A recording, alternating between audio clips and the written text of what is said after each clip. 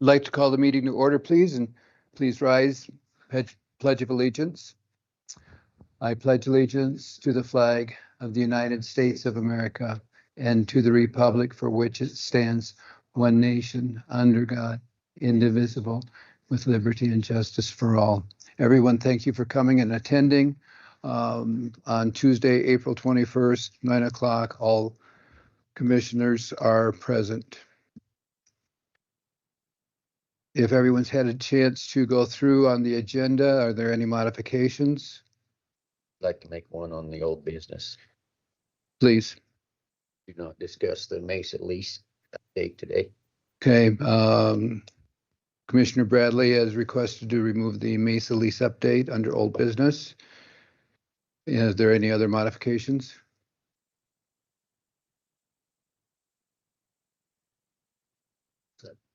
Okay, we have a motion second. All in favor?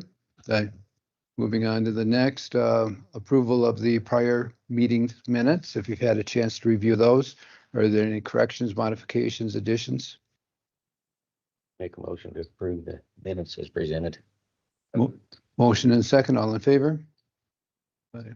Accounts payable as presented with the addition of the vouchers for Peak Solutions, Department of Revenue, and Granger in the amount of $2,591.09, increasing the total of what had been presented to us to $627,994.08. Are there any questions or discussions on this? Make a motion to approve vouchers with additions. I have a motion second. Any further, any questions on this? All in favor? Aye.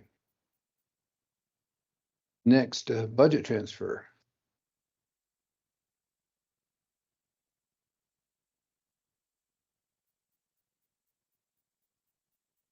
Have a budget transfer. There we go. In the amount of $509,392.99 as it pertains to Pocket Creek in the amount of $429,910 and a budget reserve to capital improvements for $84,268.07. Total of that is offsetting entry of $509,392.99. Any comments, questions, discussions? Motion. Chairman, I'm going to approve the budget transfer. Thank you. Second. Second that. Have a motion second. Any further discussion or questions? And will you have a okay, great. Thank you. All in favor? Aye. Any opposed? Motion passed. Up next, Craig Harmon. Oh, and Jeanette Saxton.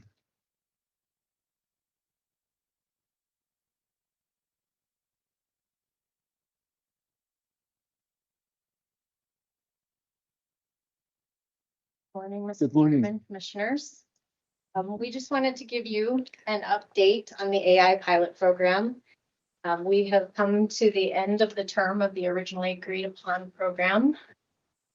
We are paying for the AI through the 2nd of next month. And so it's time to discuss it and decide how we're going to proceed. I asked Craig to be here to talk about the logistics of implementing whatever you implement. And so he'll do that, but I'll give you kind of a summary of the past 6 months and how the users have felt about implementing it. We had 16 users. As of the time of this report, I had 13 submitted evaluations. I did receive 2 more after, and those 2 had not used AI since the last questionnaire, so since the midpoint of the AI pilot program. So their responses obviously are based on non-use. So I still think for the users who are using this, this is a good summary. You had an executive summary in your packet, but I'll go over it in a bit more detail. In terms of how it impacted the work, Most commonly, the answers were it regularly or frequently impacted their work in a meaningful way. Employees consistently noted that their work could still be completed without AI, but there was universal agreement from those who are using it that doing so would take significantly more time. That establishes AI not as a replacement for staff, but as a tool that enhances efficiency and productivity. In terms of time savings, the most commonly reported number of hours saved in a week was 2 to 4. The high use users reported 5 or more hours per week of time savings for them. So it is being seen as a workforce multiplier. They're able to accomplish more within their existing resources. From a financial standpoint, the users were asked whether the return on investment is worth it, and they were told that it's about $30 per user. Actually, we received an email during this past month that price, if we stayed with ChatGPT, is going down from $30 per user to $25 per user. Not because we've asked for it, they just sent out that email. And I think if we were to expand it, that cost per user would decline also. But they were asked themselves, do you feel that it is a good return on the investment? And they definitely felt that it's cost effective. And of course, the hours saved implied, just their salary times the number of hours saved. It is a cost effective addition to essentially their personal workforce. They were asked about use cases, and the most common use cases were drafting and editing written materials, such as letters, policies, emails, and meeting minutes. They summarize large documents or complex information. Some were conducting research. There were some caveats to that, of course. More advanced users reported applying it to strategic planning and document comparison and tracking changes in complex agreements. Then they were asked about the limitations for their particular role. What were the limitations? They mostly commented on in-person interactions, such as meetings and phone calls. Obviously, it's not helping them with that. Obviously, there are ways that AI could help with phone calls, but it would be a different scenario altogether than what we've proposed to date. Several departments, including law enforcement and the courts, emphasize the importance of avoiding AI where data security is a concern. These limitations highlight the importance of targeted deployment rather than a universal application to all users. So we do need to be concerned about accuracy and risk. Most no users said that they did not use it due to concerns of risk. In fact, there were some users who were very concerned early on about the risks associated with it, who found very applicable uses to their work. But again, it's most effective when used as a drafting or support tool. And they note that human review is a necessary safeguard. Adoption trends were strong. Nearly all respondents indicated that their use of AI increased significantly over time from the beginning, and that their use cases evolved over time. They were asked about the future of the program, including how do you feel it should be? How do you feel the commissioner should proceed, and do you have any feedback on alternative platforms? Some participants supported broader expansion. Others recommended maintaining the program as it exists now, but there was no support for discontinuing AI. And then in terms of the other alternative platforms, Microsoft Copilot was mentioned, Gemini or Perplexity were mentioned, but no strong dissatisfaction with the current platform. And they're more concerned about having access to a platform than which platform they have access to. One of the most significant insights from the evaluation is the identification of a governance gap. At least one respondent noted that employees not inside the pilot program are using AI. They're using it a lot, and there are potential risks with data security, confidentiality, and information retention. So there's a need for formal policies and oversight, and that's part of the reason that Greg is here today. To be clear, he wasn't part of the AI program. He's just got knowledge of how to potentially proceed or ideas. In summary, the AI pilot program has demonstrated clear benefits, including measurable time savings, increased productivity, strong return on investment, and broad applicability across all departments. Employees are not only using the tool, but are expanding how they use it, indicating long-term potential for continued gains. The primary issues moving forward is not whether AI provides value, but how to manage its use responsibly. So overall, the pilot program indicates that it is a significant opportunity to enhance county operations and improve efficiency and better utilize staff time. Do you have any questions for me at this time? There was a cost per user that you brought up at the beginning. What's it coming down? Will we just pay for everyone, or will it be on a subscription basis, or? So currently, just so you know how it works, we pay for everyone of the 16 users on a monthly basis in advance of the month of use.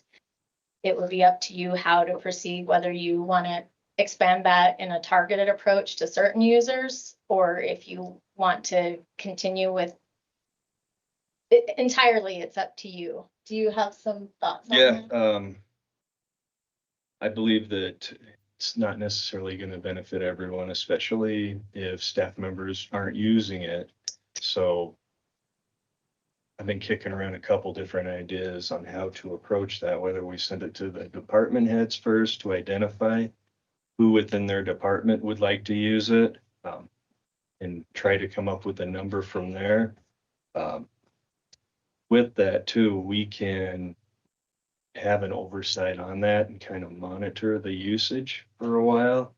And if we discover certain staff members that we purchased it for haven't used it at all, we can pull them licenses and things like that to save money. That way we're not just continuing to build on some gloat or anything while we're just getting a bunch of licenses for people that aren't using them. And so there's a way to monitor, and if they're not using it, unplug We'll them. be able to. Thank you. Yeah, I do see a huge benefit in it. As a county, I think it sounds like it was a success. I don't anticipate anything other. It is a useful tool for the people that want to use it. And if, as a county, if we don't investigate into it in a responsible manner, I think we will be left behind. So, Thank you. Chairman, did you also say that you could shut down access to a non-allowed platform? yes, and that's part of our oversight here as well, is that we would, once we identify the platform that we would like to roll out within our county, I would shut down all the other platforms that, especially the free ones, free versions, things like that. That's where we run into compliance and security risk. So within the county, whichever one we identify, that's the one the county will essentially sponsor and use. Okay. Yeah, there are a couple other caveats here. We have to decide if we want to go with ChatGPT or if we want to get a better baseline and maybe run with the rollout. One of the ones that I've heard a bunch about is the XAI, which is Grok. If we did decide to roll out another pilot, I would recommend using the same baseline, the same people that we used on the first one. That way, have an objective view there. And then I would only recommend doing it for maybe 2 months, 3 months. We don't probably need to do the 6 months. I would like to get it moving forward, and to be honest, I'm perfectly fine with ChatGPT as being the one we would use. So is there a recommendation on this, or just explaining options? I believe the ChatGPT, to my knowledge, would be cheaper at this point. I've read that Grok's going to be around your 30 range. But they may all be going down right now. That's something I could research more. The one other caveat to it is both Grok and ChatGPT are not CJIS compliant. So that means that they would not work for the sheriff's office at this point, and with my understanding and having conversations with them. The only one I've been able to find to date that would be useful for them is called Azure AI, which is, I guess, a sister to Copilot. It's a Microsoft centric software, which is awesome because that's what we are as a county. Some of the negatives or the things that I didn't like about it is you're not really buying an AI, you're buying a template or a blank platform, and then we build it. So it's up to us to make it as good as something else. And that's where you would build in the CGIS compliance and security within it. But I don't know how well we would be able to build an AI platform. So, Okay. um, Do we have any feedback from the SO's IT department? that's what I received from Mr. Bauer. Great, good enough, thank you. Anything else? Same, I think we just need to decide on a way how we would want to approach targeting staff. We could work on that, or if you gentlemen have any ideas or would like us just to reach out to the department heads first and see where it rolls and see what kind of numbers. I do know that one thing from the IT perspective, and it's fine either way, but I know we may come up with, it's kind of like you're giving it to certain people, and then this technology is still new enough that other staff members are going to discover its usefulness. So I can absolutely see it expanding and continuing to expand as staff understands the usefulness of it. Questions? And leaving it as is until the department heads reach out to them and let them kind of decide who or doesn't need within their department. Come back with another number. Jim? And I'd like to move the whole program. I mean, we kind of took this on. I'd like to move the program where it's administrated and controlled by the ID department, rolled under Craig. Brock, been hearing a lot of good things about it. We are testing that. At my work right now, it seems to not have as much bias to it as GPT. GPT seems to have some bias where it tries to steer you in the direction of whatever their founders want, for example, politics, any of that kind of stuff. They try to steer you to one side or the other.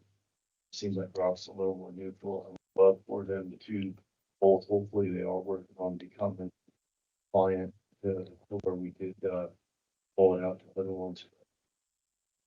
Like to roll it under IT and you guys work out now. I still think these and those. Well, in our research, Grok is basically, that's used by the Department of War. I think that's what it's called today. So, and ChatGPT is utilized by Homeland Security. However, I'm not sure if they're using the same version as us, or if they have other additional security metrics integrated into it. But I'm comfortable and confident on the county side of this network that any of these, I guess the other thing I neglected to touch on was that if we do this, I would like to have some sort of policy drafted up, basically a quick education for anybody that is going to have it installed, just so they understand the risks still. Biggest thing is we don't want to discuss county by name, things like that. For purchasing it this way, it should, the way they explain it is it is secure within our own network. But even at that, I think good practice is always good practice. And you draft the policy in regards to this? I can definitely. Okay, thank you. And then if I understood correctly, Commissioner White, you'd like to do a trial on Grok here? I'd like to do a full trial as far as letting current users on GPT still use them. purview to assume that get one of you guys on it. So get it, then select on side by side. Kind of just rolled it out to everybody, let everybody, you know, find GPT, do it. Now I'd like to make it a little more the super users. But okay. Got GPT down now. I want you to start comparing these side by side, but you really can see which one's Okay. who knows what. So we would keep Chat GPT and Grok on there. So their machine, and they could run them head to head essentially. Okay, but I'd like to control, you know, mainly the super users of GPT, the ones that really look into it when they're claiming 5 hours a month. They can put it out to everybody all around it.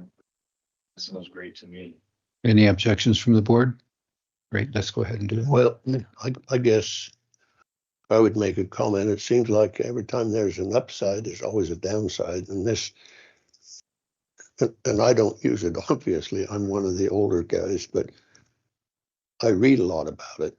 And there's almost as much bad as good shows up on a national basis. So whatever the risk security needs to be as tight as it can be and still afford the ability to use the IT. It's understand that it's, you know, a wave of the future.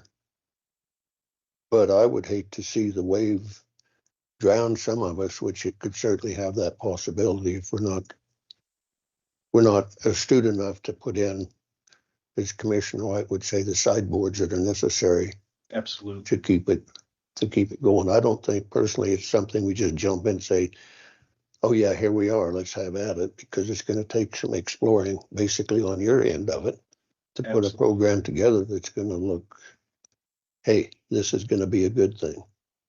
And so that's my take on it. I think it's, you know, as far as I'm concerned, if it helps and it looks like it does or could, then go for it. But watch the pitfalls because they will be out there.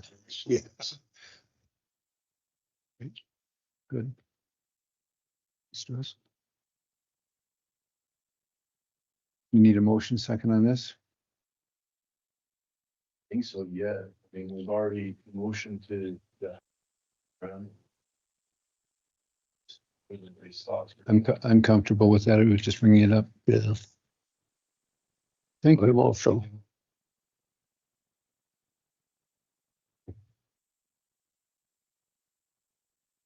Up next, please, Billy Pape.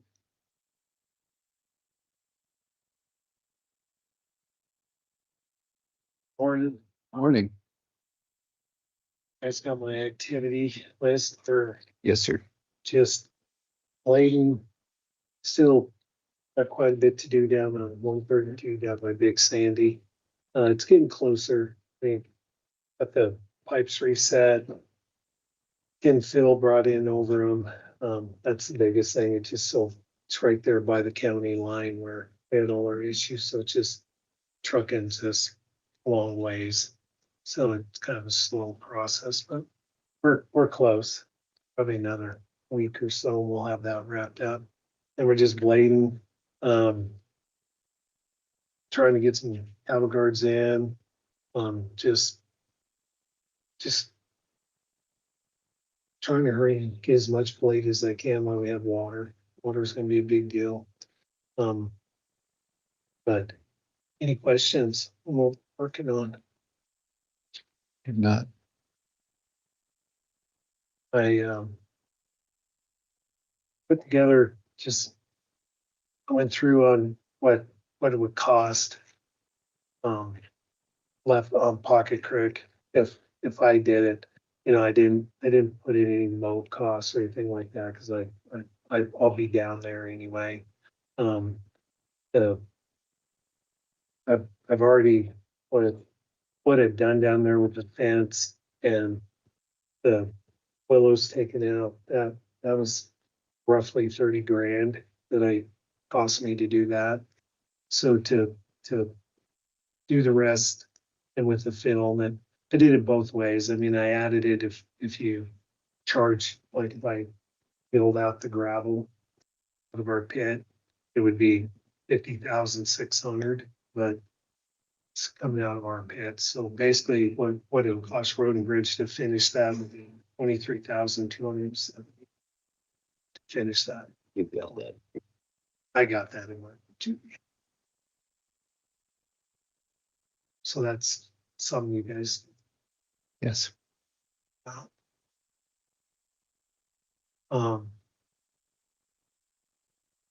Next, I know you guys asked me to get updated prices on the bike pass. So I there, you got. We just updated the numbers based off the most recent bids we've gotten.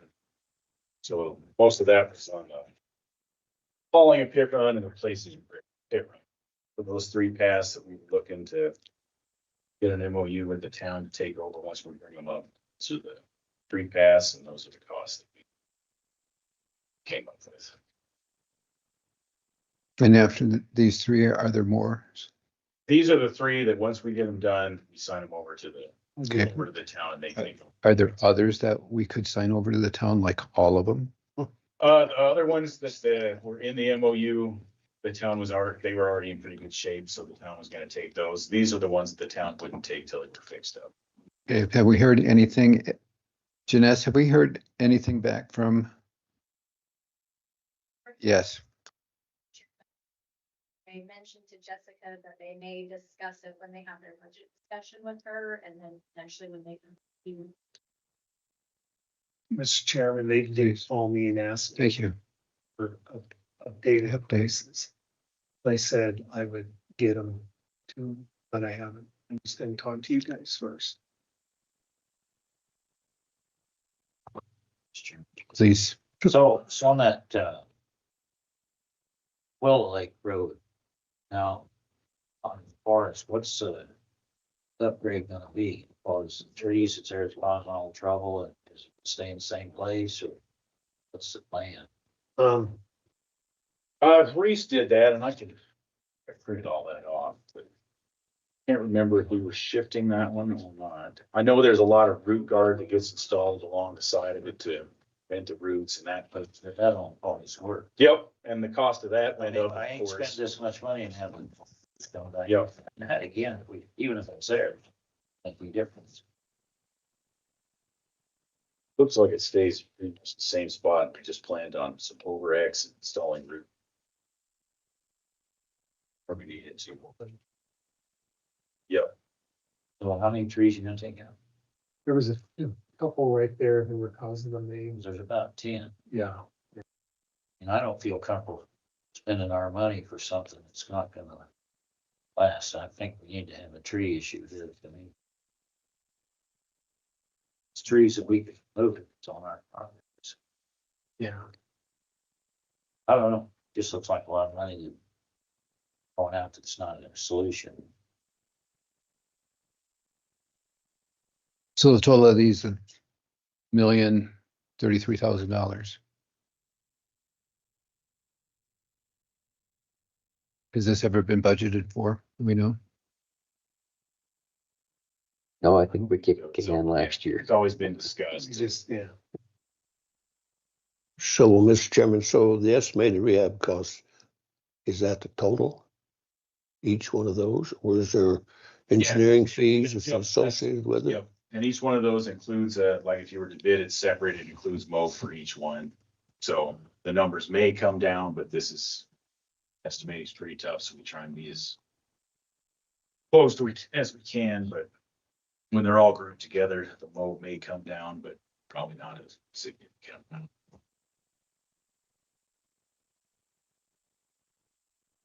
No, I think I heard somebody say those costs are what is where the cream of the crop shows up at, that mobilization thing. Like I said, we went through and just based off the most recent bids we've received, so we updated it for this one. So it's gone up substantially since last year, just based off the hauling costs that we got on the next couple of projects.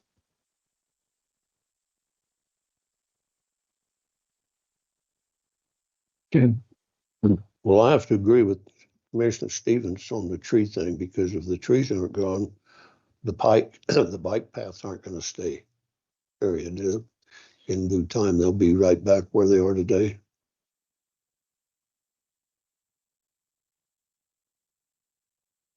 Do we have any liability issues on the paths towards the county in their current state, Clayton? Mr. Chairman, I'm sorry, I would need to get back to you on that. Okay. I don't. At the current stage. Okay, thank you. Yeah, they did some repairs over on Willow Lake Road.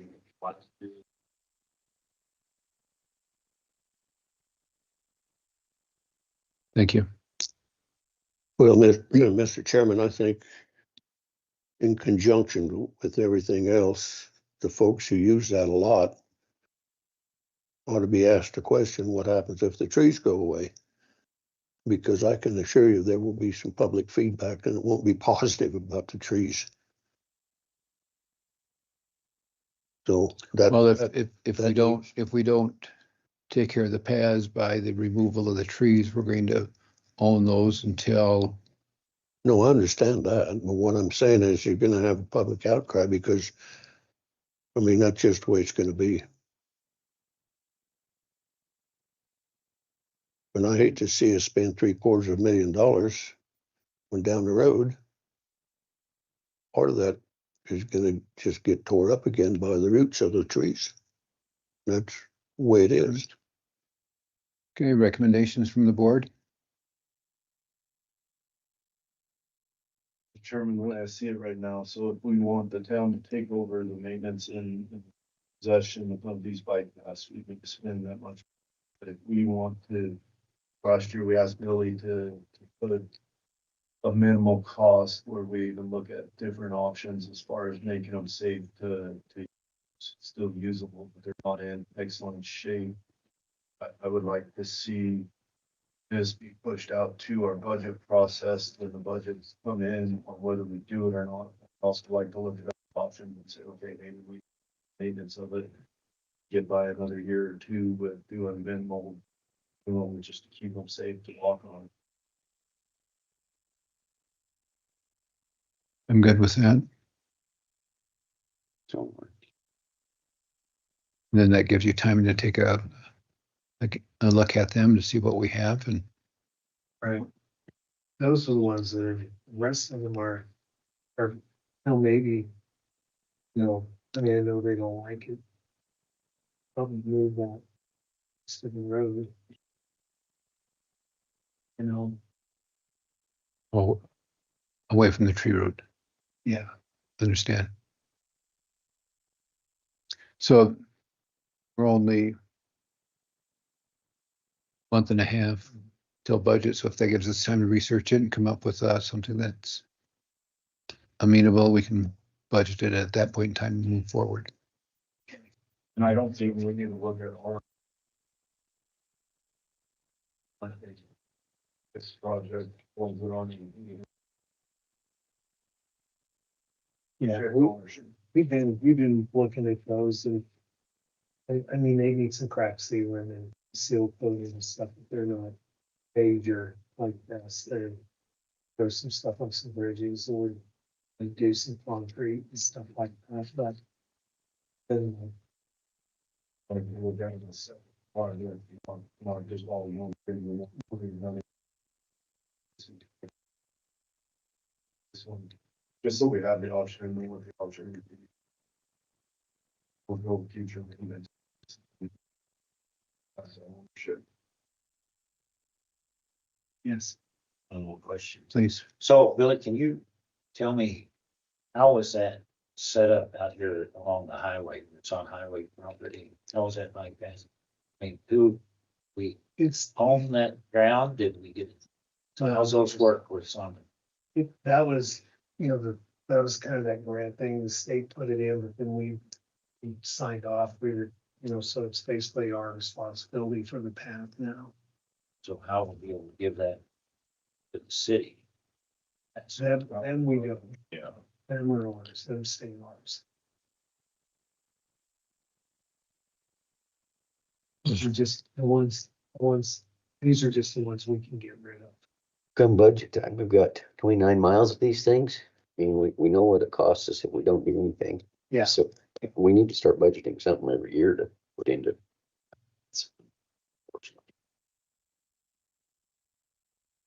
Yeah, so Mr. Chairman, I've got one other comment.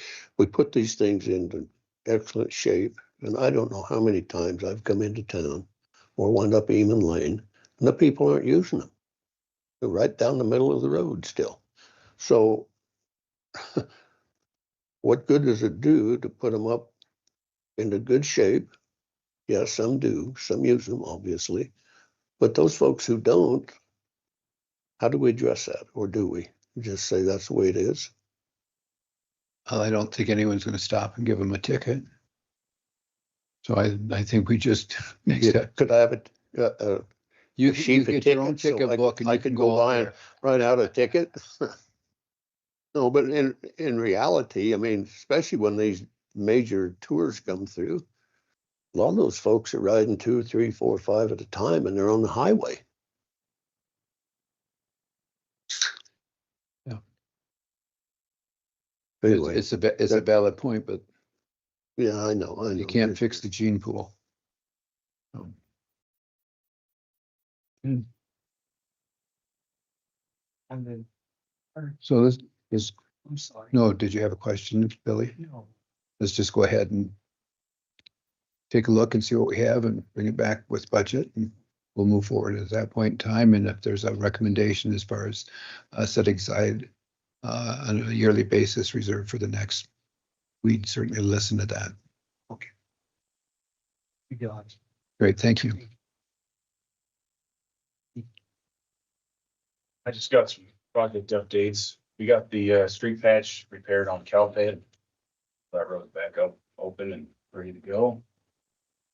And South Piney Bridge is all done. They just need to do some seeding with my sign in. Went well, should be right on budget. We had to go into the force account for that diversion ditch, but should still be budget. And then I submitted the plans for the cattle guard project to the Forest Service. They got to sign off. So on the one by White Pine and Half Moon, we're going to put detours in and then leave the detours. So just need to have them sign off on it. Forward on that one. Good. And then haven't worked on Reardon. I was going to wait till this South Piney box culvert got installed and this hands out for Reardon. It's pretty much what we're working on. Great. You know, Dave was asking, we explained the last thing used. Oh, on South Piney, the invoices were so close because the previous one included the installation of the box culvert, but we had already paid materials on hand. So that one would have been twice as much, but we had prepaid more or less on that one. Okay. I just noticed that, Yeah, they were pretty close. I had to check my numbers a couple yeah, of times. it was less than the hundreds. Yep, but that's just how it all worked out. So we'll have one more for that one for the seating, and we'll advertise, and that'll continue. Great. Mr. Chairman, Clayton just gave me the Rim Road, the I think we got stuff agreement.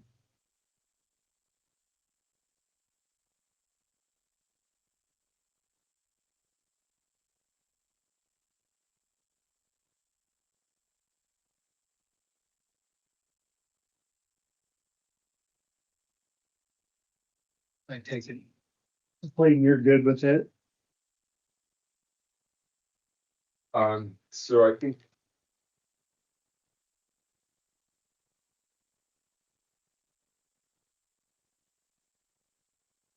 Mr. Chairman, I didn't know if you guys wanted to review on this. This is, I mentioned to Billy, I can bring this up in old business, but this was that easement that you wanted that we brought it a few weeks ago, and then I pulled it because I wanted to read some language and work through it. I sent you guys all an email on this. We can discuss this more if you would like, but I guess the question becomes next steps on this. This is the Rim Road easement. So your first email was, there was a lot of liability. Your And second if email was. if we want to discuss, this is something, if you would like to, we can discuss here, we can discuss it in an executive session, however you would like to do that. Just as a reminder. Clayton, this one's like a little different than the other. Correct. Okay, so I have no problem with it being in public meeting, fully transparent unless there's a reason to take it into executive. It's your information, it's your decision. Okay, let's push it into old business if we can, and so we can move forward with everything else. Sounds good. Great, thank you. Billy, is there any word on Eccles and the large Creek Road? Movement there? I still haven't got in touch with Eccles. Somewhere along that. I did talk with Bob again. Bob's even, and he's good for everything. Just waiting on the whole sleep. And of course, I'm saying I've talked to them about it. They're working.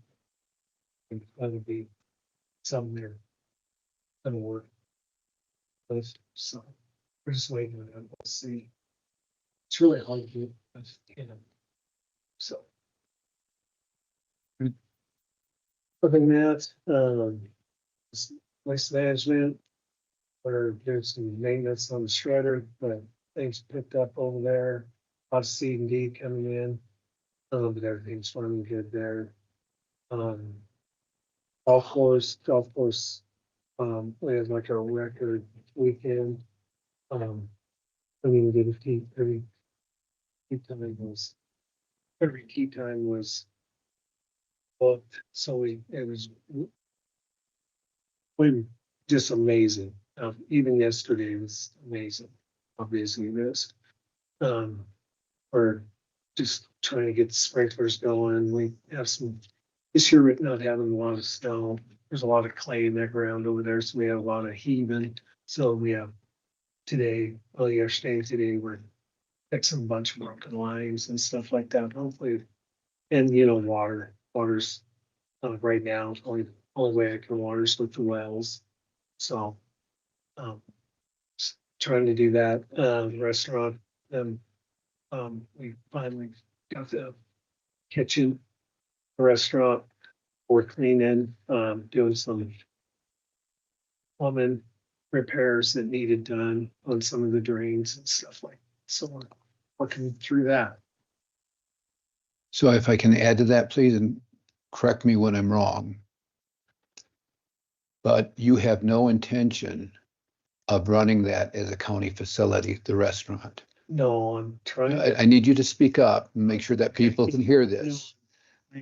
I'm talking with people right now. The only thing we are running is the liquor. We're selling beer and we're trying to get that going.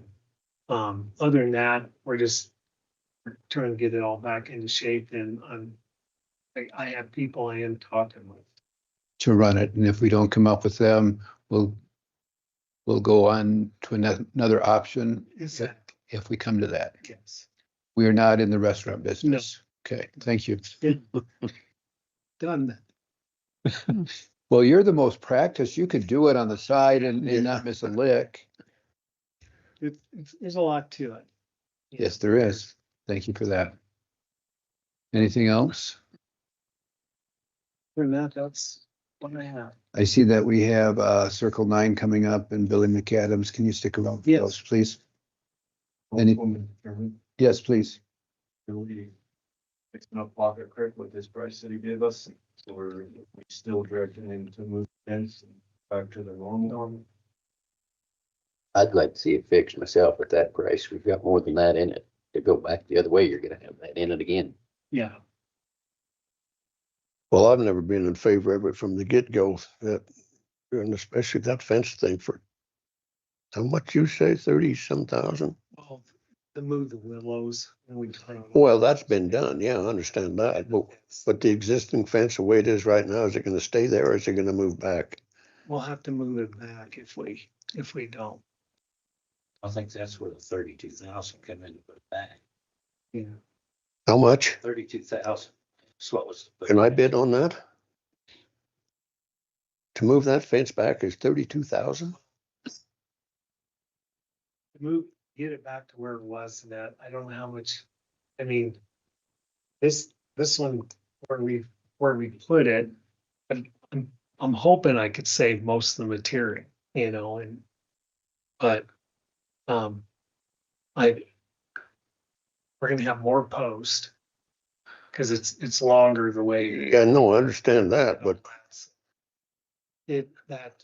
To tear that one down and to move it back and then to get it, that's just my labor and all that.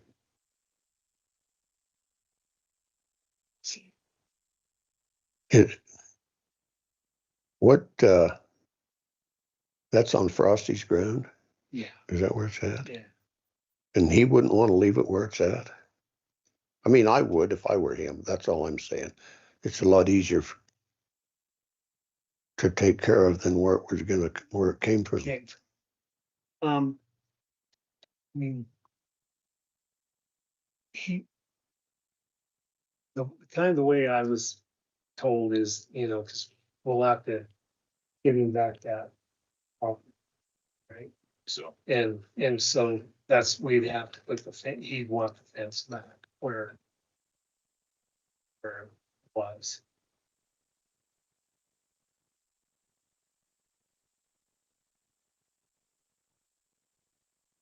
And that was put in my. Two.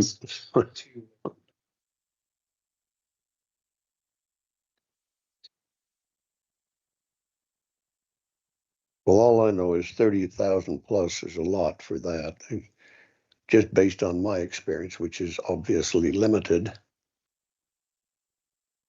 But I can tell you, I could go down there and pull those posts in an hour and then redrive them where they need to go in approximately the same time.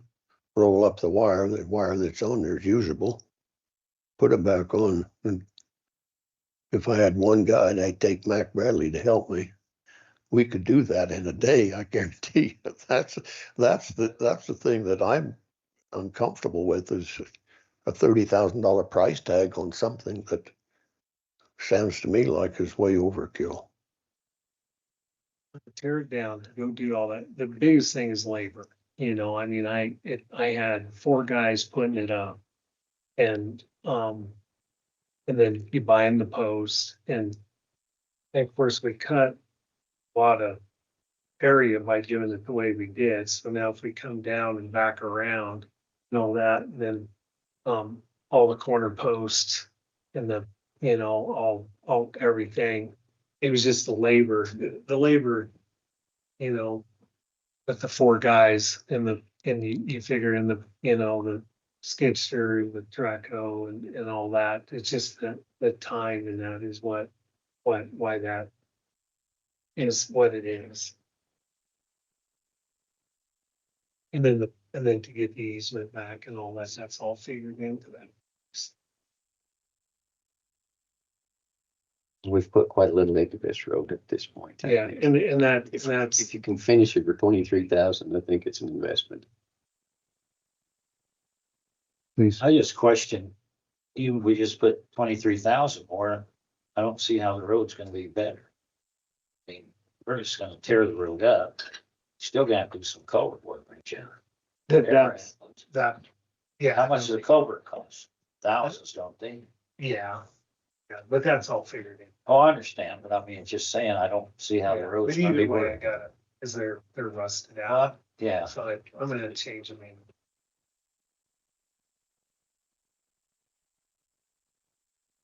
But it's whatever you guys want to Do do. you want a motion on this? Yes, I'd make a motion to allow Billy to finish the Pocket Creek Road for the 23,000. motion. Is there a second in that regard? Is there any discussion or questions? All in favor of the repair for $23,000? Aye.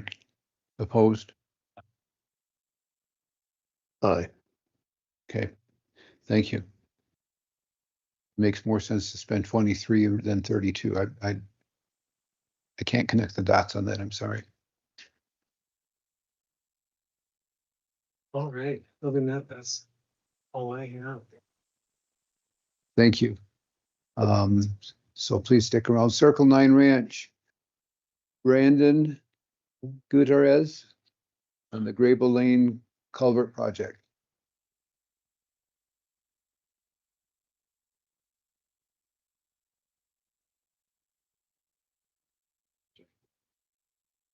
Morning. Morning, Jeremy. How are you?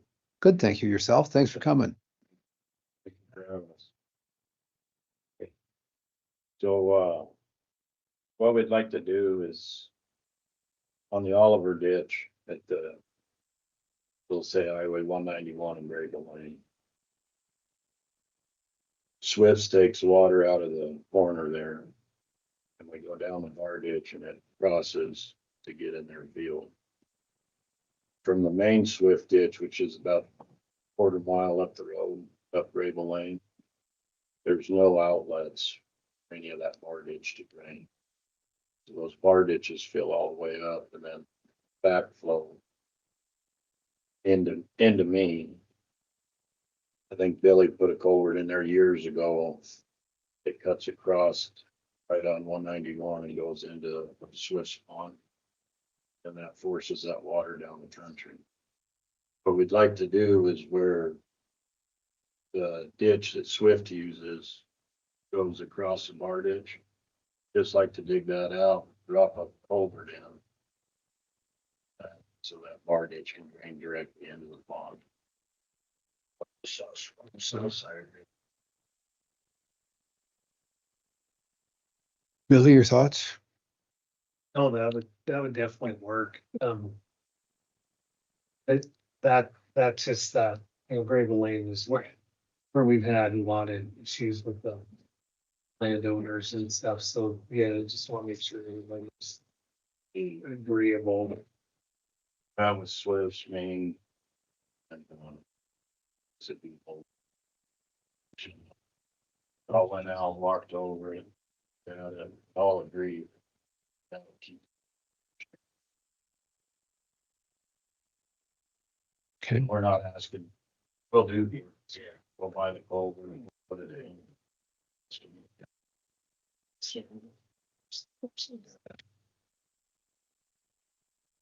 You could bring in more people like you and we'd be happy.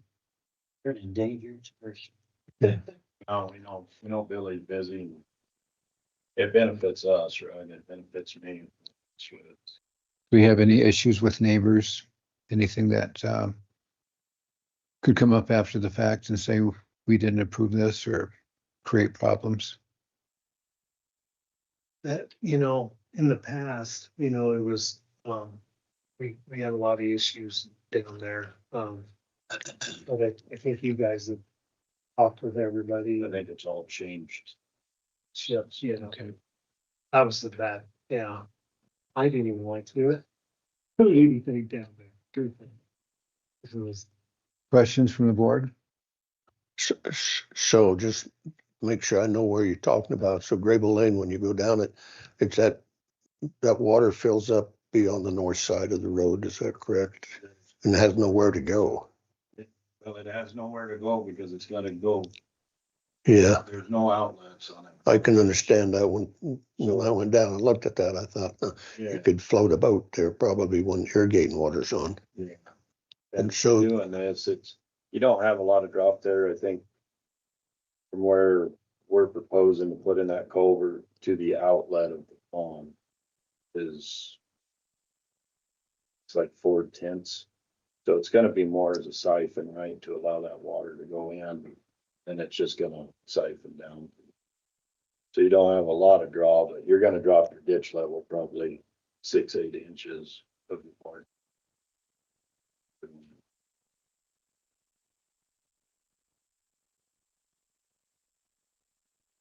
And I think we met with Billy there last year. yeah. So let me get this straight. So you're gonna do the work on it? Then you're gonna supply the pipe, or you're gonna do both? We were gonna buy the pipe and we got the road base to repack it. We've got the pipe, we've got the road base to repack it, make it firm on each side so it doesn't wash out. We got a track hole sitting there. We just want permission. Okay, so 20 years ago, you wouldn't have to ask this question, but you got to today. Is there any liability from the county, for the county, by having a private individual work on that? No, I mean, just safety. I mean, I wouldn't have no problem putting I wouldn't have no problem doing the pipe across the road, if they did the rest. Then that way I'd make sure it's, But but, other than that, I mean, but I don't think you're gonna tie into that other pipe, right? no, sir, literally the irrigation ditch. You have your bar ditch. Right. Brandon, They can you piled dirt. show us on here, it'd be better to where you were gonna put that culvert in. They piled dirt in the bar ditch Block it. to block it, to make an irrigation ditch to go in the swales. All we're gonna do is essentially take out that dirt that they piled in the bar ditch. Lay a culvert in there in the bar ditch and put that dirt back. And you're just gonna rotate that out. Yes, sir. Okay. Yeah, it's not, It's not crossing. we're not crossing. it. Okay. We're not doing anything. I mean, That's a lot easier. No, okay, I was thinking you're talking about going across the road. That was my question about a liability issue. It's not, it's just in the barges. It's, okay, okay, yeah, yeah. No, we tossed. I think it is. So, fine, and. Yeah, that was, no, we're doing everything. This is a really simple fix. It's in act more as like a siphon. So, yeah. And, Well, I didn't think. Yeah. So, yeah, no, it's no worries. Yeah, I guess my attitude would be if Billy's fine with it, I'm fine with it. yeah, it'll actually, maybe give that water somewhere to go. The water gonna run east. And then the water it'll go in that pond in the corner there on the south side of Grable. There's a pond right there on the south side of Grable. It'll go in there and there's a ditch that runs south from there. And then it drops off that bench and turns and goes under the highway and goes into Ridge. Yeah, The actual way that irrigated wastewater shows. But right now, we're just backing it up.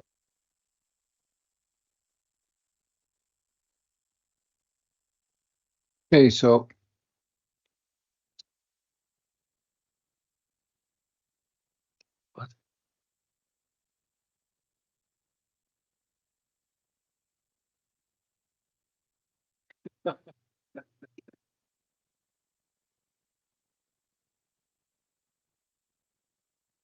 okay, everyone okay with them just moving forward?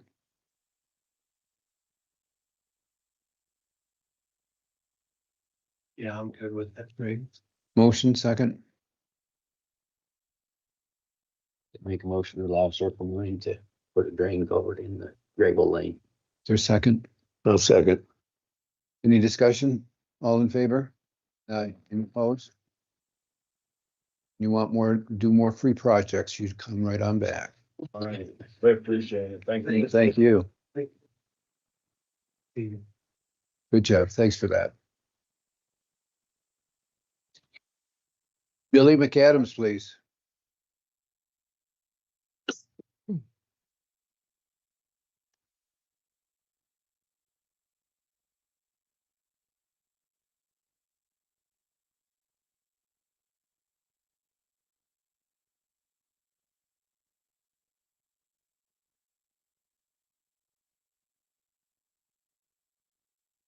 Good morning.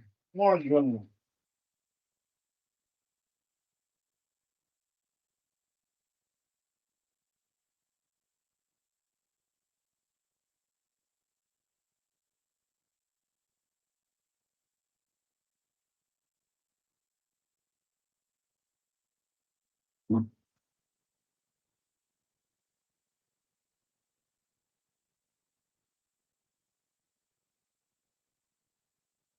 This is a map, part of South Piney Road 151.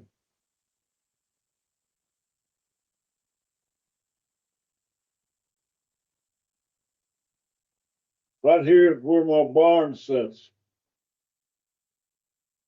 Traffic comes from the east, flies around this corner. Going southwest. Up the hill around. People have been killed coming down that hill. They roll vehicles. They run through, racing through here, they run through Miller's fence, which is on the west side of the road there. I back out from my barn right here. And my wife does, and Kim folks. And traffic down there runs over me. Especially a dump truck the other day, I had to shut it down. They were building a culvert down there. I told them, by God, I had already told the policeman about it. So the guy working said, I will tell him, and he did. Well, he slowed that gravel truck down coming around that corner. He almost ran over me a couple of times. What I'm trying to do is get some speed bumps or dips or whatever it is to slow traffic down coming around that corner. I've tried and I've tried. I've gone to court, paid a fine over it, because I made little strips in there with my tractor. And Billy Pape said he would jail me if I touched that road.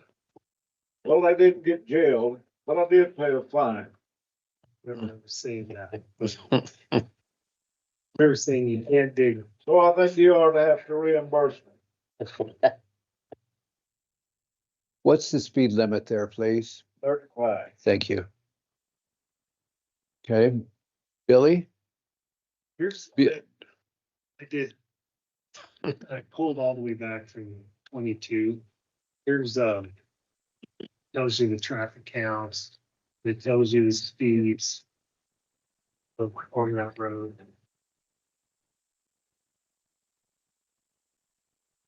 Thank you. Don't want to go around that corner going 35. I highlighted the traffic counts. It tells you the years. Then on the next pages, it shows you what the speeds are.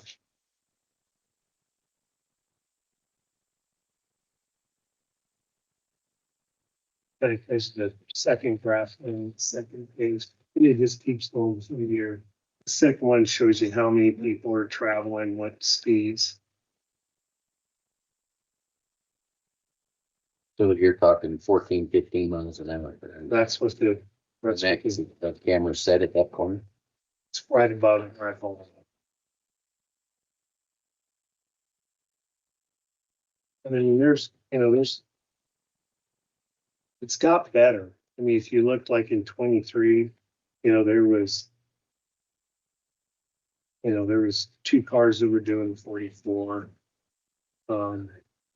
But it has got better.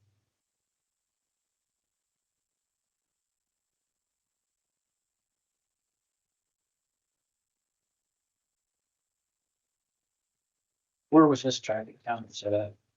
There's one set like right before you come from the cemetery there, before you get right where you like turn to go to their house. It's right out there. We had it.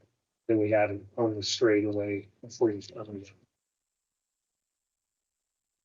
But it's like I said, it's got better. Like I said, if you look back, there was, for like last year, 25, the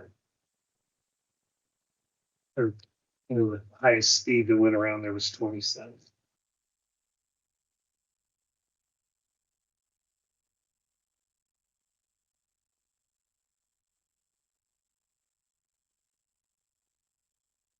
Billy, do you have any recommendations on this?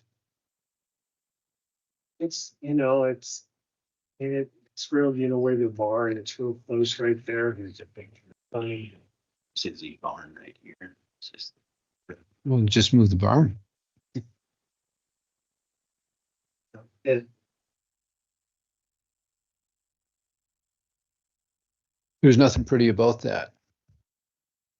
So what can we do to assist?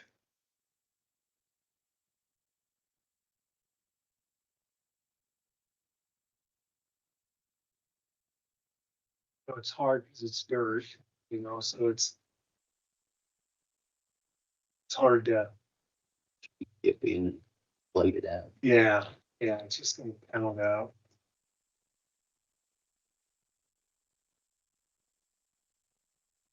So is most of the traffic going up the hill or coming down, which is, it's kind of sixes? Yeah. I would think coming down the hill, you'd be a little faster than going up, but maybe it doesn't work that way. Yeah, I mean, it's kind of, you know, everyone takes that road to go to the cemetery, you know, Yeah. so.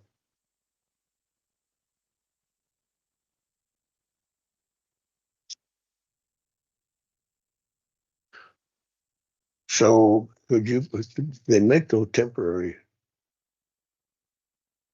I'll call them bumps, I don't know what you call them, but that you can put in for a little while and see if it helps slow down and then pull them out. That wouldn't leave an impact on the road itself. Don't they make those, It's just really hard to keep them in place? place. Cars hitting. Yeah.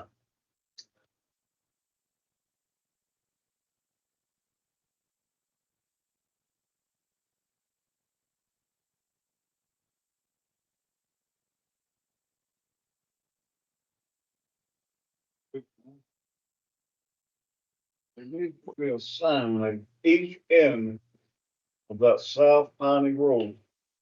From the beginning, coming in from the east, the sign right there. You are driving through private property. And at the other end, for the cemetery, there needs to be one right there. You're driving through private property. Just So up and chewed out about it. Do you think that would help with the signs? It's a possibility. Okay, I've been in my tractor and the guy pulls right up on my property there at the barn and chews me out. so you recognize on the way going to Boulder Lake where it crosses Christmas Ranch there, the old Christmas place. There's a couple of signs there. Is there anything that we could do for signage there and on the other side, on each side of the private property? We put up like slow ranch area. so what is the private property? I mean, is there private property on the roads on? No, the roads, it's county easement. Okay,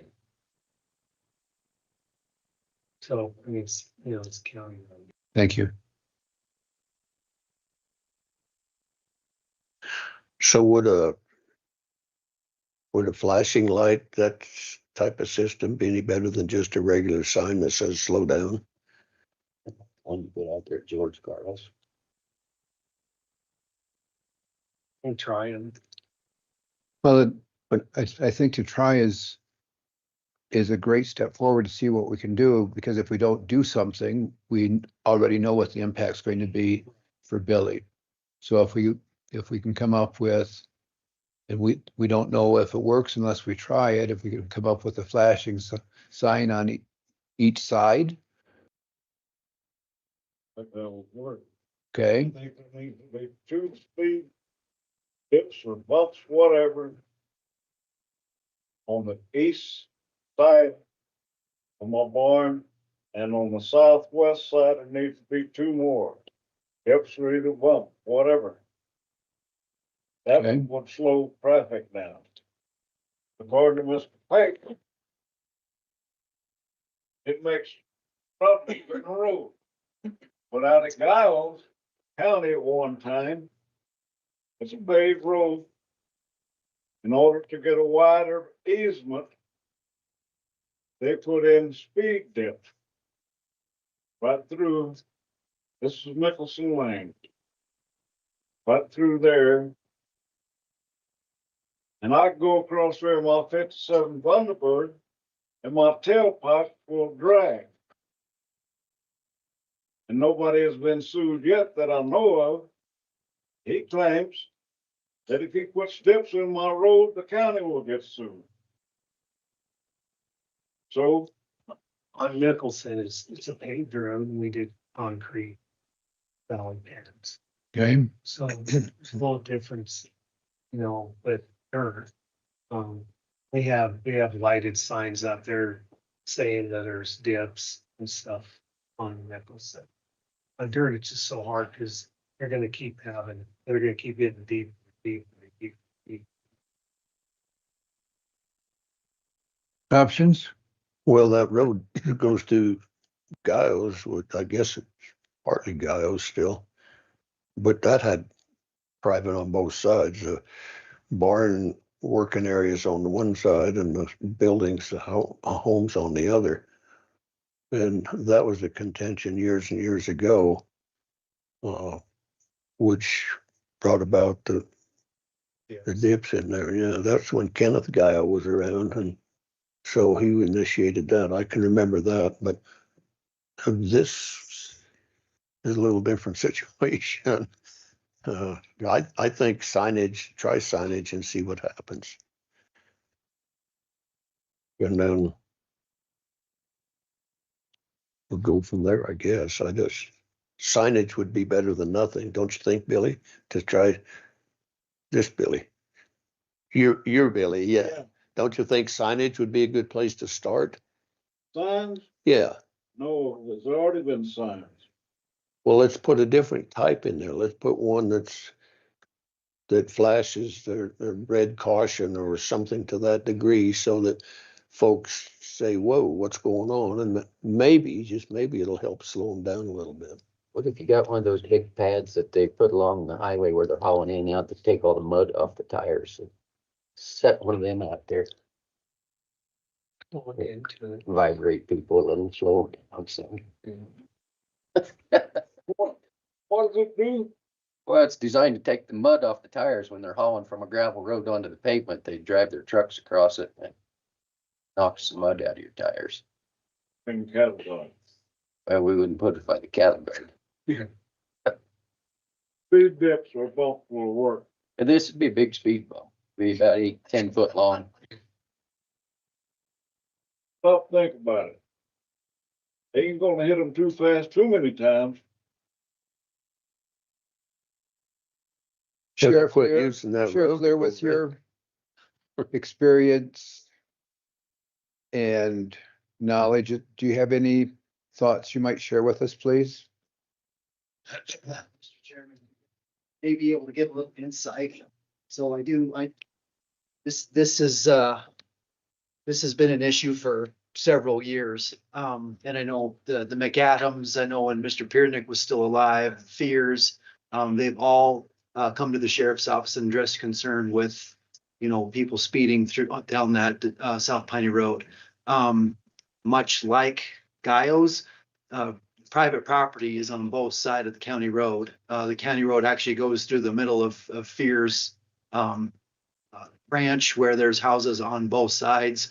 Piernick's, you have Chrisman's, and then McAdams property is also on both sides of the road. I like the idea of the private road ahead. I think with technology and the advent of Google Maps, that road is used a lot more to get to Calpet, especially coming from the north, because it's a shortcut. But in actuality, the best way was to continue south and then turn right on Calpet. But this is a pass through, cut through, shortcut, whatever you say, with a with a very dangerous dog leg in the middle. And if you go too fast, like we've had in the past, people will run through fences or unfortunately, one lost their life. So I do like the idea of, private property road. Is it going to keep people off of it? I don't know. I can't answer that. I know with Billy's studies, it may be able to, give us some light in the future. I do know there's some contention, especially when Mr. McAdams tried to put in the speed bumps, so to speak, a few years ago, where one of the neighbors, wasn't very happy with that. So, like I said, there's five different property owners, and then one business on South Piney Road. So I'm sure they'd appreciate it too, with just trying to slow people down. But yeah, I don't know if speed bumps are the right solution for that road, just because of the dangerous turns, the curves. I'm almost afraid it would cause more crashes if we put those in than not. Okay. Personal opinion. Well, that's why I asked. Thank you, Sheriff Lear. Thank you. It's got way, if you look at the speeds, it's got way better. Had gone down. And I think it was last month where they were putting in that there's some heavy construction, and we had a lot of gravel trucks, a lot of heavy trucks going through. And I do know that some of them were spoken with, say, hey, please slow down. Because Mr. McAdams did come into the sheriff's office and asked us to, at that point in time, to look, to try to cut down on it. So I'd also recommend if you can get vehicle descriptions or, to call it into the sheriff's office. We may be able to catch him if our deputy's close. I'll also try to get some deputies out there maybe to sit. There's not a whole lot of traffic, but, whatever we can do to try to alleviate the problem. Okay, please. So, Mike, what's that match you're talking about? Well, they're just a big, I don't know if they're rubber or what they are, but they're a big match. You lay out where pavement meets gravel if there's a lot of truck traffic, and it just finish the truck before they go on the pavement. And it's not ever seen. Vibrates you a little. I don't know if they can get some line off here to clean them. He hasn't down there at the nuclear site the last time I was in here. There you go.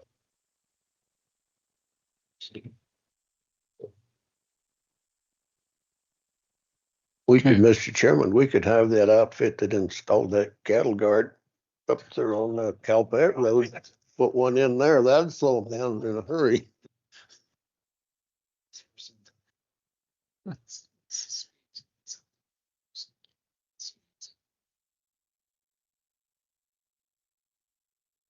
Any thoughts, Commissioner White? It's a tough one. No. I can sympathize with Mr. McAdams because I go through it every year with the fishermen coming down our road.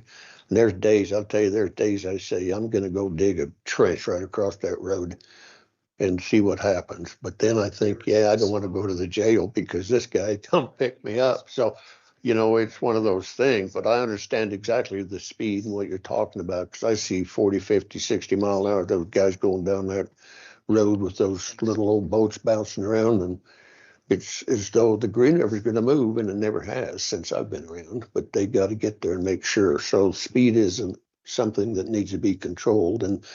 But I think a signage is come up with some sort of a signage that says, or the flashing light thing. What do you think, Casey, from a standpoint? Do you think the flashing light is better than just a straight sign? Nighttime definitely catches your attention. So I don't know. Again, we're talking, private property owners may not want a yellow flashing light in their window, all hours of the night either. It's hard to say. Well, the only one I think it would impact if it's within each side of your property where your barn's at. You'd be the only one. You should just close your windows or pull the shades down if it bothered you. But the rest of them there wouldn't have an impact, would it? Because Nobody else lives right there. Piernick, I think, would be the closest. Is that right? Yeah, I don't know if Crispin's has anybody in that trailer house there now. Or Jessica? She there? she's there some of the time, I think.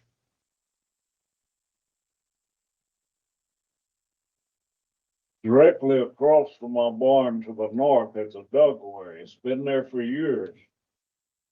I'm in the process of building a bridge there over the Reardon ditch, get down to my creek bottom, instead of having to go up and around through Millers with my tractor to get down there.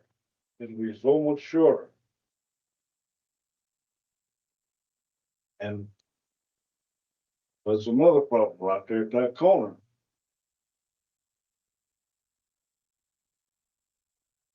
Well, I think initially we look at some signage and see if that doesn't help the situation, and then come back, try square two, whatever that ends up being, and put it in close proximity to where the issue is to see if, I mean, that would be, it looks to me like the simplest, maybe the most effective thing to do initially, and then see what occurs from there. And those traffic counters would dictate if it's working or not, I suspect, huh? Black cows slow people down too. Yeah.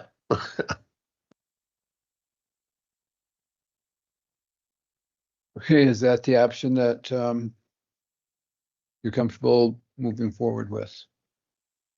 Sheriff Lear? I'll leave that up to Billy, so. Okay, good enough. I Install. no, looking for your opinion also, and I'm good with that. Okay, Signs, some signs. yeah, I'll put up some private properties. great big beacons on them flashing. Yeah. No, Well, I sleep in a recliner. I'm disabled. And I don't want to light flashing out there because I look at the wind all night long. I sleep maybe 2 hours a night. is that sign going to be pointing towards his window, or is it going to be pointing away from? I can try just get real reflective ones where the headlights hit them and they're real bright. Okay, Try those. okay, let's do that. Yeah, they can be put by the barn there to the west side of it, right there at the cattle guard. Most likely I won't see them Okay, at night. let's try and see what we can do, Billy, and if it doesn't work, we'll come up with something else, or we'll try to come up with something else. Shy of digging a ditch, I don't know what that would be yet, but I know that I had a ditch dug in front of my house on a private road, and it was great. Then one of the neighbors got a kind heart and filled it in, and they speed through there now. Oh, I understand. Yeah. Well, gentlemen, I appreciate your help. Thank you for coming in and telling us. Thank you very much. Here you go. Here's some speed bumps for your roads.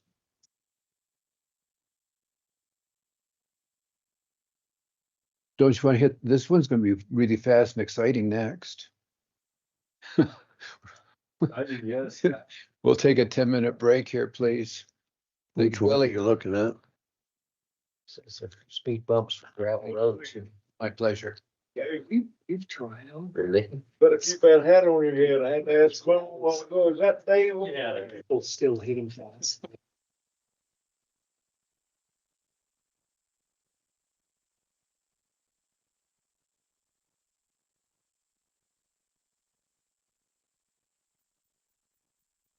Okay, up next, we have the procurement policy that we'll discuss, and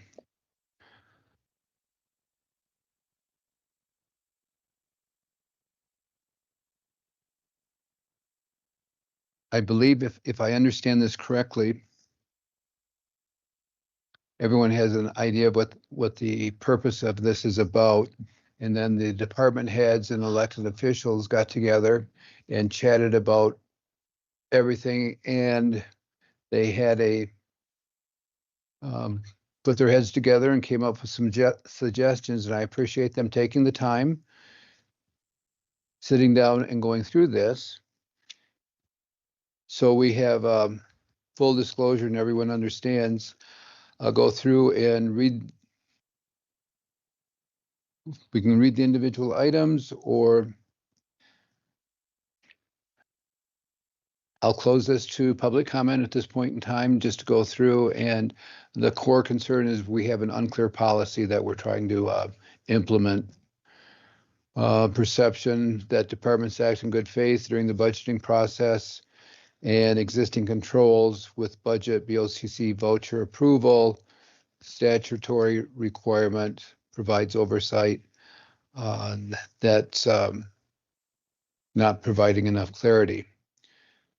Any commissioners want to make an opinion on any of this statement? When I look at the budgetary process, it is a great summarization of what's going to occur during the year. But when it comes to specifics, it gives the latitude of not being that specific, and does allow for a margin of error from my viewpoint. And there'll be other things towards the end that will tie some of these comments together, if that makes sense. Two primary concerns: thresholds are too low. Informal quotes, 75 to 35,000, 7,500. Formal sealed bids over 35,000. Concern is the higher ticket items are spent by law enforcement, fire, road and bridge. They're too low for modern operational costs. Routine purchases made trigger bidding requirements. It's increased administrative burden and reduced flexibility in responding to needs. Any commissioners have any thoughts in these areas?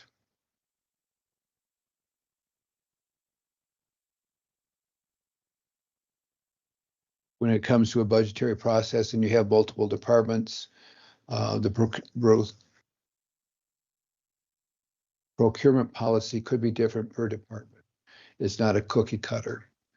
I think that's a good catch, and because yours is certainly not the same as the clerk's, and that makes a lot of sense, and latitude should be addressed in that regard from where I sit. Commissioner Vickery, were you preparing to say something there?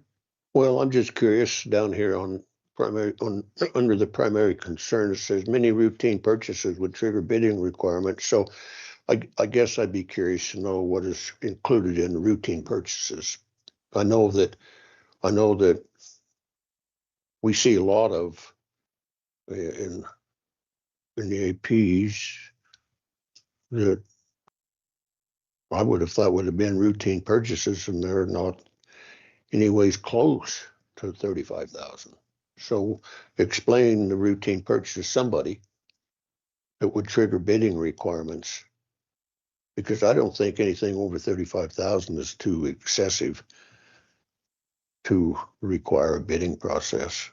Now, if there's circumstances that would dictate the county come to a complete halt, then I think needs to be some leeway for that, obviously. But 35,000 to me is a number that's reasonable.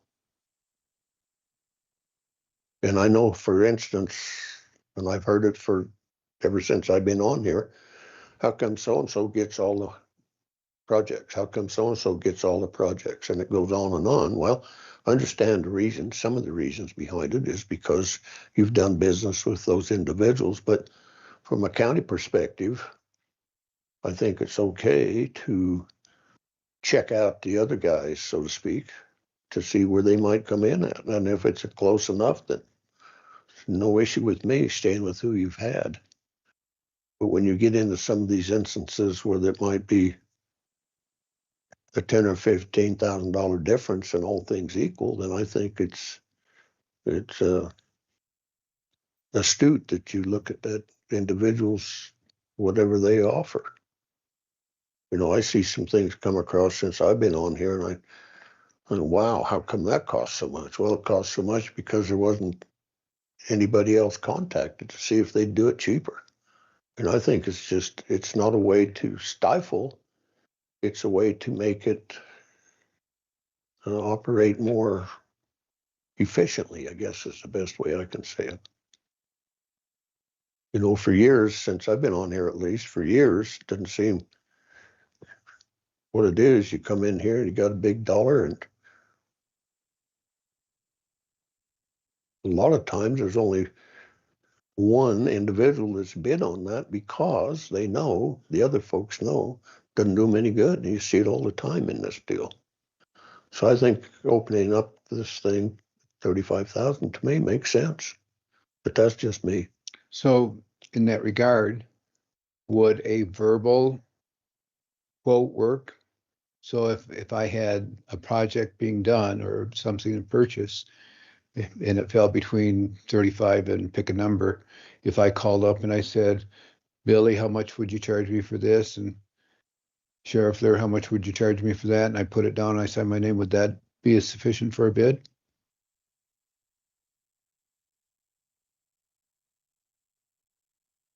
Well, it's not a sealed bid at that point. Well, and correct, but I think in what we had, and I can go take a look, that sealed bids were at 75,000 and above or some number like that. So it's just making sure that there's comparison shopping that's occurring.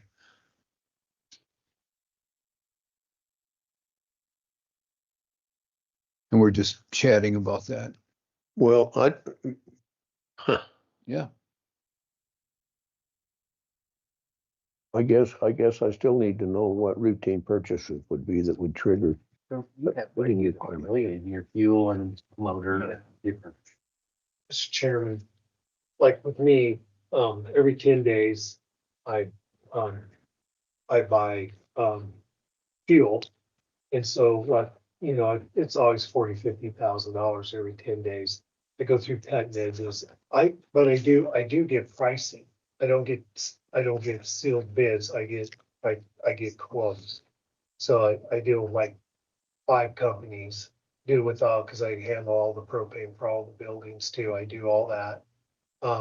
But it's always, you know, I'm always over 35,000. My cutting edges for my blades, you know, I go through 240,000 a year, but when I order them, it's always 60,000-70,000. But I get pricing on each, you know, I get the lowest of the pricing, but sealed bids would, I think, be really hard at 35,000, you know, because then, I mean, you're gonna have to have somebody write them bids if they're sealed, you know what I mean? You're gonna have to, because you gotta be opposite. So I get quotes on everything I do. I get numerous, like fuel. I have 5 companies that send quotes every, you know, and you know, their bids are only good for like 5 hours. So you know, I have to, like today I'm buying fuel for Big Piney. So I had to do that at 8, and you know, then I have to onboard it at 1 p.m. So it's just in my department, it's kind of hard. 35 be hard. Well, when I look at the APs, it's pretty obvious that you get quotes because they're different providers. Yeah. It's not all one provider. So that, I mean, those kind of things are a no-brainer in my mind. But when you're looking at some of the specialty things that come around,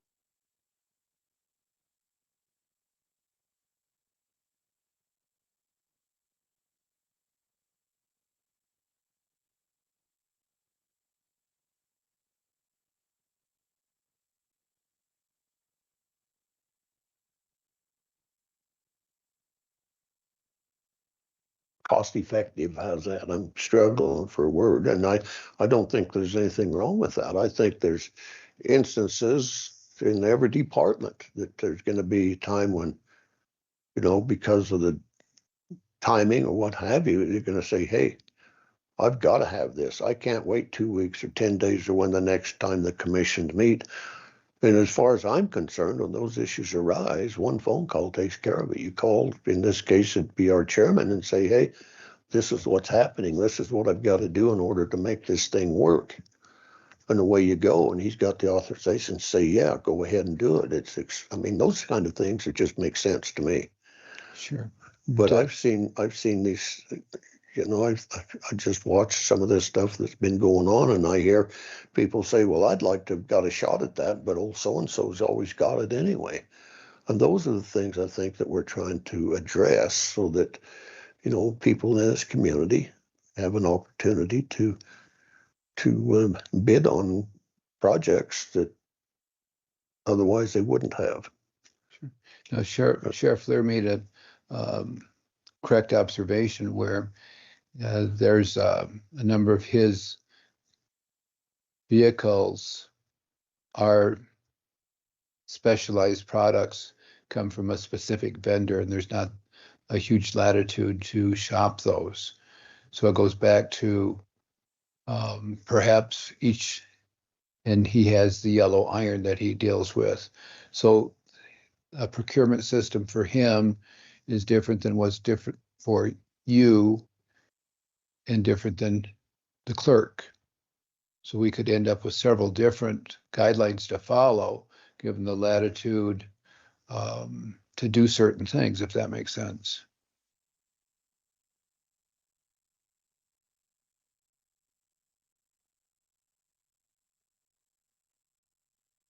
Or do you want it blanket across the board?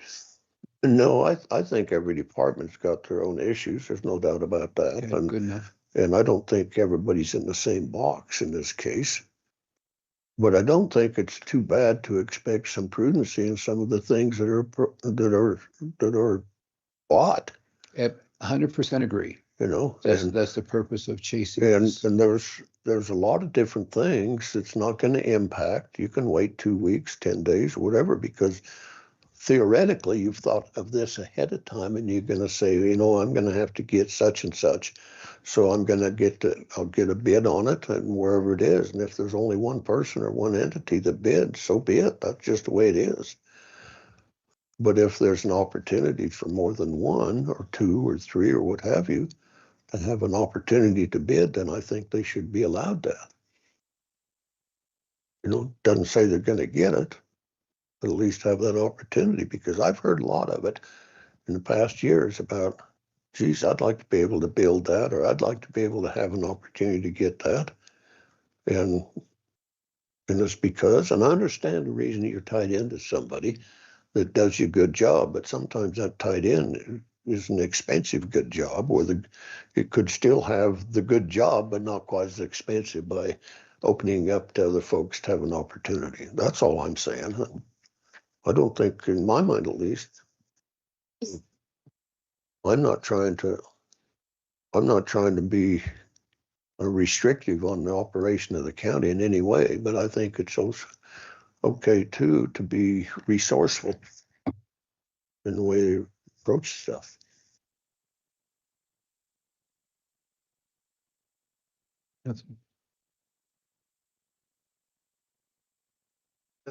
I wasn't sure if you had something to say or not. I will. Thanks. So for policy, when we first started this, so I look at me sitting here as a commissioner and like, all right, what's my goals? My goal is not to micromanage our department heads and or anything on their day-to-day operations, right? I'm like Doug, I get beat up all the time saying, well, how do I get some of that county work from constituents? I'm sure we all do. We all get that. And I would like a procurement policy, you know, that said, okay, I can hand them a roadmap and say, all right, if you want some of the work, because right now it says, well, go talk to Andre, go talk to Billy, or go talk to Sheriff. Well, they got their favorites.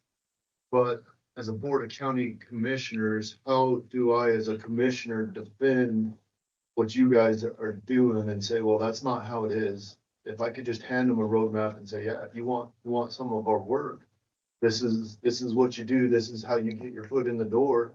Knowing that 9 out of 10 of them aren't even going to take that next step, but maybe that one will, maybe it will change. How do I defend what you guys are doing? I know we got a budget process, and like I said, I'm not interested in micromanaging your budget. You guys run a good budget. I think, you guys run a fair budget, and you guys are absolutely fair on how you award that work. My biggest goal is how do I defend what you guys do with some sort of policy roadmap guide of, yeah, if you have a fair and equal opportunity to get some of that work, and here's how you do it. That's what I'm looking for in a procurement policy, which is, I don't know, that's my thoughts. And that's where I kind of am on the whole thing of it. Which, if I had to answer any questions, I don't know 100% where it is. I know what we started with was a good starting place. Won't work in every situation. Maybe we can all get together and come up with something. I love the suggested alternatives. 85,000, maybe we separate out, operations to some sort of capital improvement program. Any capital improvement projects have to go through this sort of policy to make it fair and equal, that anybody has the opportunity to get that work. And we have documentation proven that they do have it. There's no more somebody coming up and saying, well, you guys just love this guy, so I'm not even gonna try on it. And it's like, no, here's our roadmap. Here's how you want to get your foot in the door. You go do the work and you put in. Yeah. That makes sense. 100%. And I've had people say that we discriminate against businesses in Pinedale or Sublette County, excuse me, by not allowing the latitude. My response to them is any business is welcome to come forward and put together a proposal to do business with us. And go on to a next statement. Going to expand a little bit on what Commissioner White said, but I'm going to disagree slightly with respect. This is not directed towards any department because this is a county-wide issue. When Commissioner Vickery calls me every couple of weeks saying, did you see how much there was for tires, or did you see this? It's a subject that I've had to listen to. I can't tune him out. But what happened is, in the course of doing this, I called up Billy Pape and said, Billy, are there programs? Is there anything we can do to cut costs? He said, well, yes, there is a government program where I pay 50 cents on the dollar for tires for county vehicles. And this is not, I'm going to add to this, it's not offered with a couple of our other current vendors. So I did approach a vendor in town and said, this is what we have. He said, I can do that. I can apply for it also. And he got back with me, and is something that illustrating that he wants to do work with the county in that regard. But then as we explore, conversation between Billy and I is when Janess brings in the commissioner's vehicle for an oil change, we commissioners, same as any other department, only basically has Billy do the work, supplies the fuel, supplies the oil, does the work, and it's not a charge to my department. County ends up getting charged because we pay for the supplies and expenses. But if we were to go to Clayton's mechanic shop and we took it in and had an oil change done, we pay for a markup on oil, which we don't have with Billy. We have a markup on labor, which we don't have with Billy. We have a markup on the associated parts that we buy that we don't have with Billy. So the purpose of saying that is not to eliminate doing business with the vendors because they're entitled to get our business. That's not the point. But we spend less for what we currently have, if that makes sense. And I think it does. And then Billy said that all oil changes that he does, he goes beyond perhaps the other mechanic shops because he does an oil testing. And then he keeps track, I believe I heard you say you keep track of the individual vehicles. And so we have a maintenance record that sticks with the county for when we trade something in. And this isn't picking on any department because it's an issue that we have countywide. We're not in competition. We're not in competition with mechanics because of the fleet that we have, and we're spending taxpayer dollar on that. And then when I hear something like that, what my mind goes to Chief Cooper and Sheriff Lewis, are we missing other avenues? Are there other items that we have been habitually doing that we've missed some of these discount programs available to us? Probably not, but at the same time, we don't know. So no one, and I saw this in here, no one is accusing anyone of not doing their job. That's not it. It's just, are there other options available for us to save the constituents tax money that we can go ahead and put in the budget for other items that may be needed? I think that makes sense. Okay. Yes, please. Well, I think we've become lax in what we do here, okay? I mean, bring examples up if you want to hear them or not. It's like the maintenance part, okay? We just assume Dan Liskey's gonna do it. We've all seen it, right here. So actually lost time waiting on him. He's been too busy to do a project. We didn't get a bid. We just, little boy system, okay? That's what you can call it. Same thing with concrete, okay? All of us know here, we got to using Josh Adams. We didn't even check. So I think that's something we could look at that probably will overcome a lot of this, what we're talking about here today. I know there was a project over there at the senior center in Big Piney. We had one bid. Kerry went out, found somebody else to bid. Never did hear what the two bids were. Okay. So whether Slider was cheaper or not, never did hear. Okay, but Josh got the job. I'm just saying, I think there's things we could all probably do to kind of save and would take care of a lot of these problems. That's my personal opinion.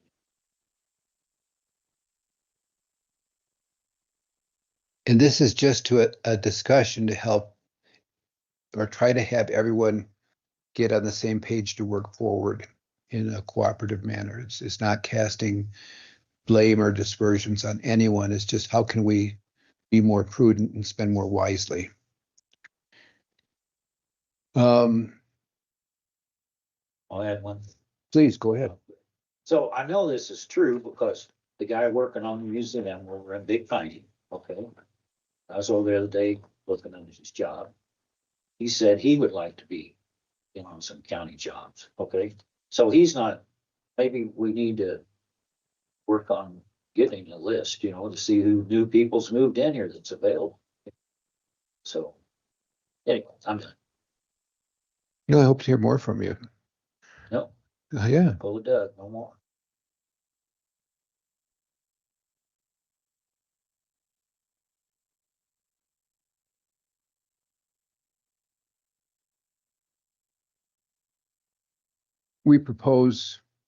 The employees propose that purchases to up to 85,000 be fully discussed during budget hearings and approved when the budget is adopted.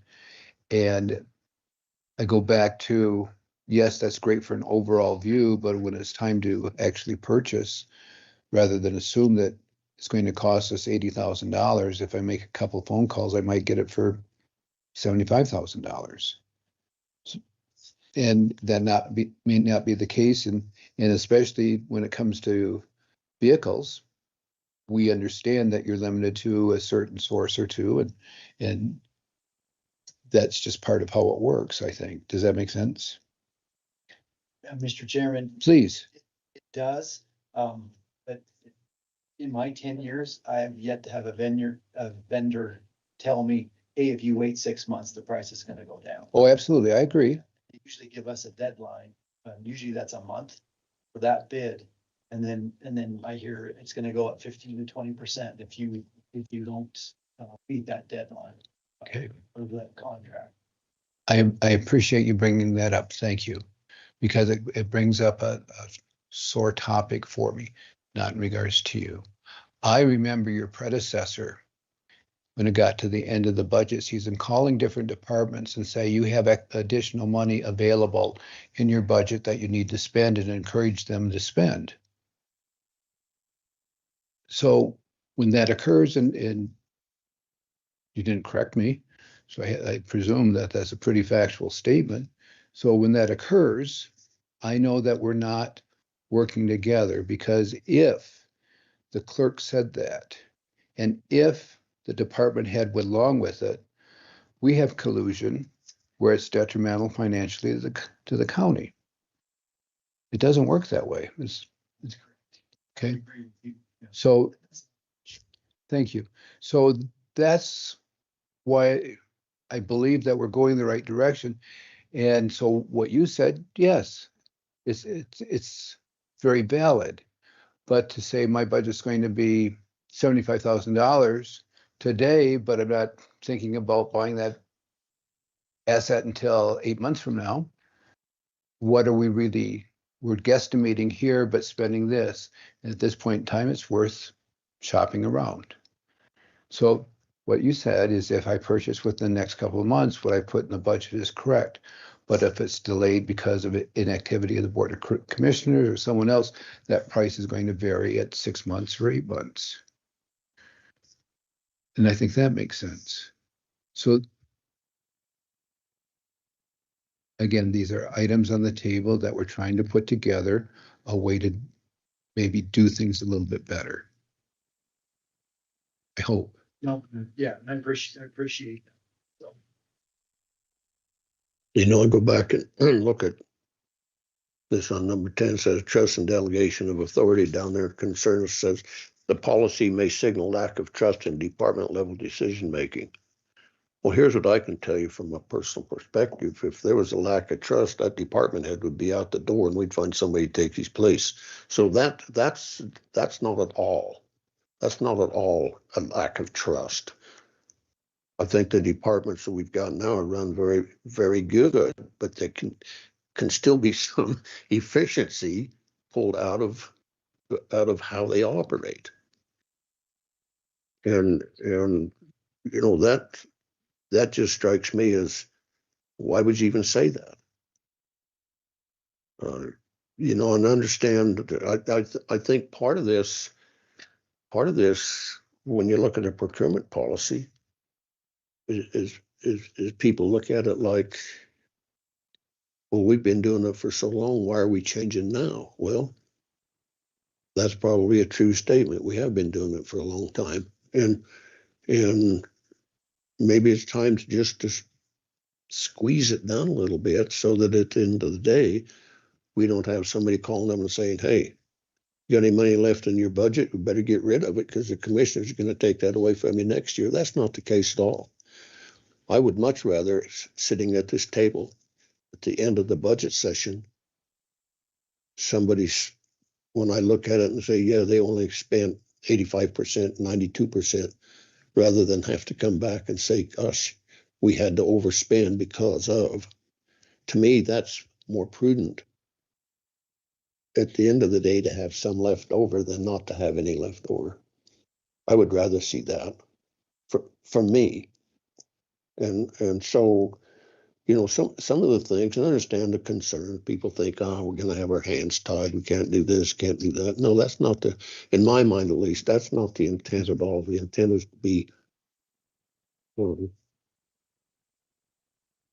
more responsible in spending the taxpayers' funds. I guess I could put it like that. And I don't think, I don't think it increases administrative burden.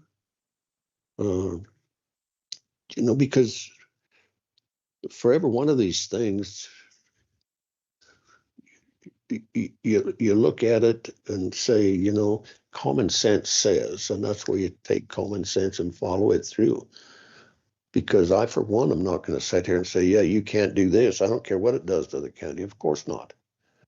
I think these things are just guidelines to where maybe they can be followed, maybe they can't at times. But it's okay to have guidelines, and especially when you're spending the amount of money that this county spends. And if we can sit back there and say, okay, we're going to make up for it at budget time. Well, that doesn't help anything either. And so, if you put a policy together, people understand where it's going to work from or how it's going to work. They put their budget together to reflect what we're trying to bring forth. And as far as I'm concerned, that's what it's all about. And so, And then in here, the statement was the Emergency Purchase Authority needs expansion, which is fine, but what is the expansion that what the departments are looking for? Each department is different. So your emergency spending is different than Chief Cooper's, is different than Jessica's. And then we get into the anti-splitting rule is too restrictive. We have, and I suspect that we're talking about a gross dollar amount. I'm going to pick arbitrary $35,000. Well, if it's for multiple items from the same vendor, i.e. pads for the sheriff's department, that's not really, that's split into individual units. And so we're mass purchasing, and I think that makes sense. When it comes to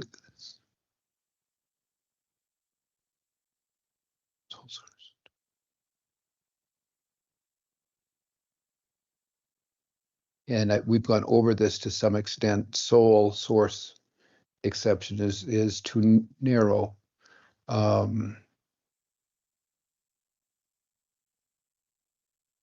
Where we want to include and go out and reach and obtain government programs, GSA, HDAC. We can go ahead and do pre-negotiated pricing with vendors. That's case in point with the fuel.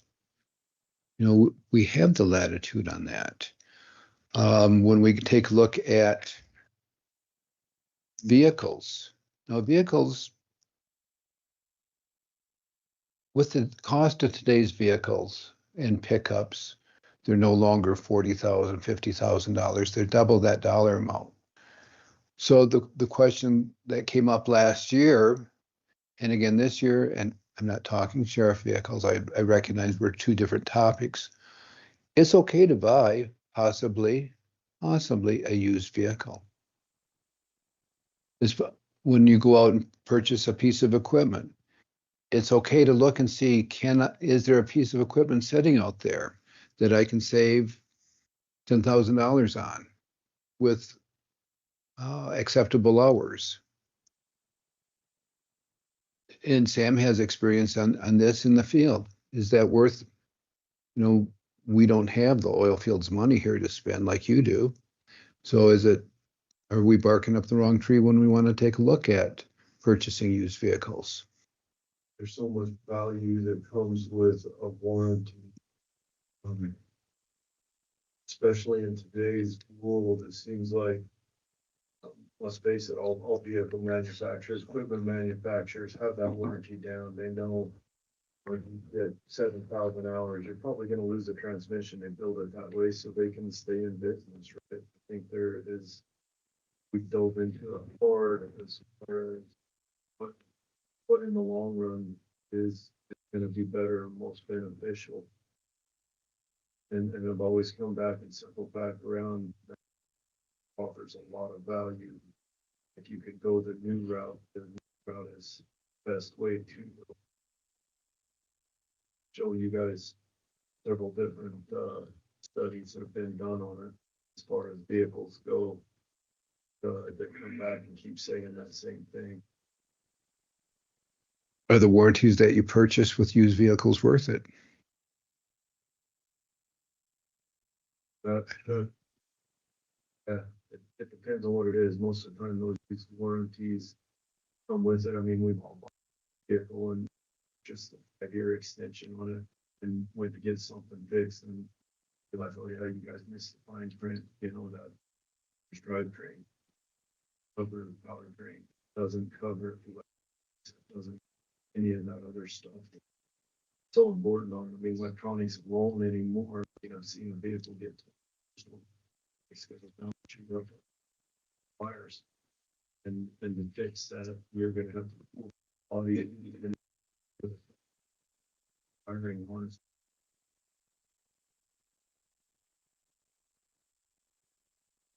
Vehicles that didn't have as much electronics in it, yeah. Powertrain brakes, it's all the vehicle had, you know, so much. Thank you. Mr. Chairman, can I Please. pose a question? Of course. Yeah, Commissioner White, is your company or have you ever worked with lease vehicles? We moved to a lease management program, so leasing the vehicle, you don't get to capitalize. I mean, a leasing company is there to make money, so they're gonna pull either the interest that you would have paid on a loan in their pocket, or they're gonna do something. Done is we moved away from actually leasing the company, but we have signed the agreement where a lease company manages they manage, you know, they're going out and getting huge discounts on oil changes, for example, and saying, okay, up here, we've got this nationwide contract with them. We still own the vehicle, so we purchase the vehicle on the front of it. They manage that vehicle through the life of the vehicle. And at the end, we've already negotiated a rate that they get the vehicle and we're not subject to the up or down of the market of what that used vehicle is doing. So after so many miles, they get the option to purchase it. We agreed price back from us. That makes sense. Okay, yep, thank you. But as far as leasing the vehicle from a company that they still own the actual asset itself, never pencils out, you end up paying more long run on that sort of a program. Correct. The management program, the whole different thing where you're using their bargaining power worldwide. Decrease the initial costs. Decrease the initial cost of purchasing the vehicle and also decrease the cost of maintaining that vehicle. Thank you.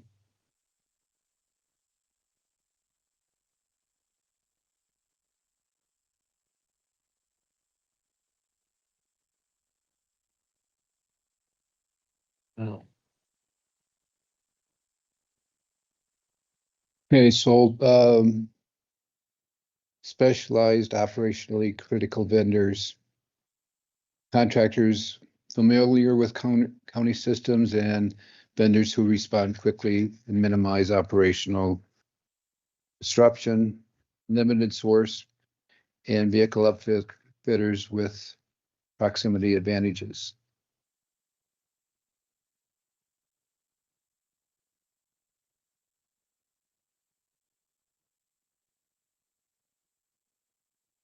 There are going to be, and this is only my opinion, if you go out and shop prudently, pick a time frame.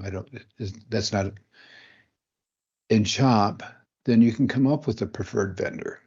You know, that's pretty much straightforward, I think. You know what you're going to order for the most part, you know what, and so if you call around and you do that periodically, then you've done the comparison shopping, haven't you? I think so. I think that's a good illustration, isn't it? Yeah.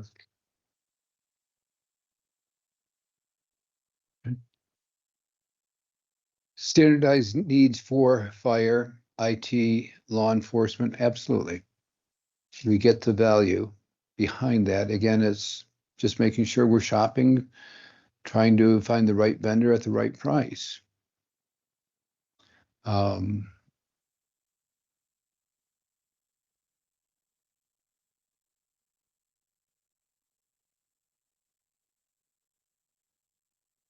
and then we have attorneys research database.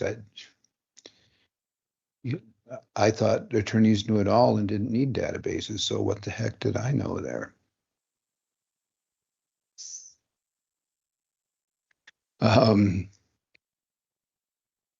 So we have compatibility, safety, continuity of operations, and long-term cost efficiency. That's up to each department to identify. You know, this is for you to identify and to run and just say, this is what's going on and why. It's all associated with quality purchasing, I believe. Uncertainty between buy local versus lowest cost. And that's a great topic. I will say for the 50th time, buy local every chance you get. It's the taxpayers' money that we are collecting and spending. And then you get into, well, they cost considerably more. If we have prudently shopped locals and we can't afford it because of the cost comparison, then we don't. But if we don't at least explore, I've had some vendors come up to me recently and say, we haven't heard from the county for years on giving us a chance to buy from us or have us service. And so all I'm saying is perhaps sometimes we fall into a rut and we need to expand that rut and take a few minutes and reach out to body shops or sign shops or radio shops or telephone. I don't know, pick a topic. But I know that we have a lot to offer in here. Can we, on equipment, purchase components here in town and send put on the vehicles later or on the other products? I don't know that answer. Sure, please. So when you look at it, there is a certain value, $100,000 purchase. If I can save more than 5% by not shopping local, then that's probably the most prudent thing to do. But if shopping local, is within that 5%, that yeah, it might cost me a little more, but it's more prudent and we're all acceptable. I think we have to clearly define what that guidance is gonna be back to our guys, because now you're gonna say, well, I looked online and I looked up on the internet and I could have bought that on eBay and saved $5,000. Why did you shop at local Joe Blows down the road, right? Sure. I think that has to be clearly defined in whatever our guidance is back. And do we go with a local county, local vendor discount where we give the price is $10, for example, on the internet is $8, but we have a 5% or a 10% local discount, bidding discount, if that makes sense. Like we see with the state, for state residents to have the 5% preferred. I think it doesn't hurt to ask, but at the same time, when you look at the vendors that are doing it, they come to the company you work for and say, hey, I'm down and you're gonna give me a discount. And it's like, well, I'm more as cheap as I can get. And I apologize, I didn't state that correctly. It's a 5% preference. It doesn't have any impact on the dollar amount. Yeah, at a certain point, if I'm gonna spend $1 million, 5%, all of a sudden here comes a huge number. Correct. So Janess lives over in Lander. And Dave's here and we're looking at $100 purchase. I have to do the math here. And we give a 10% local preference for bidding. Janess bids that $100 item for $92. Dave's a local. He's still going to bid it at $100, but he gets a 10% preference. We still buy it at 100, but he gets it because he fell within that parameter. That's what I'm saying, is you Yeah. gotta clearly define what that. Yes. is. Okay, we're on the same page. Yep. $100 and $110, if that's what's acceptable. You know, and if that's what information gets back to us. Susie calls from down the street and says, well, why didn't I get a chance to bid on it? Why didn't I, why are you guys paying $10 more? We have that ammunition to back it up. Look, we formed a policy, we formed a document. This is what we're giving. This is why we're giving it. We all agree that as a board of commissioners of doing that, it's a lot easier to defend rather than, Absolutely. and it's a lot easier to stand up for our employees when that's happening, because we know exactly what's happening. We're part of it. Correct. Is this making sense, what we're talking and going through? This is a good discussion. I think we should have had this discussion before we got to the point where it got to, right, about what is our ultimate goal? What are we trying to fix? And how can we partner up with our? Absolutely. So I set it up wrong is what he's saying, which is I'm just poking, come on now. Compatibility, safety, continuity of operations, long-term cost efficiency. I couldn't tell you any of those for Chief Shad's equipment. I don't know. That's why you would guide us through that. Sheriff Lear, Billy, I don't know. Sam would know more than I when it comes to equipment, I'm sure, but I don't think that we want to go down that weedy path. Look at equipment, you gotta look at what we do with that. Correct. Normal construction. Mac's gonna use a blade a lot different than Billy is. I mean, we're trying to find the best tool out there. They're moving snow, and we're gonna put thousands of miles on that blade because we're gonna drive it 600 miles clear up into Bondurant all the time. Where a normal construction company is never gonna do that. But as of right now, unless Billy don't know any other better tools used to accomplish what we're trying to accomplish with that. So I think equipment, which goes back to you buy used. Well, if we were throwing it in a gravel pit, you're gonna use it 2-3 hours a day to run the whole road, then absolutely. We could get away with it. Now, if I'm gonna take it and buy something used and tell Billy, hey, I want you to put a 2,000 miles on this that already has 10,000 miles on it. Billy's gonna come back and say, Sam, you're probably gonna replace the transmission twice this season, so I better put that in my budget. Am I wrong, Billy, on that? No, you're totally. Well, let me, you wouldn't have one with 10,000 hours to begin with.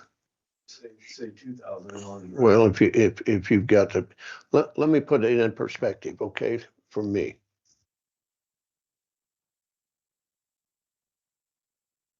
I bought a used tractor, 180 horsepower tractor, 10 years ago, excuse me. Had 500 hours on it. I've got over 11,000 on it now, and I've maintained it, changed the oil, greased it when you're supposed to, used it hard when I've had to, and easy when I've could. And it just keeps on trucking. So what I'm saying is, the use that you put on them is probably more important than the number of hours that you actually put on them. Yeah, exactly right. It's a maintenance issue. So to get back and back up a little bit, I have a granddaughter at Laramie going to school, needed a pickup. Went and said, well, we'll see if we can find you one. So we found a lot of new ones, but they approached $100,000. And I said, no, thank you. I don't mind helping you, but I'm not going to, take a loan out on my place for that.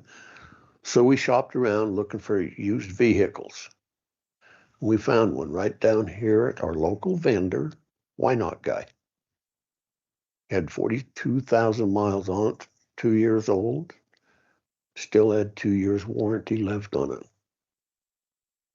You get in that thing, and my pickup's 12 years old. So when I got in this one, it was only 2 years old. I'm like, wow, I should keep this one, give her my old one, but I didn't do that. So you can find, if you look, equipment that has got a lot of life in it. But all you gotta do is look. Agree with that statement, but what I'm saying is my thing is if you take your same tractor, you're using it for what it was designed for. If I said, all right, Doug, I want you to use that same tractor to drive between here and Lander for the next year every day, you know, that's gonna put different wear on that, right? A blade's not designed to put miles on it. The same used truck, if I say, okay, that used truck, I want you to put a flatbed on it, haul, you know, 30,000 tons on it everywhere and drive it and start using it as a hot shot, it's gonna be a different scenario. So I'm saying, yes, you can find it if you look around and look and find it. And you'll get lucky and find good things. But we're not using that piece of equipment and or truck specifically for what it was designed for. We're using it for something totally different. That's got to play into the decision making on that. That's all I'm saying. Yeah, no, I understand that, but Bailey's not gonna run that blade over to Lander and back ever often either. He's gonna haul it. And it's designed to plow snow, and it's designed to do the road thing. And it's designed to run so many hours before he has to start looking at replacing big high dollar items on it. That's just, here again, part of the maintenance that is required to keep it going as far as you can go. And then at some point, yeah, you got to do something about it. Understand that. But what I guess you don't always have to buy new to get new. Okay, you just don't. So Mr. Chair, like on yellow line, reason why we pretty much buy new is, especially like Sam, Doug are talking about with the motor graders. So we get, because we're government. So if me and construction guy are buying the same motor grader from whatever vendor, no matter if it's John Deere, Cat, whatever, we're gonna get that for right at $100,000 cheap. Because we're government, because they have these government programs. Now, if you take two motor graders that have 2,000 hours on them, I'm gonna pay the same as this case. So what I've always done with our motor graders, normal, like when I used to work for a paving outfit, we always buy used motor graders because it'd take us 7 years. We just did interstates. So it'd take us 7 years to get 2,000 hours on them because you're using them, you know, hot and heavy for a week and then they sit for a month.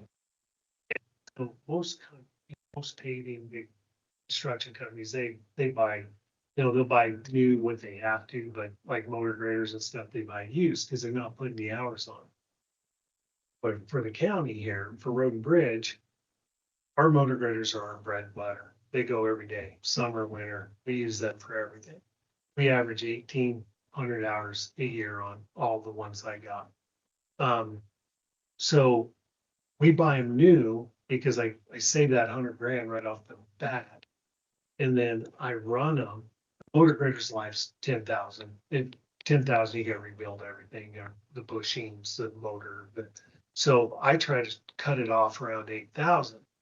Because we'll still get the most value out of that because this paving company over here is going to go, hey, that thing's been well maintained. So they're going to give us top dollar for it because they're only going to use, they'll get 10 years out of that because they're only going to plan on the next 10 years, put 2,500 hours on. So for us, it's been better to buy new because we get that $100,000 discount right off the bat. And then we're getting, you know, we're making 140,000. So if you look at the difference, you know, motor grader right now is, you know, 490. So, you know, that's after the 100, just, you know, But then you're, in the back end, you're getting that 120, 140,000 after 7 years. And, right at 8,000 hours. So that's why I do that. I know I'm looking into like lease, where the thing I didn't like about the lease, we got 2 of them leased right now. And I think we have 2 more years on that lease. The thing I don't like about it is at the end of that lease, either got to pay the 120,000, make it ours, or we just let it go. The new leases that I'm looking at, and I got John Deere, Cat, and everybody looking at is where we lease them, and then at the end of that, pay $1 to get. And so that's what I'm working on now, just so we don't have, so at least we have Yeah, some. we have an Yeah. dollar buyout and it's That's, yours. that's the reason I always buy new, is because we get we get that government discount at the beginning. Sure. And I don't know if there's government discounts for other departments. I don't know what's available for anyone. That's up to the department heads or elected officials to explore. Pickups, a road and bridge. I reach out to the state, I try to jump on their bid, because every year the state, and it's not a lot, but we end up saving $3,000 to $4,000 extra on a pickup. But I always try to jump on state bid, and that's how I buy my pickups. So I find out who they're going with. The state of Wyoming, a lot of times they'll be going with Ford or Chevy or whatever. It's whatever, because they've got a lot of pickups and cars and stuff so that I've saved a little money doing that. So I was looking into that.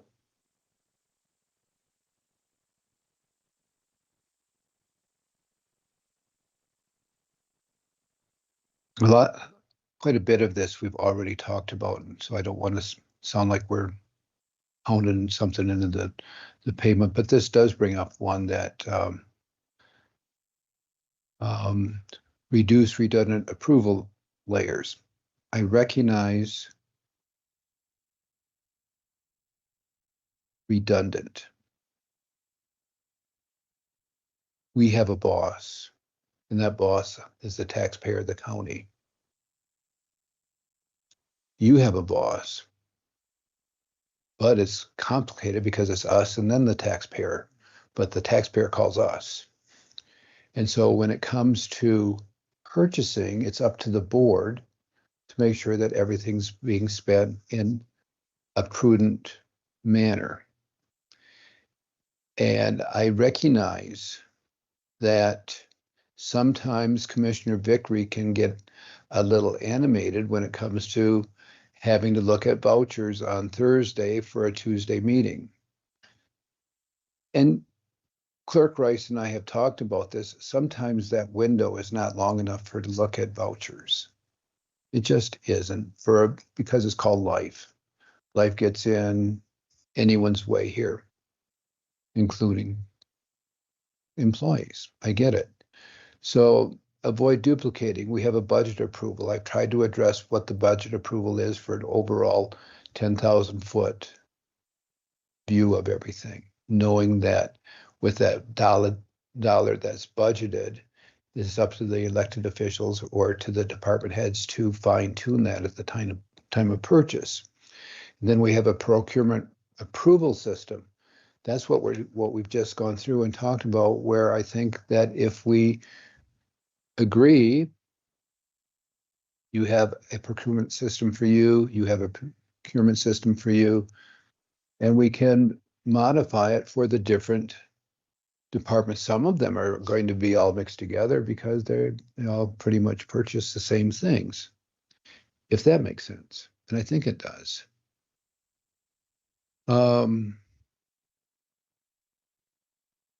I have been truly appreciative of people taking the time to go through and sharing their opinions and thoughts with us. I think that's how we move further ahead.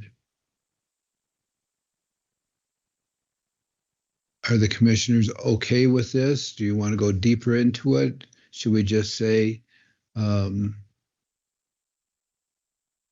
Road and Bridge, come up with your own procurement system. Fire, come up with your own. Sheriff, come up with your own. And then the others can put it together from that standpoint. Does that work? We want to modify that some, or do we not want to do that?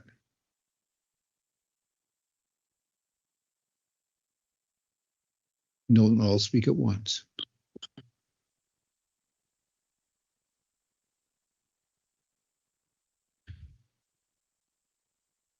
Just be interested to see how they would compare if they make that up, you know. With their program. So I know Clayton's there. So Clayton actually procured a procurement policy from another county Okay, entity that had separate procurement policies for each department.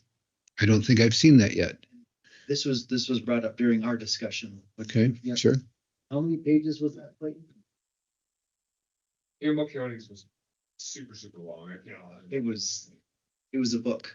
So, but what, But what, they did, but what I said was, here's a procurement policy specifically for the SO or for road and bridge, so it shouldn't be that long. What about just having each of them come up with some efficiencies? Like we can do this and this and this within our department that's different than what we have been doing in the past. And then we can put it together from there. See what that looks. so I mean, just not to get off topic, I honestly, I believe this has been the best discussion that we've had concerning procurement policy from the beginning. And I appreciate that.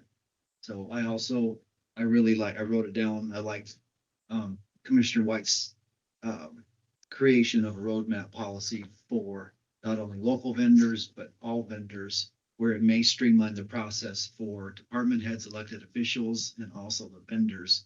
Or maybe they could do this online or, and everybody has access to it. It would help you, help us, and then also help the vendor. All we can do is try and then tweak accordingly. But I know if we don't try, we're not going to make any progress on it at all. And what we hear is, why are you spending so much? Hopefully, no, it's still going to be there. But correct. Yes. But we have not had that to begin with. And I agree with a procurement policy. I believe we need one, whether it's department, dependent, or if it's unified. And I don't think any of the department heads that were in the discussion disagreed with that. It's just. No, you had very valid points. What the expectations Correct. were. To address some of those, I think it now alleviates, okay, this is the why. And so now we need to come up with how. Thank you for that. Good. Chief Cooper? Road and Bridge, good. Any questions or comments from the board? Well, I just make one, I guess. So I think part of where we have dropped the ball, so to speak, is not letting the information about certain projects out so people can actually see what's going on. In other words, if Sheriff Lear's got a project or Billy's got a project that looks like could include some of the local vendors, then that needs to be put out there. So that the guys, we don't even know who it might be. So, gosh, I could do that. And so he could contact Casey, or in this case, Billy, and say, yeah, this is just a small project, but I'd be interested in doing it. Because some of the big projects, local folk are not going to be able to handle. That's just the way it'll be. But there's a lot of small construction projects in the 15, 20, 25, 30, $40,000 range that a lot of these local guys could do if they were aware of them. And so I think part of that, we need to have a better way to put the information out there. And then if it's out there, nobody comes forward, then it's their fault, not ours. Yes. So Okay. That's my take on it. And we could even go as far as contacting through the Chamber of Commerce. They were here recently, give the Chamber of Commerce a blurb that we encourage local businesses to be involved with doing business with the county. Or come up with something that's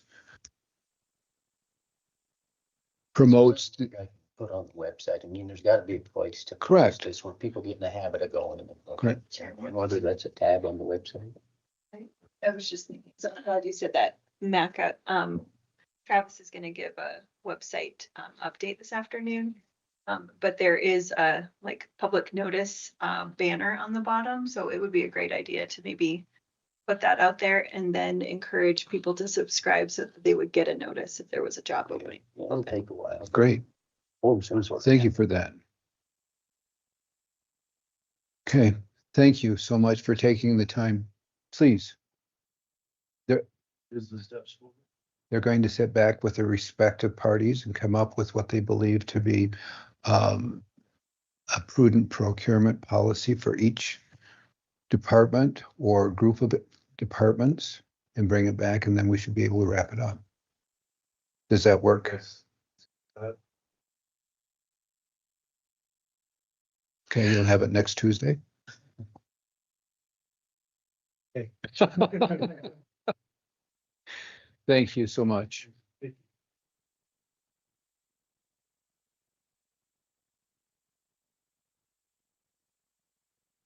Chief Cooper.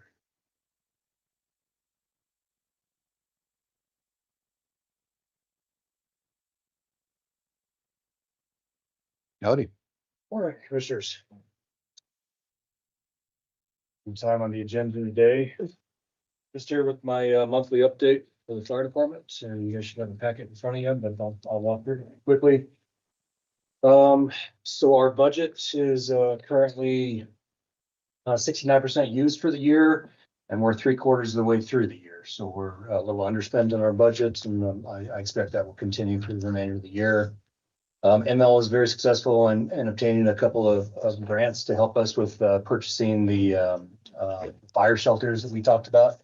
That's been several months ago now. We've purchased those shelters and we're in the process of distributing those and swapping out the old shelters with our firefighters. Mr. Chad, I've got a question. So I saw in the fire shelters, there's 2 or 3 different sizes. Why is that? Do you have small guys getting small shelter? I'm just curious to know. Please. Yeah, Mr. Chairman, that's exactly the answer is, when Clayton gets in a shelter, he's, I don't know, Clayton, what are you, 6'7" or so? 6'5". Come on. Anyhow, whatever his height is, the shelter needs to accommodate for that height. And so there's a large shelter size. The national guidance says anyone over 6'1" needs to have a large shelter. Anybody less than 6'1" needs to have a standard shelter. And those are the 2 sizes that are purchased. That took care of that. I just saw the differences and I thought, what if you bought all big ones and then everybody could fit in them? Is there a big difference in cost when you do that? Mr. Chairman, there is a difference in cost. The larger shelters are more expensive because they're more material. But there's also a compromise in safety. The way the shelter works is it insulates the firefighter inside the shelter. If you have too large of an air volume inside of that shelter, you're not going to have a seal inside the shelter. So you want the shelter to fit the firefighter and fit them appropriately. It's a last ditch effort to save their life, and you want to make sure that is the appropriate tool for that situation. Yeah, thank you for that. I guess while we're talking about the shelter, I would to the previous discussion about splitting bids. ML had to split the purchase into 3 different purchases for those shelters. And the reason why is because she went after 3 different grants to pay for those purchases separately. So just be aware, that was how we ended up purchasing, 80 shelters total, but we divided them in, based on the grant procurement requirements and how large that grant was and what the purchase amount was for that specific grant. So what you said there, Chief Cooper, was a very valuable term, and that was you solicited grants. People actually did something trying to get funding to help to offset, and that's a huge difference. So thank you. Thanks, Dan, for the good work she puts in. All right, moving down the report here. Last month, we had 21 total calls spread out from all 6 battalions. There's no open fire investigations. Public education. Wasn't a whole lot of precipitation in March. We are starting to pick up public education. There's already been 2 in April, but I'll talk about that next month.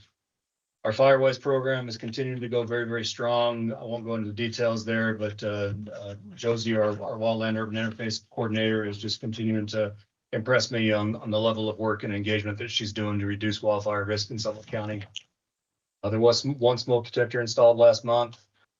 Our training program is going very, very strong. I'm pleased to report that we brought on 19 new firefighters last year, 14 of which are brand new firefighters. The remaining 5 were returning firefighters that had previous qualifications. We just needed to refresh them in their certification process. But the 14 firefighters are continuing to progress through that recruit academy, and they're about 3/4 of the way through that academy right now. And just our training coordinator, Justin Hamilton, is just doing an amazing job getting all our firefighters through that standardized training. Beyond that, just cooperative services meetings. I've been doing a lot of meetings and spring meetings and preparedness for the upcoming fire season, and just coordinating and sharing information and resources with our state and federal partners in our surrounding counties. Well, that's the monthly report. I'm happy to answer questions. Thank you for that report. How are you doing in your soliciting of an assistant fire warden? Oh, actually, we're doing very, very well. Thank you for the question. So we're advertising right now. The application period is open until either April 30th or May 1st. I forget which. But we still got a couple more weeks left. Right now, I have 6 applications for consideration. Excellent. Good job. Questions? Chief Cooper, thank you so much. Appreciate you. Thank you very much, everybody. Appreciate your time. Pinedale Hockey Association. That would be. All right, I'm Amber Anderson, with the Pinedale Hockey Association. Tamara Curra wish she could have been here as president. That's when I'm confused. Yeah, I'm an association, but the school schedule does not work well with your guys' meetings. So on behalf of the Hockey Association, we would just like to extend a thank you, signed by all the kids, to the Sublette County wonderful. officials and the Sublette County Ice Rink and the staff for a great season. In the letter that was submitted to you guys, we received a grant this year when we hosted the 10U state tournament from the Pinedale Travel and Tourism, which requires specific reporting of heads and beds specifically, and the impact on the community for tournaments that are hosted by the Hockey Association are tremendous. And so we just wanted to make sure you're aware of that, but also thank you and thank the rink staff for making that possible, because without. Is this for us? This is for you. Okay, up and around. Can we take a picture with you? Send it to the paper? Yes, without our facility here in town and while it's maintained and purple. So thank you. Those are big numbers, or is community. And that was just one tournament. There were several tournaments hosted this year. Right. Great work for you guys. What, you get the voice? Oh, I can. Okay, well, I'll get up.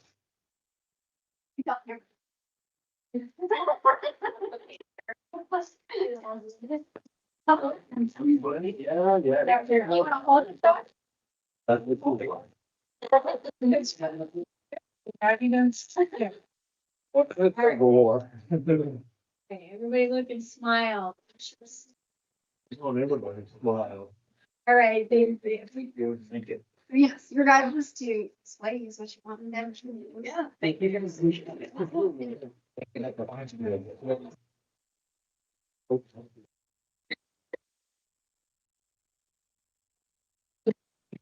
Thank you. It's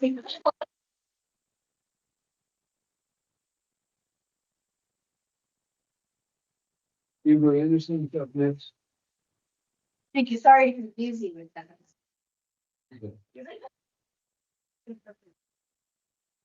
All right, well, thank you for giving me the time to be here today. I know you guys have a full schedule, so I will keep this brief.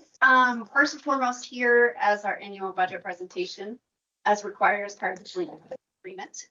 So thank you guys for continuing to be a part of that joint powers board, and for assigning them to representation, within the agency. We appreciate it. This year's budget, is a zero growth budget, really working to hold the same numbers as previous years.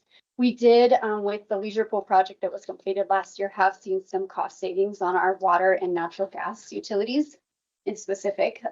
So that is a very positive for us, although pool chemicals and paper products like toilet paper, paper towels, we're seeing a significant increase in those costs. So they balance each other out a little bit. But all in all, we are holding the budget steady.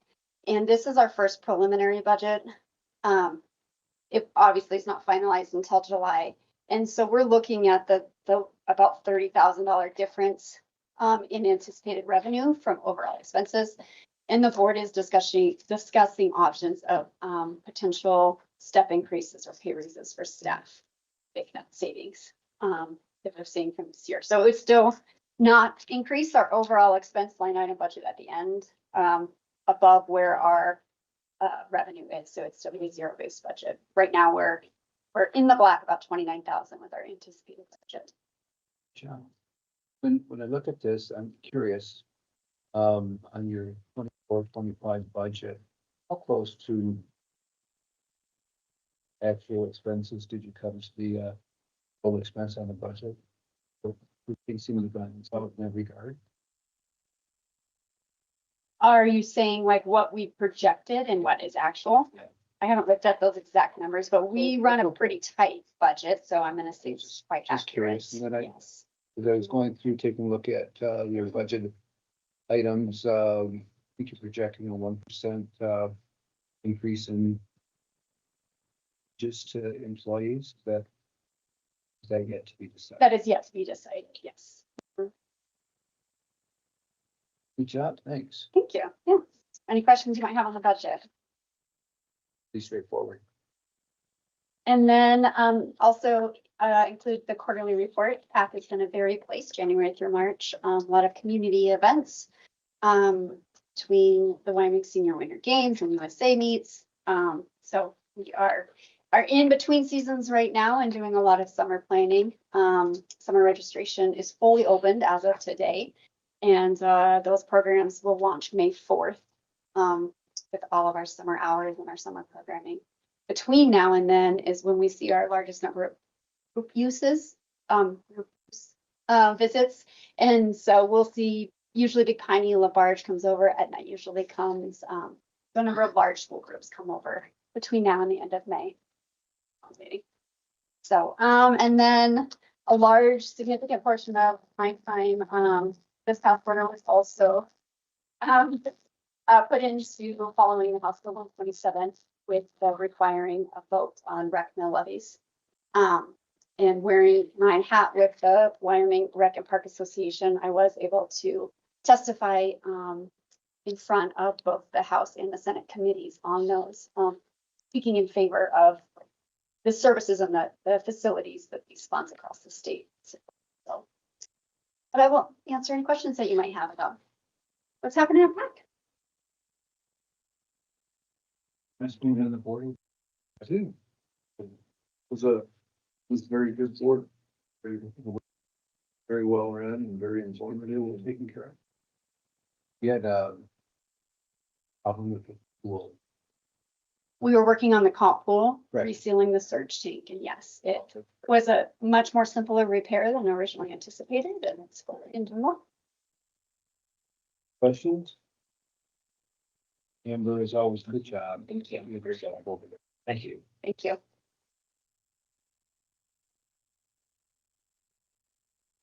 Bill Patton and Rex Wald.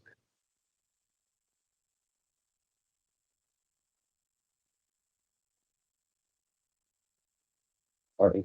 Well, then we'll learn. Pleasure to meet you. Thanks, Bradley. Great to meet you. Good to meet you. So do we refer to you now as board member? Yes. I want to go ahead of Amber next time. That's a tough act to follow, I think. Goodness. Welcome to the community. It's good to be here. So with your permission, let's start by introducing Rex. He is the permanent CEO, started Wednesday of last week. So Rex, if you'd like to introduce yourself, please. Well, it was a privilege to be selected as the CEO for Sublette County Hospital District. So I think there was a lot of candidates. So certainly honored to have been chosen. So looking forward to working with the county commissioners.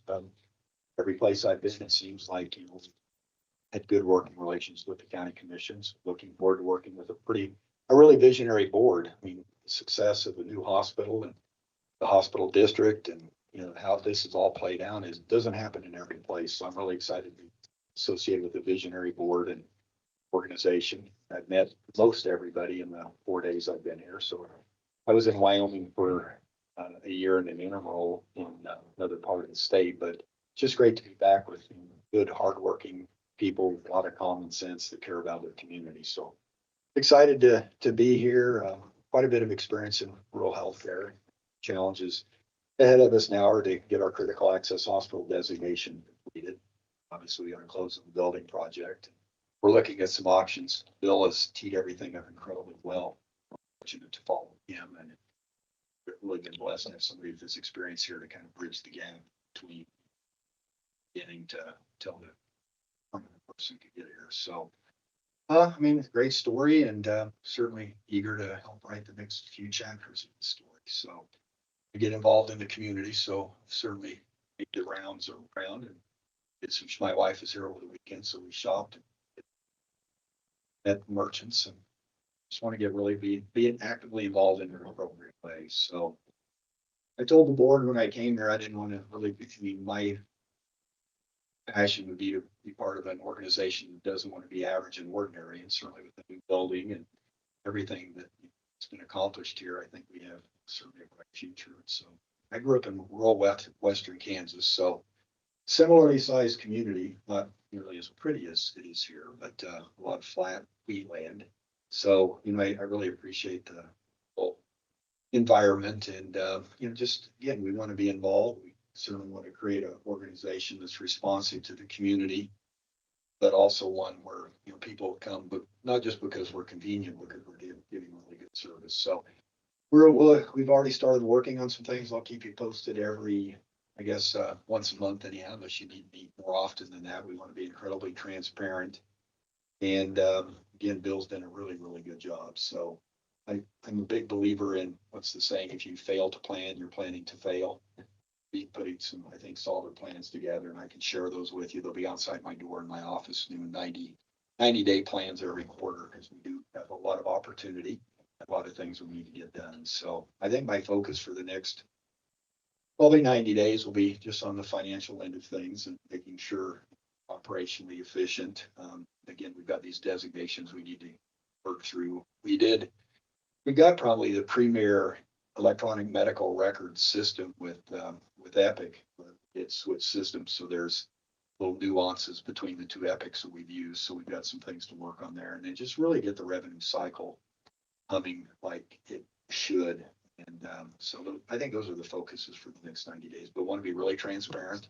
If you guys have issues, certainly call and don't hesitate to reach out. And I just want to, really, like Bill, just kind of further the relationship that he's developed and make sure we're all working together as a team for the benefit of the community. And my space is healthcare. So we want to make sure we have the best healthcare possible. Selecting. Any questions? Oh. It's good to be here, and I'll wear a tie next time. I've worn a tie every day to work except the day I come to the county commission. You guys all have ties or on. So yeah, well, this is an ongoing deal. This tie thing. Sometimes these guys will show. I've never missed a tie. Once in a while, these guys will show up saying, "Oh, I just couldn't take time to tie a tie," and I say, "Yeah, right."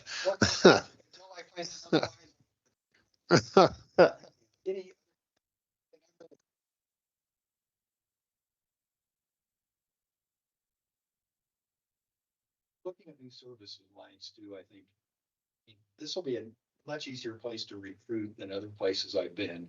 And all of our new services, we want to bring to the community that are market driven, that the community wants, and we can cost justify. But especially right now, we need to make sure that any of our new services are above the water line, and they don't create us taking on more water. But in order to kind of these small rural hospitals, I think to fix a lot of the issues, we got to work both side and we've got to work the expense side of the equation. And so that's what we'll plan on doing. And hopefully we'll have every month have some exciting news, either progress made or new opportunities we'll bring to you to share. So What's the status on the COG designation?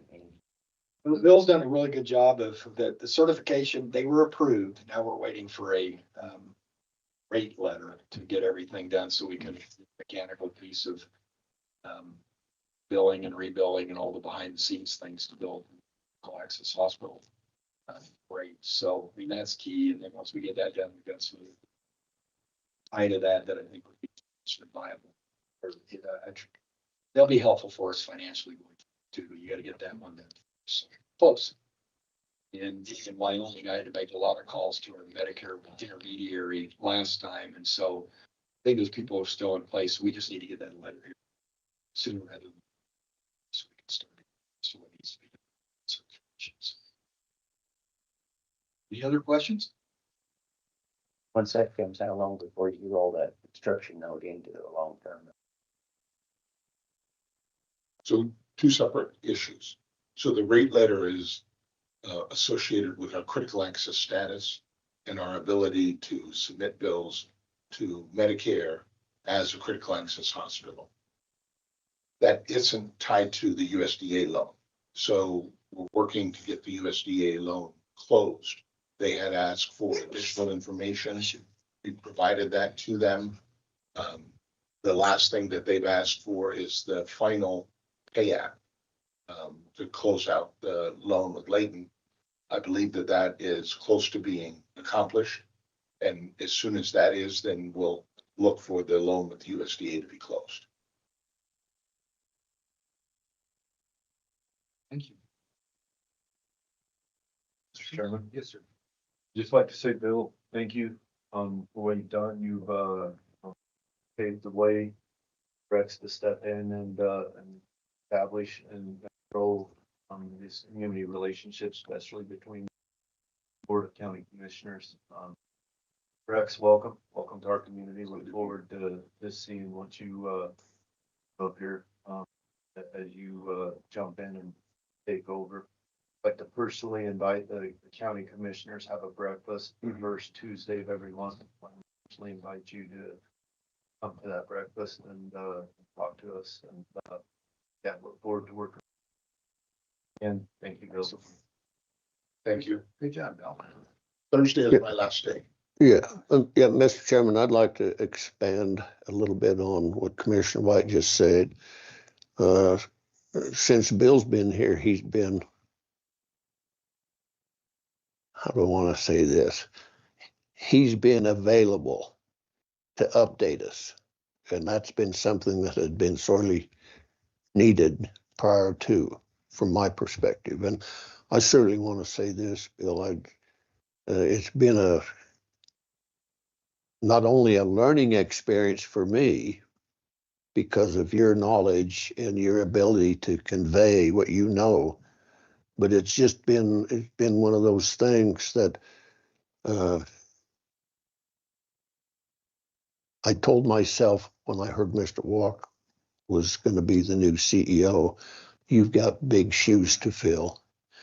And I don't know how much more I can say. Thank you very much for your ability to purvey what sometimes I know is uncomfortableness, but that's certainly part of what these situations exist for. So thank you once again. I appreciate it. And yes, you can have breakfast with these guys. I'm still calving, so I don't get here for breakfast. Even during off calving months, he never shows Oh, up.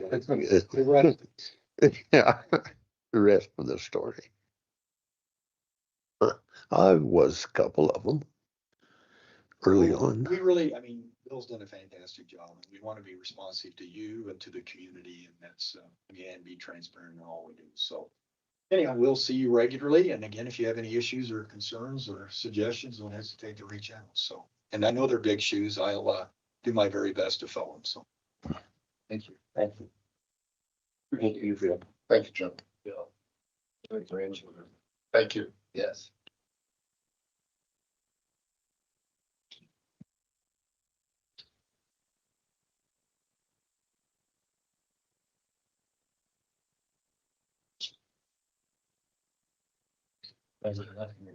Thank you. Yeah, and grandkids, Yes. they're always something, aren't they? They really are. Well, thanks for doing your job as county commissioners. It can be a tough gig, so. Sure. Yeah, don't worry about the tie. I'll have it. See you later. Even though we had a hiccup earlier with Sublette, or was it late for lunch? Yeah. We'll come back at 1 o'clock. Thank you.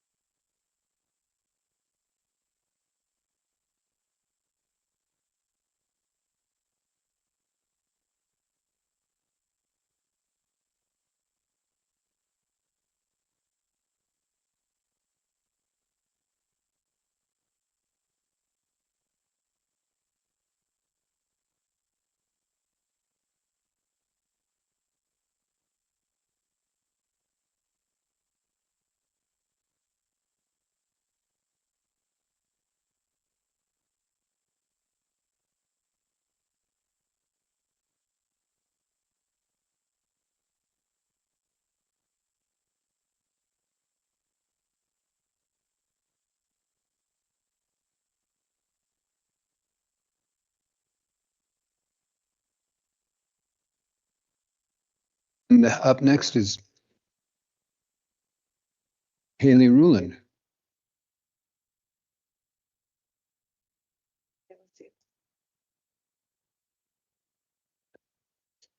Thank you. Yeah, sorry. Hey, this is how much we got today, so you. We've got a lot to go through, so we'll make this, we'll be snappy. Okay, we'll be snappy. So today we have visitors from DEQ and from YDOT attending the meeting. We have up for discussion the DEQ delegation agreement, and then we have Mountain Meadows subdivision and the Highway 354 access. And third, staff for the planning and zoning office. And then lastly, I just added this, the MRG application, the grant application. The state reached out to us with a question that I wanted to get feedback on so we can respond to that. They needed a response by the end of the week. So we'll start off with the DEQ delegation agreement. So let me see. I believe, so Adam is the Southwest Wyoming District Engineer, and then Keenan, he is on the call as well. He's the Water and Wastewater Manager with DEQ, and he helped put this delegation agreement together. And I don't know if they're in the call right now. I see Adam, did you want? Yes, if you don't mind unmuting Adam, and then Keenan, he said he would be here, but he's a little difficult sometimes to track down. I think he's just got a lot. So Adam is unmuted. Okay. Hey, Adam, are you there?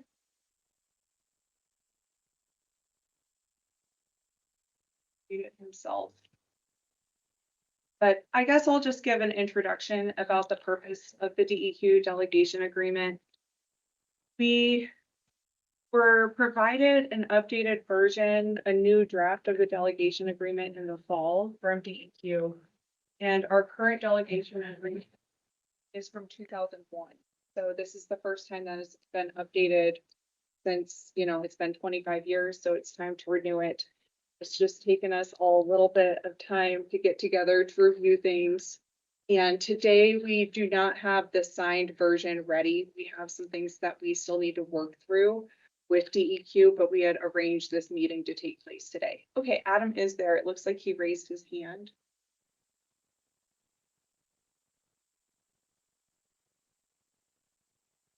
Adam, you are unmuted. I think you need to unmute your mic.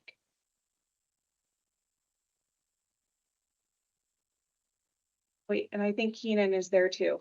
Okay, I do see Keenan, he raised his hand.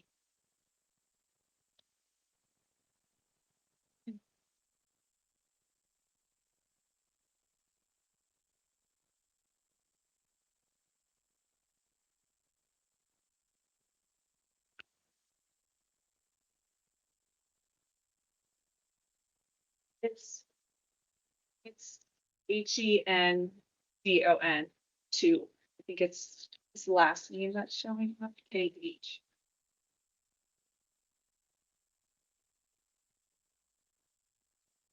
Fine.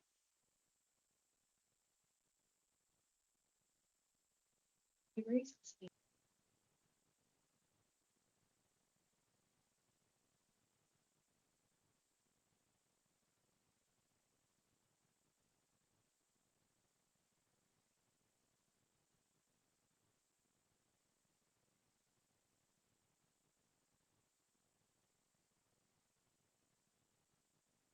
He's showing up on mine. I didn't even.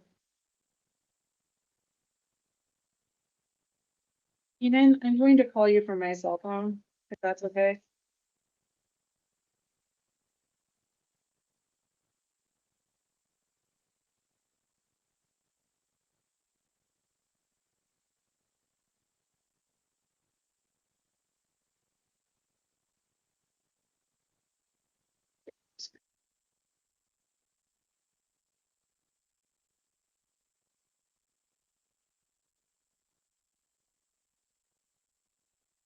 Hey, Keenan. Would you mind calling me? I'm going to give you my cell phone number. I'm going to send it to you in an email, but I'm giving you my cell phone number. It's 740. I don't want to even say it. Oh, there he is. There he is. I do not know. He just showed up and he's unmuted too. I don't know. Ask Keenan to try it. Can you hear me? Yes, perfect. Thank you. All right. Awesome. Keenan, would you like to do a little bit of an introduction just about the agreement and some history about this? Sure, I'd be happy to. I'm Keenan Hendon, Water Wastewater Section Manager here at DEQ in the Water Quality Division. We recently decided we should likely be updating our delegation agreements that we have with counties around the state. All but 2 or 3 counties are delegated within the state of Wyoming to handle small wastewater system permitting within the state. And I guess fortunately or unfortunately, depending on how you look at it, we have delegation agreements that span from 1985 to just recently updated here in the past few years. Some of those delegation agreements capture different aspects with regards to what a county wants to permit versus what they want the state to permit. And so we've tried to kind of streamline the delegation agreement with regards to what a county wants to permit with regards to the county map, evaluate if they want to do perhaps federal lands, state lands, things of that nature, or have a discussion on how those situations are to be handled. Additionally, there's kind of a number of options that a county could select. most counties prefer generally to just kind of permit the standard or your gravity type septic system. There's other types that are allowed to be permitted or delegated to a county. That does include perhaps an advanced system, as well as doing a mounded system, pressure distribution system, lagoons, privies, and then land application as well. So all of those options are allowed to be delegated. Some counties have selected each county, when they opt into the delegation agreement, they are to essentially create or draft their own set of rules and processes for the permitting program. Sometimes they just adopt Chapter 25. So we do have some counties that have blanketly adopted Chapter 25, so they've selected all options. However, they only truly want to do kind of the standard systems. So with that being said, we're looking to work with all the counties around the state, get our delegation agreements more up to date, and then make sure that we're in alignment with the county with regards to exactly what they want to do as it comes to permitting. And then should there be some nuances or some one-off cases, how do we handle those and then coordinate with the county?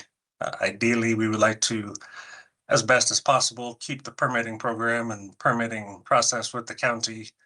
There's going to be some instances where they truly do need to go to DEQ, and then just make sure that we're in communication and coordination with the county folks and the staff responsible.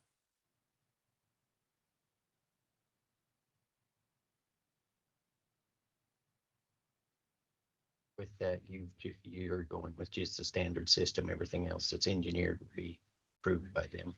Keenan and I have talked a little bit about this, and currently the county is reviewing standard systems, and then pump systems, pressure systems. Typically, if there is something that requires some additional review or just some additional thought that goes into it, we can require that they hire an engineer. So a lot of these, if people do have it engineered, we are relying on the engineer to be very familiar with the regulations. They are the ones stamping it. They are the ones doing the inspection. So you'll sign off on stamp. So if the engineers are submitting them and they are reviewing the PERT test, normally they are involved with doing the PERT test. We will accept the permit in our office for systems such as mound systems, pressure distribution systems. And then the alternative pre-packaged systems, those are from talking, Keenan, I feel like that's one too, that these are more systems that are designed, that are like a bigger package that you purchase, and we would have to have an application that is specific to that type of package system submitted to the county in order to allow those certain systems. But I think overall, based off of where we are in our office and our qualifications, I think that we could still do the standard systems, the alternative prepackaged systems, the pressure distribution, and the sand mound systems, as long as some of those we allow for us to require an engineer being involved depending on the situation with groundwater, or, if they're in the middle of a wetland with irrigation induced groundwater, they may need to have the mound system. So there are times when I really would prefer to have an engineer involved so that they can go out to the field and be more familiar with the system. They can actually see the PERT test. Right now for conventional systems, we leave it up to the applicant to do the percolation test. And we aren't really verifying the percolation test. So there's a lot that we're not always familiar with in the field until we go out and do the inspection. And I just would rather not, I don't mind helping size leach fields for people and making sure, having conversations with them about their septic system. But if it does get into just some of the systems that may need a little more attention, depending on the location, or like the ground is very clayey, they may need to import material just to allow better population into the ground. So overall, though, I think we would be comfortable doing that. But as I think DEQ would have to be on board as well if we meet those qualifications. And I do think the lagoons, that is one of the items on the list. I would prefer if lagoon systems still did go to DEQ because they're just so uncommon that if we saw a lagoon system come in, I am not really prepared to be reviewed in our office. So your workload's not gonna go up immensely with any of this I don't think adopting. our workload will go up. I think it's more clarity of when we will do code reviews with DEQ, trying to make things a little clearer, more clear with the code reviews. There is annual reporting, providing a report to DEQ with the issued permits. And we have not done this historically. So I do think keeping up on the annual reporting, that will be something new for us to address. You have that resolution to adopt this today, or you want to wait till We- you get it all worked out? Keenan, are you still there? I am still here. I'd be happy to answer any questions or comments if there's something directed for DEQ. Annual reporting is something that is required for all counties. And we do have some templates and examples of what we're looking for to help a county out, to help make sure we're getting the information that we need and we're documenting what is to be documented for the program. We said no to all this. Would the DEQ have to show up at every septic system installed? If we didn't adopt helping them? So DEQ would be responsible for the permitting program as well as the enforcement, if the answer was no. With regards to percolation, we likely would be working and trusting with the applicant,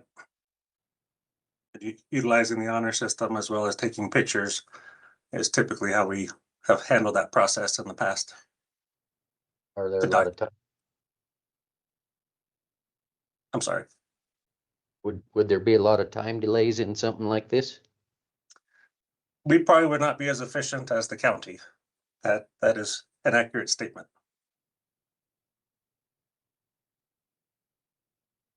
I'm sure Haley and her staff could be much more efficient than perhaps relying on the state. There's one district engineer that would service Sublette County. He's also overseeing a number of permits that would come through from the additional surrounding counties and Sweetwater, Lincoln, and Uinta. So if everybody decided to opt out, we'd have to look into getting additional staff and supporting those activities.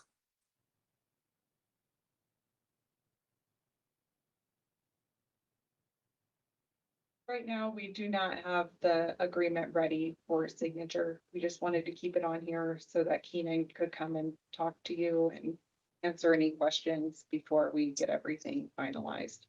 But overall, I think this is it is a service for the community. We see out of all the permit types, septic is the #1 permit type. And we are able to issue these relatively quickly. And with doing inspections, we tell people we would like to have a 48-hour notice. Sometimes just depending on meetings, we can't always organize it within that 48 hours. But I think it is a good service for the community, having quick turnarounds. And a lot of people, contractors, they don't want to leave the trenches open for too long. And I think we make it work. And being able to, I have done a few site visits just to go check it out with people, and I think is helpful for everyone, the way it is.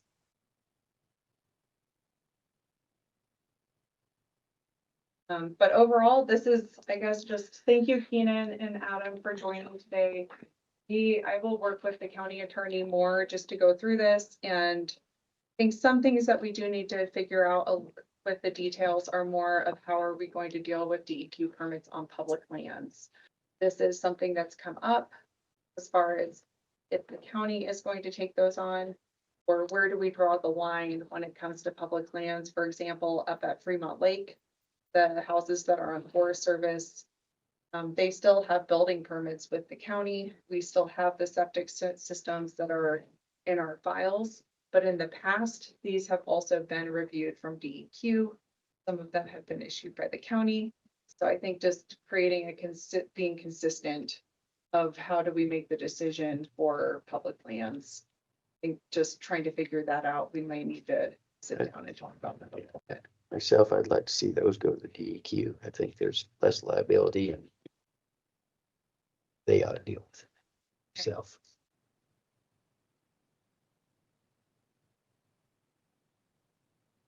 Any other questions? Good. Okay, thank you. Thank you, Keenan. I'll follow up with you and Adam as we start to actually finish drafting our comments and things for the agreement. Sounds good. And like I mentioned previously, we'd be happy to meet in person so we could work it out and discuss it further face to face and put names to faces and go from there. And then Christy and I are also going to Lander for an on-site wastewater treatment workshop on Friday for the day that's hosted by you also. Be able to meet Adam in person. Unfortunately, Keenan won't be able to be there. But, we figured it would be good to meet with other counties that are dealing with the same regulations that we are. Right, and then next up, Mountain Meadow subdivision. So for Mountain Meadow subdivision, I do have Darren Kaufman on the line as well. It's the District 3 YDOT engineer. And then Brian Gray from Jorgensen is also. And the reason this is on the agenda, I'll just give a little bit of background and then depending on how you would like to proceed with this discussion. I just wanted to give you an update about the situation with Mountain Meadow subdivision. This was approved for final plat on December 5, and after the final approval, it was identified that an existing wide-on access. Actually, I'm sorry, Jessica, do you mind unmuting Darren? I just okay, he is. Okay. Following the approval, an existing wide-on access. Let me go to the plat, show you.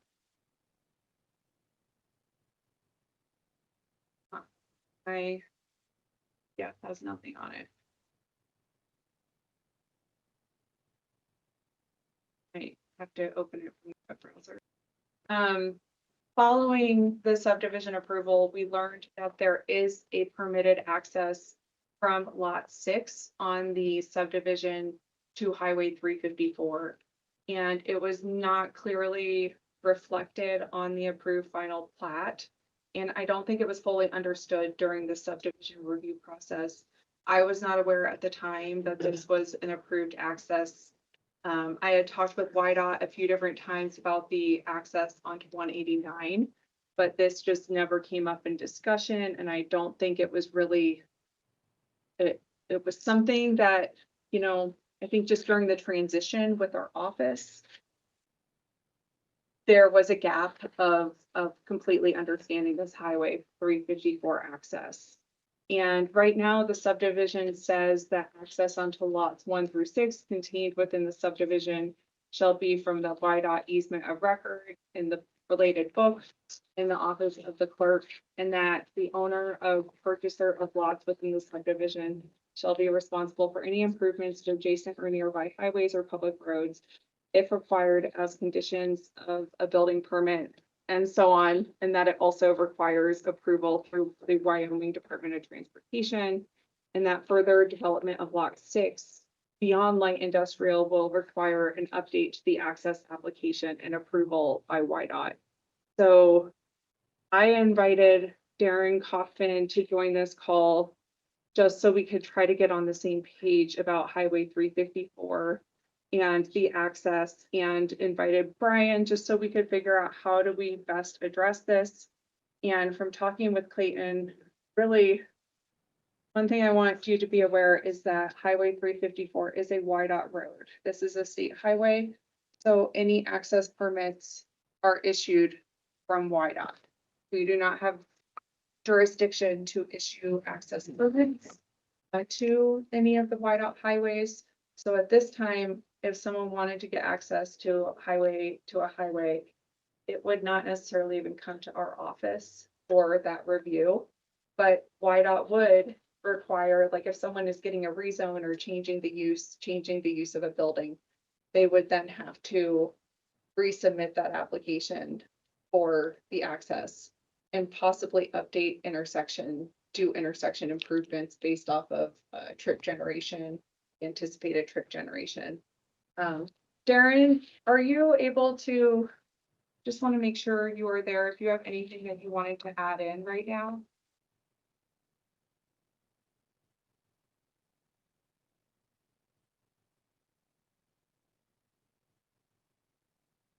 Is he unmuted? Darren, we can't hear you.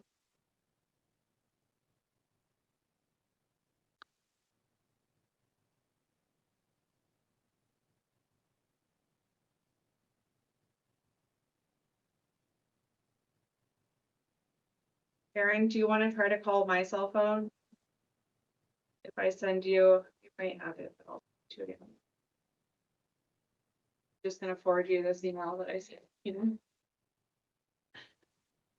Your cell number. I know, everyone knows their cell number, just.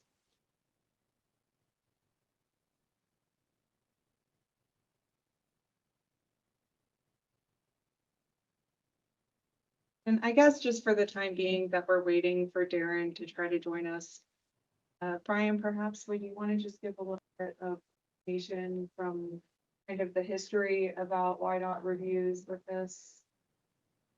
Yeah, I don't want to speak for Darren, but, yeah, I guess. What's that? You might just, or either. Either, it's just work. You bet. On behalf of the applicant and the subdivision designers, if you will, yeah, there was no intent on trying to hide that access and, the access off of 354 was obviously approved a long time ago and has been basically a dirt road approach. And I guess that was the kind of the intent all along. And the discussions we went through, during the planning Hey, just hold on a second. I'll let Darren chime in, but,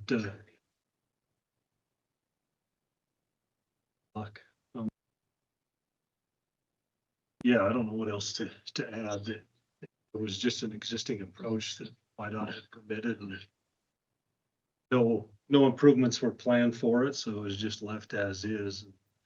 You know, we had talked that potentially in the future phase of the subdivision, additional access there, if it was needed, would have to be improved and studied and permitted additionally at that point in time, but, the intent was just to leave it as is. And I guess what Haley's presented here and between her and Clayton and worded, put together to add that additional clarification. We and on behalf of Ryan, the surveyor, we're good with the proposed wording that to clarify what's there and document the condition as it is. Yeah, now that you have Darren, he can add color to his. Hi, Darren, can you hear me? Oh. I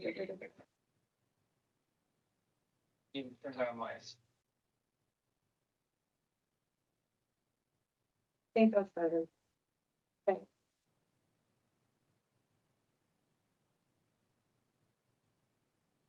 What?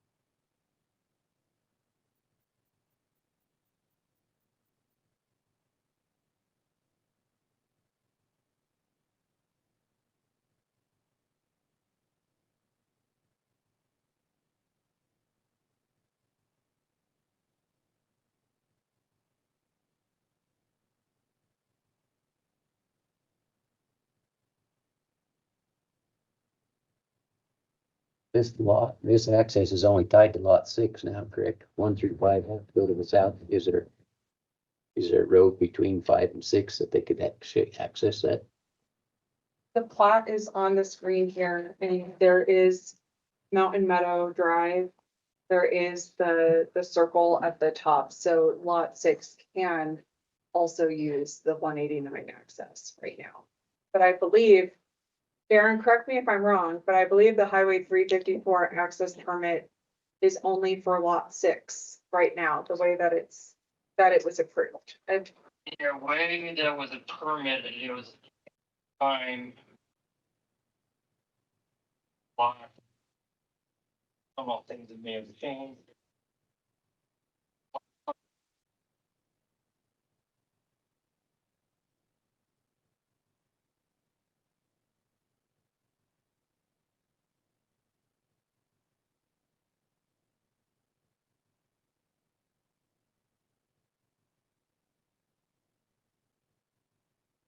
It was only for lot 6, but if you do anything with lot 6, you have to reapply. Okay. So there's lot 6 stands, there's one shop or something on it. Anything else is added, they have to reapply. anything else is on it, they will have to get a building permit and we will review it. However, if someone doesn't, if they are changing the use and anticipated traffic of lot 6 and they want to continue using the Highway 350. So regardless of what the county wants, if they do the multifamily housing out there, some of the commercial, and it is anything beyond what was part of that initial permit, they will have to go to YDOT and get that updated. And that may include some improvements to the existing access. What shows on the original bit from 10 years ago? Nothing. It was, and that's, I think what Darren was addressing was that it was for like general industrial use. So, but I think at this time, there hasn't been, the development on there is just the shop. So it fits within that existing permit. But as things start to change, it will need to be readdressed. Yeah, you're correct. That was our understanding as well from the beginning. Any other development beyond that shop would obviously need an additional permit review with YDOT.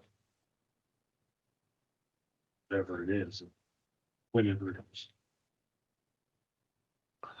Darren, Well, sorry. no, go ahead. I'll wait. Darren, would you mind just discussing some about the process for access permits through YDOT? What is that general process?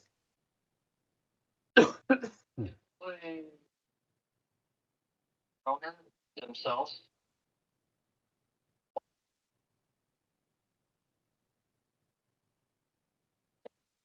It's working between landowner. Why? What's affected?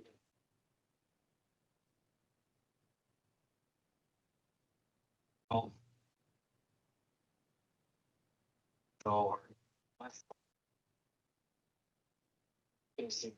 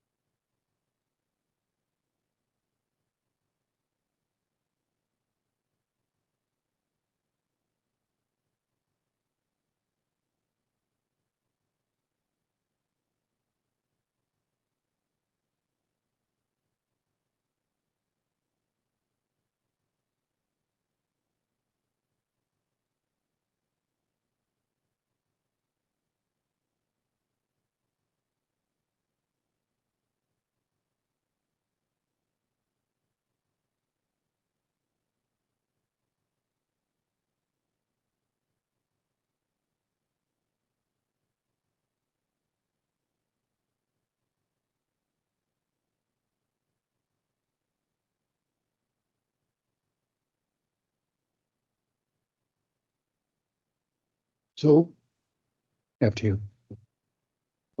Haley, question for you. So on this affidavit, you put corrections, and currently lot 6 will still have access from 354, even with this going on the plot.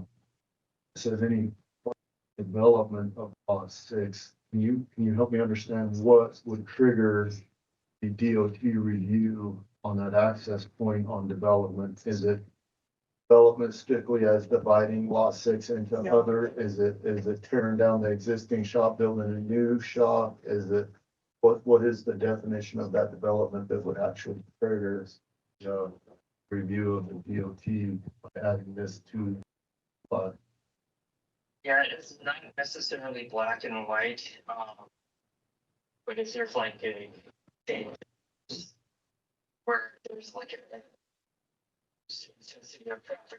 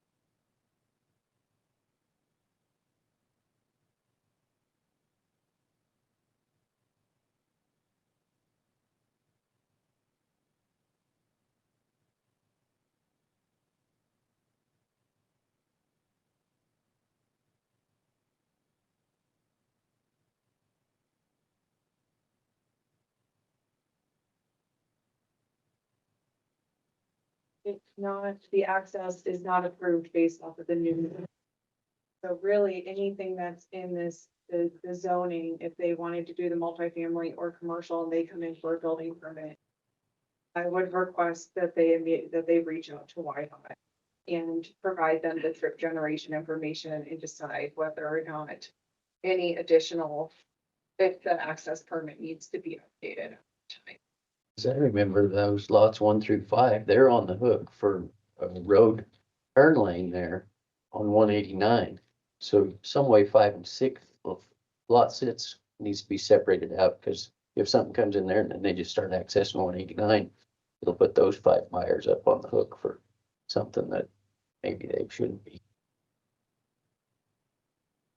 At the time we talked about this, we only talked about, excuse me, sorry, ingress and egress off of 189.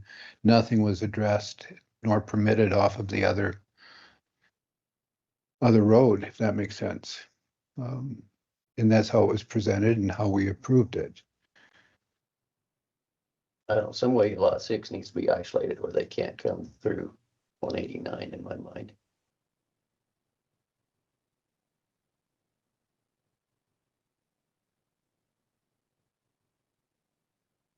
I do think the existing plat, okay, the existing plat, it does just mention access onto Highway 180. There is no mention of access onto Highway 354.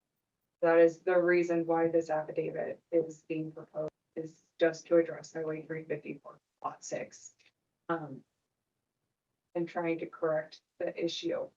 But as far as what the county approves relating to access onto state highways, I think that's just something maybe Clayton can address that a little bit more too, as far as like, what can the county, can we put restrictions on that related to Highway 354 at that time, or is that more, why not jurisdiction? That's something you can add too. Sure, I'm happy to add in here, Mr. Chairman, Commissioner. So the thing to keep in mind on this is that during this, so with your subdivisions, when you're creating subdivision or someone's creating a subdivision that you're working through, when you do their preliminary plat, you can impose reasonable conditions and require things on that preliminary plat. And in that, want to restrict it to one access only, you can do that. It does not appear from the record that that was done in this circumstance. But it was, we did dictate that they couldn't do anything with lot 6 without further meeting, correct? Still, lot 6 couldn't be developed, as I remember. Yes, but your development and your access are gonna be two different things. So the access from 354 is already inherent with the property at that point. Correct. But so unless there was an affirmative step by the commissioners through the development of that subdivision to restrict it through the county's authority to say, we're only going to approve this in the event that there is not access through this point, that would be the county's only ability to do that. So, and we couldn't do that until they come forward with development of lot 6 plans. When at that point, you can address it, go for it. It appears from the record that I've been able to see that restricting it to the single access only did not occur with the approval of this plat. That inherently, that access off of 354 already existed. I think this goes to Mr. Gray's mention at the very beginning that when they put this together, there was not, and it was not intentionally left out on that preliminary or the final plat for any reason. There was a lot of discussion about it. I kind of think that. I think the discussion is for, and like I said, memory serves, I don't have a ton of memory of the discussion of the 354 access. And so of course, rely on your own memory of that, but it is not reflected in the resolution or the plat that it is one access and one access only. Certainly, when a subdivision permit comes forward to or further development on that lot 6, you're more than welcome to address it at that point. But it does not appear that, unless there is more information that I'm unaware with, that there was somehow that it was withheld for any specific reason. If there's information to show that Brian's statement is not the case, that it was left off there for a specific purpose to get approval, then you have a termination process in your regulations that could be triggered. I am not seeing enough information to trigger that at this point. And I don't anticipate that we will. Lots 1 through 5 are all that are tied to the future turning lane if it's required, correct? I don't remember. I believe lot 6 is still included. I believe so. And I mean, if a little bit of history, Mr. Chairman, if you remember back to when it was drawn up originally in the preliminary plat, the lot 6 was divided into a few lots and the road went all the way through actually to 354 conceptually. That was scaled back due to, timing, financial reasons of just trying to make it scalable. So that chunk of lot 6 was kind of originally called phase 2 or block 2, whatever it was. It was just not for future development, not knowing when and what would occur, obviously, and it would take more time and resources to get it done. So I mean, essentially, yeah, they wanted to move down the road and do it in the future. And like I said, there was no intent to leave things off the table. I didn't, by any means, that access off of 354 was, it's always been there from day to long. So when I said in the meeting during this, twice, access would only be allowed off of 189, that was an invalid statement. Was it part of your motion when you approved as a condition? I remember it was discussed a lot. I don't recall Okay, this. thank you. It's not reflected in the resolution. Well, Chairman, Commissioners, I just looked back at the meeting minutes because I remember listening to the recording over and over to try to get that motion right. The way it was stated, and I'll just read what it said. It said, let's see, Commissioner White made a motion to approve the preliminary plat with the following conditions. The CCR matched the county's restricted uses by right and conditional use. that the maintenance and upkeep of the fire system will be the burden of the property owners through the HOA CCRs, that the plat does not have block 1 and block 2, instead consists of lots 1 through 6, that lot 6 is tied to the master plan and will need to come back to the board for approval, that the plat contains any changes made to the highway in the future will be at the future landowner or property owner's expense. Then seconded by Commissioner Bradley. Motion carried. That's the preliminary. The final plat was approved on, for 16th. Do you want me to find those minutes really quick? I also want to note at the time that this. When was that preliminary plan? August 5th. Thank you.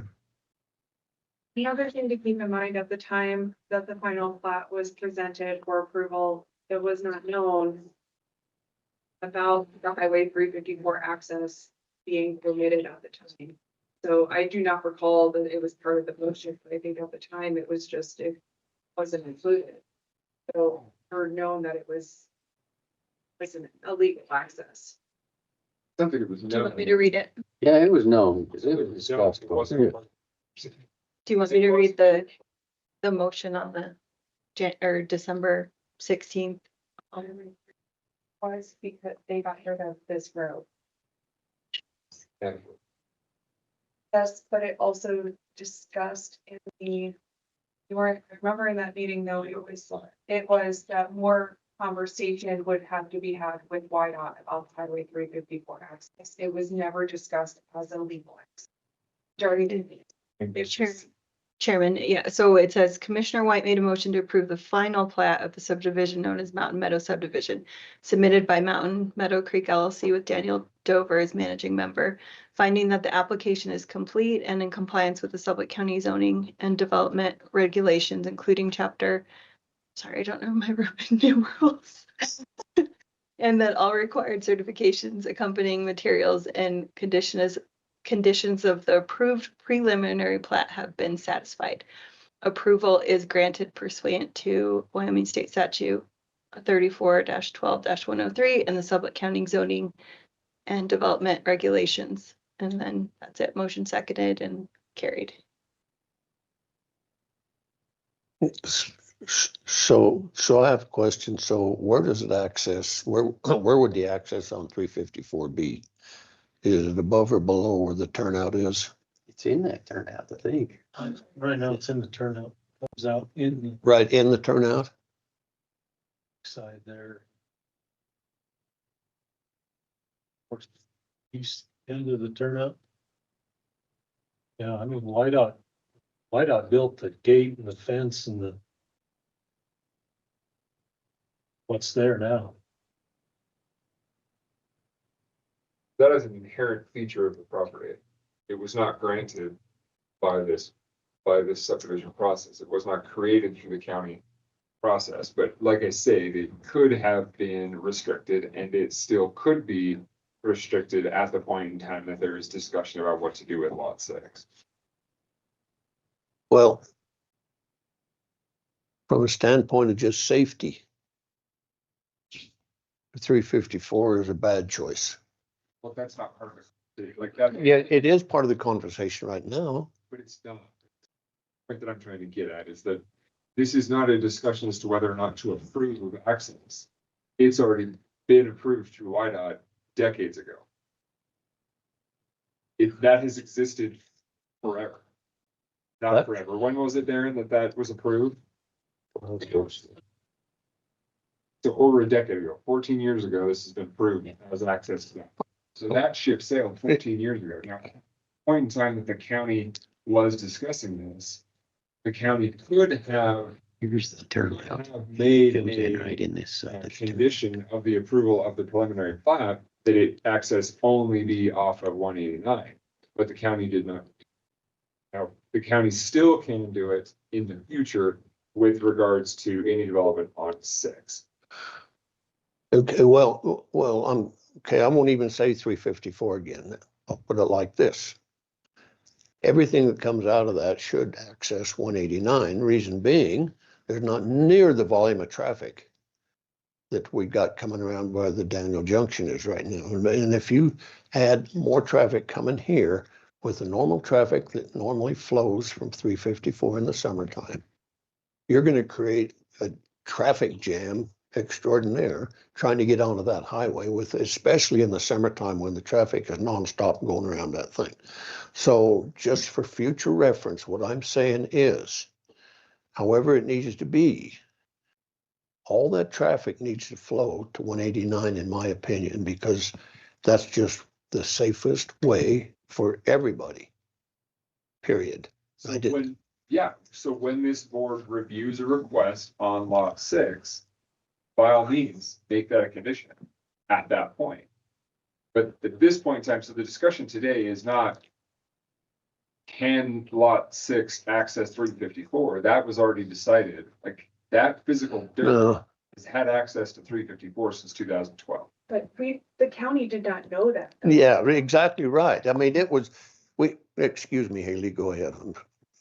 No, that's fine. I feel like though, when it was reviewed by planning and zoning, whichever decision is made, it really makes no difference to me. But what I am trying to get across is during the preliminary plat, it was discussed that the road may go all the way through, and it may require coordination with YDOT regarding Highway 354. It was never discussed that it was already a legal access. And it never was discussed as a legal access with the final plat, preliminary plat, at any time, even with conversations with YDOT. And if you look at the plat, it does not even show on the plat that there is access onto Highway 354. So that's where I think it was more, when this was looked at by the Planning and Zoning Board, I don't want to say it was ignored, but it really just wasn't known. And I'm not saying this was intentional by anyone, but it was just more, people were not aware that it was illegal access at that time of review. So that's my point that I was trying to say before. If there is the belief that it was intentionally done, or said another way, fraudulently done, because that is the language that is in your termination process, then the county could seek to terminate this zoning. But all indications point to it not being done intentionally, and therefore the county would not have the ability to then terminate. So there's not a county decision realistically occurring here. It is, for all intents and purposes, an affidavit to correct the understanding of the access in the plat. That's all that's really happening, and it's more informative than anything else that's occurring at this point, unless the county wants to seek to terminate this zoning. So as it sits right now, can a person enter off of 354, drive across lot 6 and onto that existing road that goes out to 189? That's a really hard question to answer, and I don't know if you want to tackle that first before I mention something. If you want to. Well, I think it's an important question, because if it's a pass through, then it's completely relevant. So two things that are happening. Go ahead. I don't want to step over you. So the reality is you have a subdivision right now where you have 5 lots on the eastern and southern section. Okay, they have an access. At that point in time, you also have lot 6 over here that is owned by a separate entity. What that separate entity chooses to allow on that property is up to that separate entity. So for discussion's sake, theoretically, if that person wanted to say to the owner of lot 2, if owner of lot 2 said, hey, can I have an easement to cross lot 6 to get over to this access so I can go up there and turn left on 354 instead of turning left and turning left and turning left. There's nothing within the plat or the subdivision that would prevent the owner of lot 6 from granting an easement to the owner of lot 2 to transverse their property to use that access to get on 354 and head up to the Wyoming range. So to answer your question, yes, it is possible. It is not precluded in your plat, nor is it precluded in your motion or in anywhere in the record of the restrictions on these lots that would prevent the person on lot 2, if they had lot 6's permission, to traverse their property. Like, Am I mentioning this wrong? And YDOT, I believe that would require an update, and Darren, please correct me if I'm wrong, but I believe that would be changing the trip generation from the permit if additional lots were to use it. You're correct. When we created the access up of 189, it was primarily focused.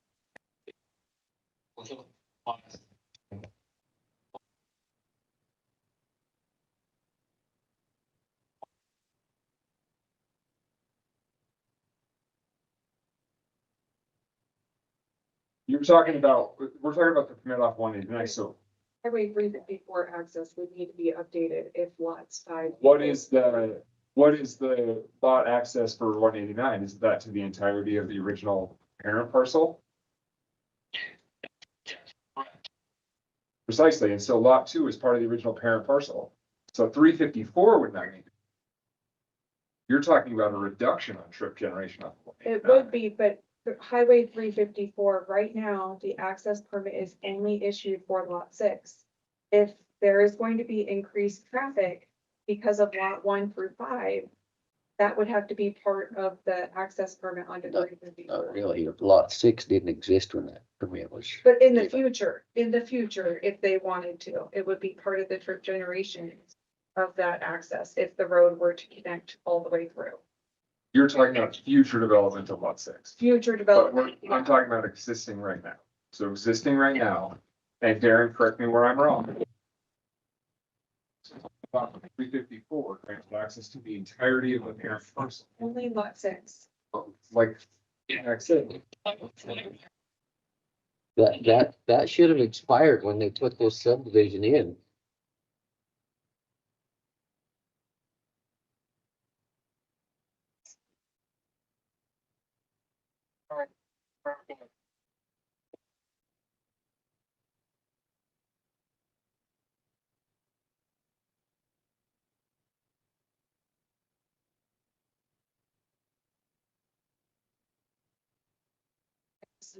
Sharing. but so either like.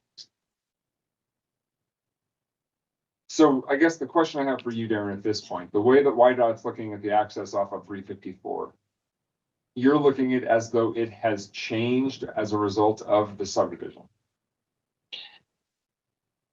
It has not necessarily, no, it has not, because we're good, all permitted to. Or lot 6. Oh, usually comes from, oh, maybe.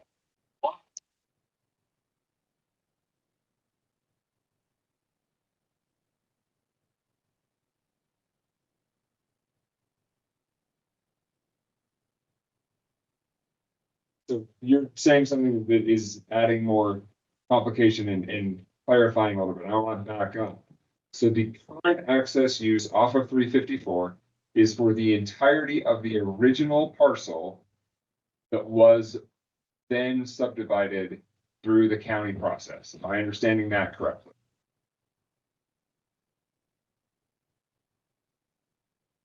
And what type of access was that? So commercial. So you're defining a difference between commercial and industrial access. So for discussion's sake, and if it was continued to be commercial access from any of those 5 lots, they could, through a theoretical easement across 6, access 354 without any change to the 354 permit, right? No, they would need to obtain a change of use. Because it wasn't permitted for those 5 lots. But it was permitted. For the lot 6. Oh, this. Yes. Haley, Haley. Haley, like a letter of determination on that from me. Oh, I see it now. I was looking at a different plot. Now that I'm looking at that original plot, I see what you're saying. So to answer Lynn's question I before. would like a letter of determination on that from him, put in the file. Yes. So to answer Lynn's question earlier, that is a no because of this original original plat with the access. So your argument was that it was all one lot when that access was granted. Well, that was my understanding, but it's not. And so this, says, hey, if any development of lot 6 happens, they have to do the traffic study and come back before us, and then at that time, we could limit or restrict, say, no, you guys need to figure out how to come in from 189. It would be going to YDOT. It would not be anything related to the access at that point is But we really, have the power, if you want to divide 6 or develop 6, we have the power to say you can, if this condition's met, this condition is coming to this from 189. That is correct. Yes. Correct. Yeah, that's, Subdivision of, they're gonna further develop 6. What that is. Even though there's legal access. Right now, currently how it is, but if you develop this law discussion, and that board is when that development happens, could put a condition and say, we want you to abandon that access and come in from 89. And I agree with Commissioner White. Yes, that's, yeah, was the previous one. And that's if we approve this affidavit of correction and install this onto. it would be added onto the plat. I think what I am afraid about though is if lot 6 is developed, development can mean a couple different things. It can mean coming back and doing a subdivision onto lot 6, where they're actually having to go through that subdivision process. It could also be just coming in for building permits and just meeting the zoning requirements, and that would not require planning and zoning review. So I think there's 2 different types of development that could happen on 6. There's nothing saying that it has to go through the future subdivision process in order to do the multi-family.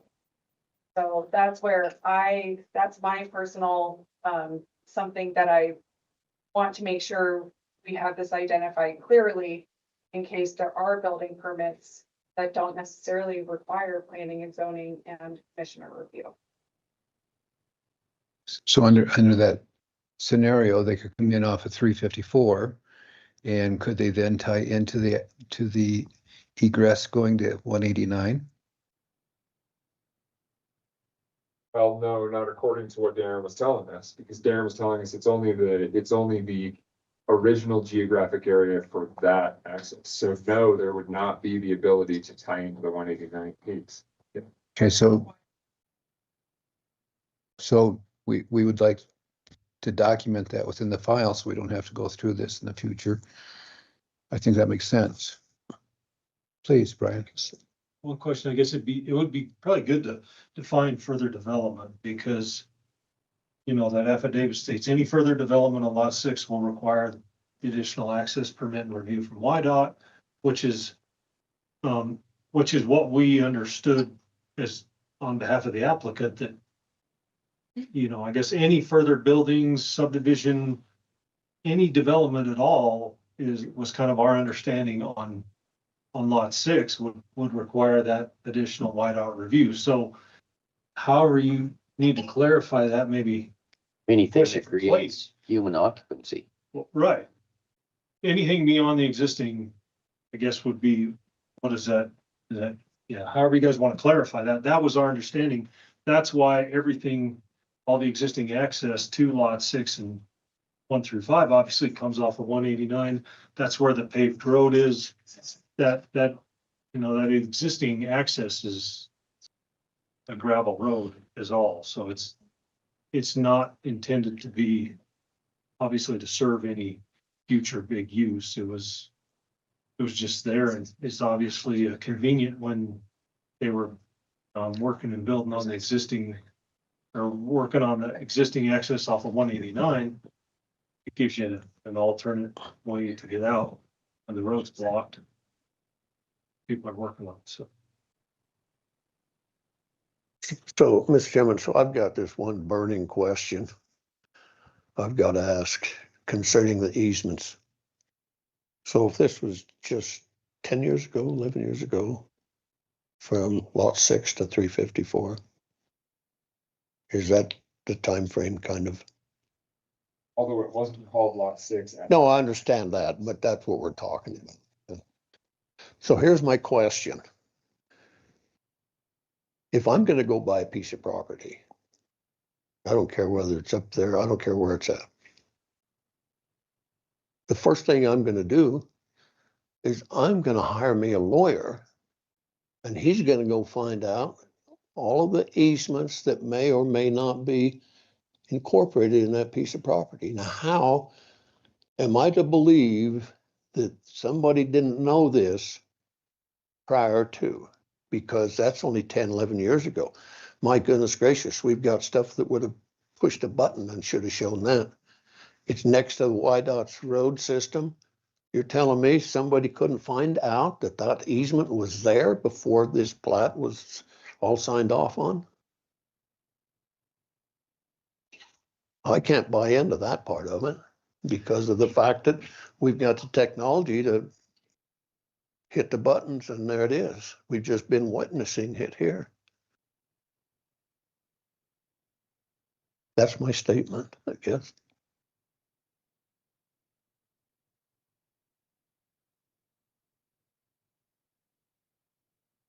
How much Brian's statement of potentially needing to address the language in the affidavit? I don't see that it needs to be addressed to be changed in terms of what development is. The reality is that it does, like YDOT's permit, which is completely outside of the county's purview, grants access to a certain geographic location. It is outlined on that previous plat on the zone. Was it zone 1? Is that what you said it was, Darren? Yeah, it was, zone 1L and zone A1. Yeah, so those two zones that have access to that property, those zones still exist on that dirt. And so those zones would have access through it, and that's through YDOT's purview. The county would not have the ability to say to YDOT, you can't grant them access because it's YDOT's purview to make that decision. They've already made that decision. So at this point, if they came in and made a development that continued to comply with YDOT's permit, they would be able to do it and they would be able to access it through there. Any change of it through YDOT's, other than what YDOT has put in the parameters of this existing permit, that would be YDOT's purview to restrict or re-review and open up. However, in the event they wanted to come back, the applicant wanted to come back and slice up the existing lot 6 into smaller lots, at that point, it would trigger the ability. So that type of development would trigger the county's ability to restrict access to those new future lots that are currently lot 6 through 189. But up until that point, the county doesn't have the authority to regulate or restrict access to lot 6 at this point.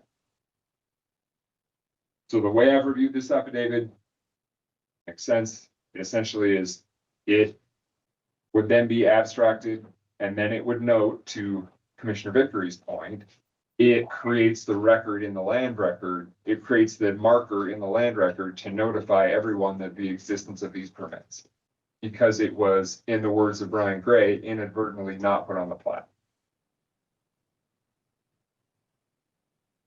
That makes sense? I still feel like though this wording, any further development of lot 6 will require an additional access permit from the YDOT Department of Transportation. What you just said though is if they subdivide, but then the county could come in. The county could. So I'm like, but do this we is, need to mention that in here about the difference between development of building permits versus development of a subdivision? that's going to be YDOT's purview. So if YDOT's okay with this language, then that's up to YDOT. Yeah, because YDOT can get involved in either case with the access permitting, whether regardless if it's zoning or subdivision. It really comes down to a change that can be submitted by our. Commercial to industrial or residential, whatever it may be, then you can do it. So I guess the question.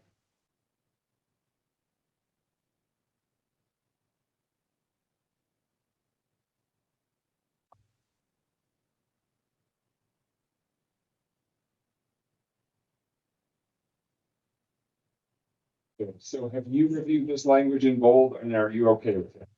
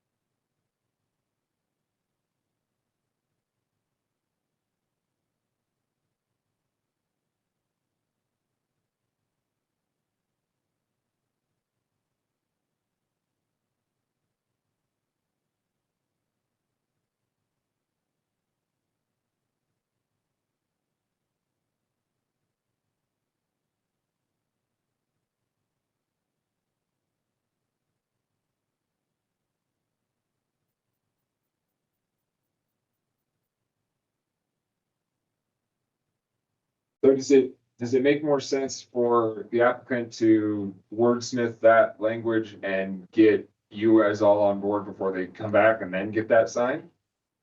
Ryan, I'm looking at you. Does that make sense too? Happy to adjust it I with realize Darren. that. I mean, it's. But we might be getting too far into the weeds there. I don't know. It's probably best to keep it vague. It's. So Okay, workable. Let's pause right there. Ryan, you give me a thumbs up? Yeah. Okay, good. Those So- words. Sounds like somebody needs to make a motion. well, I need to stop for just a minute and open this up for public comment. Please come forward to the podium.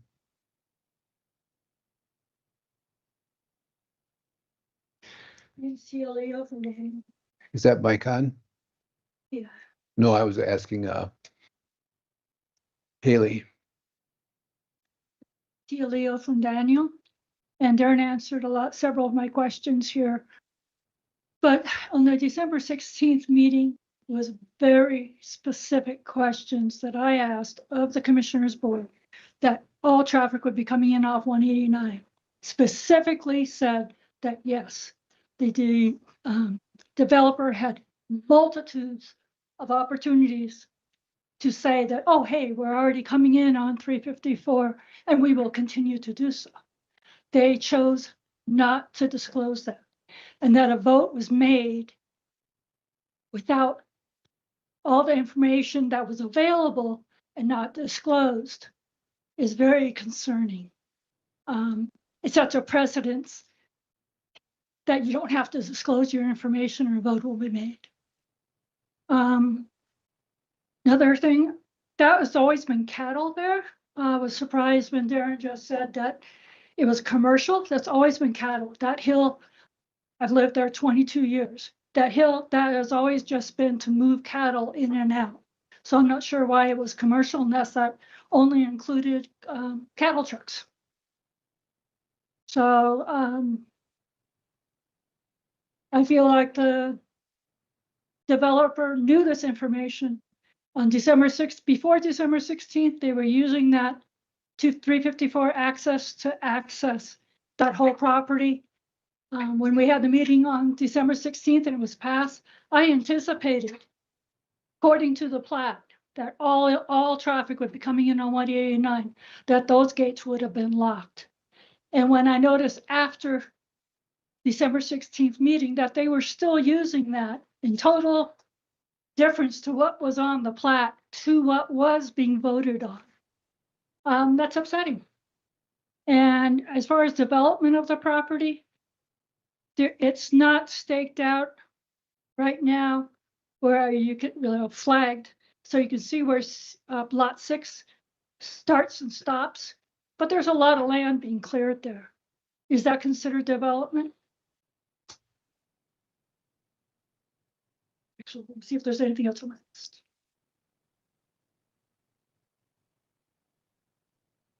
Not just for the obvious, like Doug said, it's an extreme amount of traffic on 354.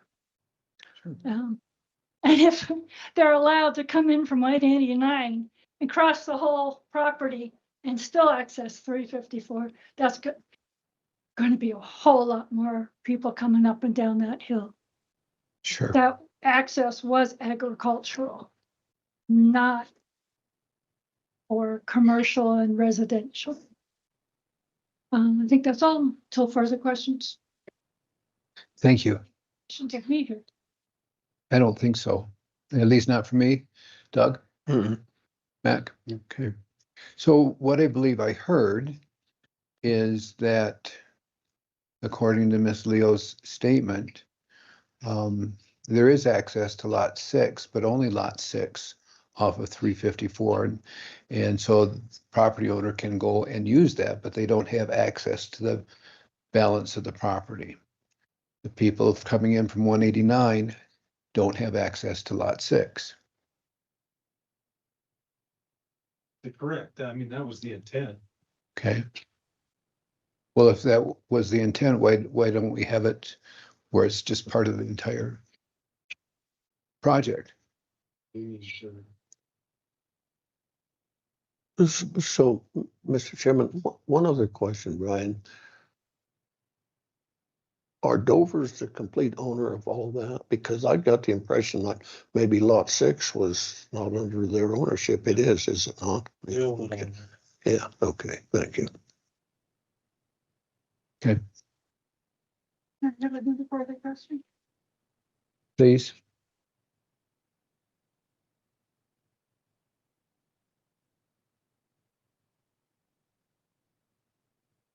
To me, that the land developer just contradicted himself. He said that the entrance on lot 354 was for development on 189, so they could access it. Now he says that that was the whole plan all along, to use lot 354 for lot 6. That's two entirely different statements. Can that be clarified? Yeah, so yeah, if I may, when I said that was the intent was not to grant access from lots 1 through 5 across lot 6, or, have one lot crossing another. The intent was for those to come off of 189. The existing use on lot 6 was, like I said, it was always there.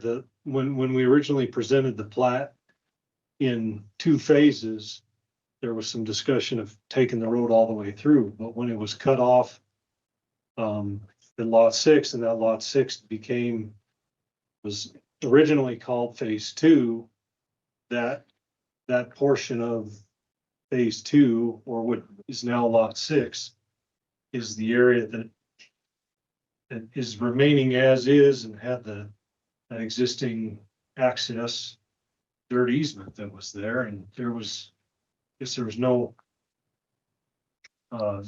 direct intent to try to hide that. There was no intent to improve it. There was no intent to do anything with that access, but leave it as is, because that lot has been basically left as is. It's obviously, aside from the building they put on it here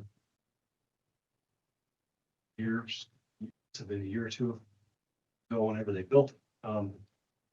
Yeah, for the understanding is that any future development of that lot, which was planned for phase 2, will require additional review, additional access permits. All the reviews that the county is laid out and we've discussed is expected when Correct. lot 6 gets developed. Sure. And that'll be addressed when lot 6 is developed, if that ever occurs. Okay, but he did just say that the access off 354 was being used just for the development of 189 access. Did I misunderstand something here? That's how I interpreted what he said. That it was just being used for the access to Lot developed 6. 1 through 5. I No, believe that's what was said. yeah, no, if I said Yes. something, Clarify. 1 through 5 shouldn't have access off That's not what of I'm saying. 354 and never Yeah. did, never would. So that, What I'm saying is what you said 15 minutes ago, that not that they have access, that just on the development of 189, 4 lots 1 through 5, that's what 354 was being used for. When it's not true, because it's being used now and the land is being cleared now on lot 6. So again, is that considered development if you're already clearing it or not? Well, Lot 6 can be cleared at any time. It's not considered, that's what my question is. It's Clearing the land considered part of development? it's not development. Well, still, the developers had multitudes of opportunities on December 6th. Sure. So at this point in time, we've answered all the questions, and Okay. I appreciate your input on this. Thank you. Okay. And moving forward, Mr. Chairman, I'd like to move to approve an affidavit of correction to the Mountain Meadow subdivision plat, adding the language under under number 4, legal access permit from the Wyoming Department of Transportation exists at the north side of Lot 6 for access to Highway 354. The access permit imposes restrictions on its usage. Any further development of Lot 6 will require an additional access permit from the Wyoming Department of Transportation.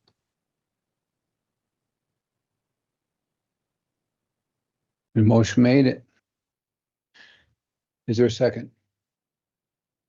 Well, second, with some discussion. Okay. Is there further discussion on this? Or is Okay, well, hold on the discussion. Go ahead, Commissioner Bradley. further development, do you want to put in there anything that requires it from planning and zoning? That's further. Further development. He said it's workable.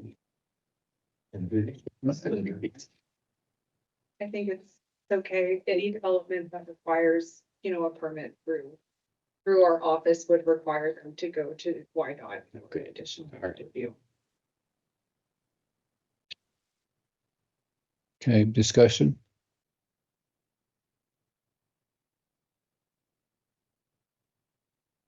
No further discussion. Motion made. Second. All in favor? Aye. Opposed? Aye. Thank you. Right, Darren, thank you for joining us. Okay, Thank you for all right, talk to you later. Bye. Okay, third staff menu member. If we can try to make this one quick. Third staff.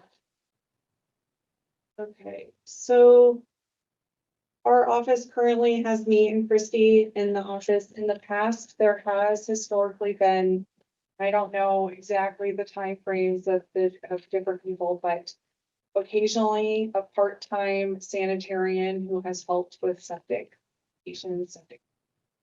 So right now, we don't have that person to help us with septics. So what we are proposing is to create a position, and this would allow us to, and with my thoughts with the third position, is really to give Christy also some opportunity to learn more about septic systems and eventually move into this new position after she completes some required trainings. So just going into this high level, we are really trying to be budget conscious with our office and not trying to propose significant big changes all at once. I don't think we need to staff with 5 people in our office or anything, but I do think having someone else just trying to keep up with things would be helpful.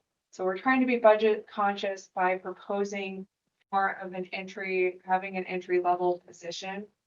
We did look into doing a summer intern, doing a part-time employee But just based off of the training and the investment, here, we would like this to be more of a long-term investment for office where spending time training somebody, especially during the summer season, we don't want them to just leave and then have to repeat the entire process again next summer.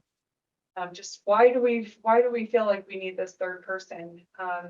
We've seen a significant increase in permits over the years. So looking back to about 2016, there were 90 permits issued for 2016. We saw over about 300 permits this past year. And we also now have short-term rental permits and the newly adopted tower permits. So we've adopted some additional regulations with more permitting. We also have requirements with census reporting monthly and staying on top of property changes from the assessor's office. And typically these things have become more of a backlog for our office. So we just have this little pile of things that we're like, oh, we'll get to that when we have a minute and we'll update our filing. And it's just that backlog is slowly starting to build up. No, we need to do it, but it's more when do we get to these low priority items? So having this third person could help us address those. Typically it's record keeping. We have a lot of records and we have a parcel file for every property in Sublette County that has building permits, a septic permit. And anytime a change is made in the assessor's office with property lines, a new PBIN property identification number is made for the property.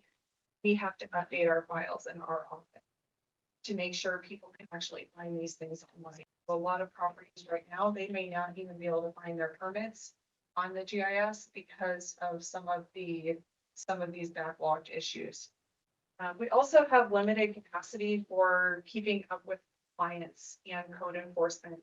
And I think this is almost a whole separate conversation because I think historically, I don't know how much compliance or code enforcement there has been, but from my research and just from what I've seen, it doesn't seem like there's been a huge push towards code enforcement. And typically when people call us or issues are reported to our office, they go unaddressed for a long time because they are, again, not as high priority. And we have a very difficult time addressing issues when people come in. We document them and I try to lead them to do a little bit of research on their end, but we do not have a ton of time or resources to do more compliance issues. For example, there was a building permit that was issued a couple of years ago, and the HOA in the area gave them approval to not meet setbacks. And so there's a house that does not meet, it is like almost on the property lines. And it's supposed to have 25-foot setbacks, and it's there. And what do we do at this point? What's the point of having the reason we have a building permit, really more of a zoning certification, is to make sure setbacks are met. And I don't think there's been any repercussion on issues like that, and more how can we monitor things, make sure setbacks are met and avoid these situations. So that may be going out to the field even after a foundation is put in and just verifying the setback for properties where they're very close to setbacks, but I think this could take more time. Also, inspections, having a third person in our office will allow for 2 people to go on site inspections rather than just a single person.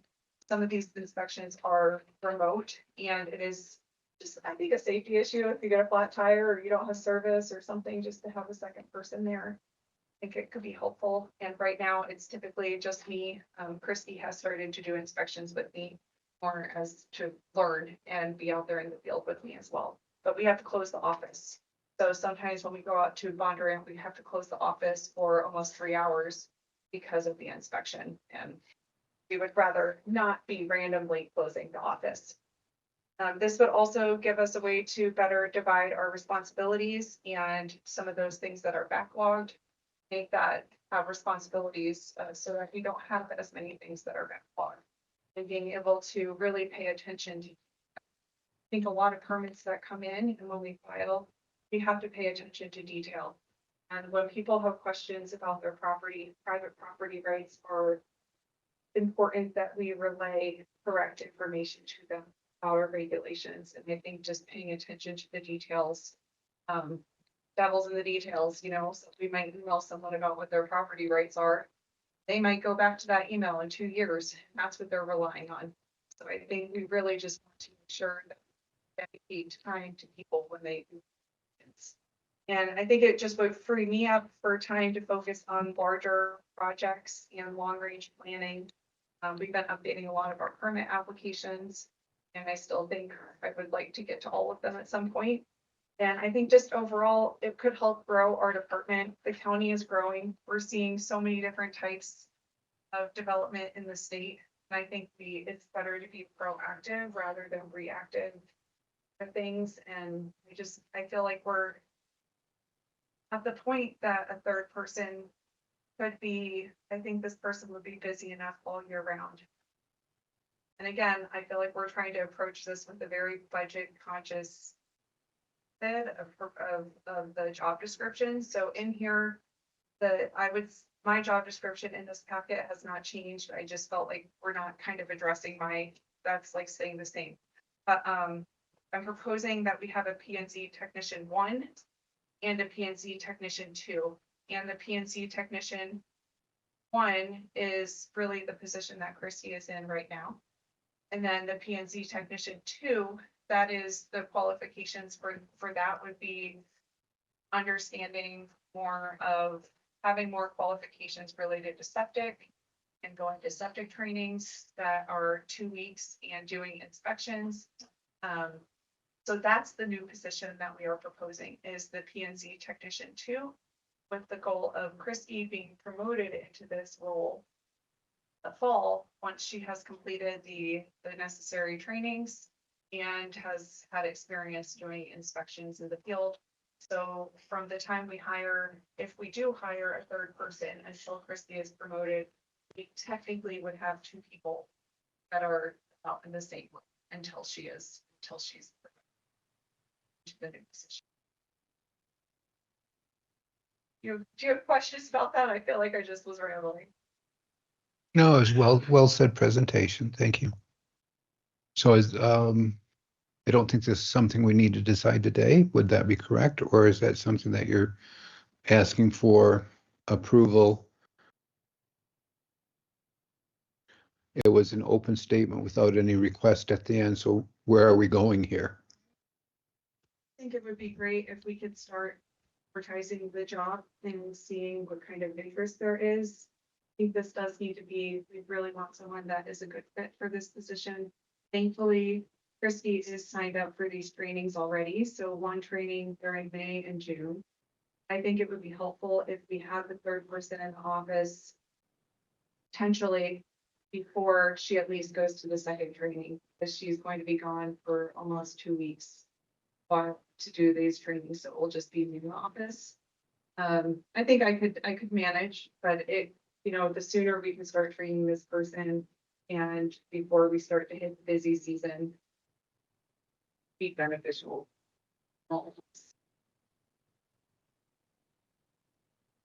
I do have a little bit of information just about the thought with if that is something you want to discuss right now or more during budget. I think that's part of what we need to discuss to have a full conversation. Yes.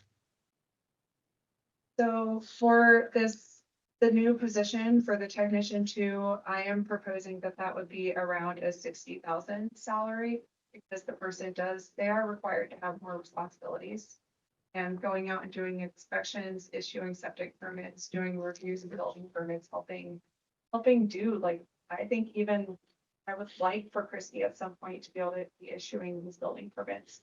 But this would be considered a promotion for her to get to the 60,000 if that's what it ends up being, around that range. And the level 1 would be? The level 1 would be where Christy currently is, which Would that pay remain the same? would remain what she's at right now, And that's how much, please? about 52,000. Okay, so you're asking for an increase of budget of 60,000 plus benefits and payroll expenses.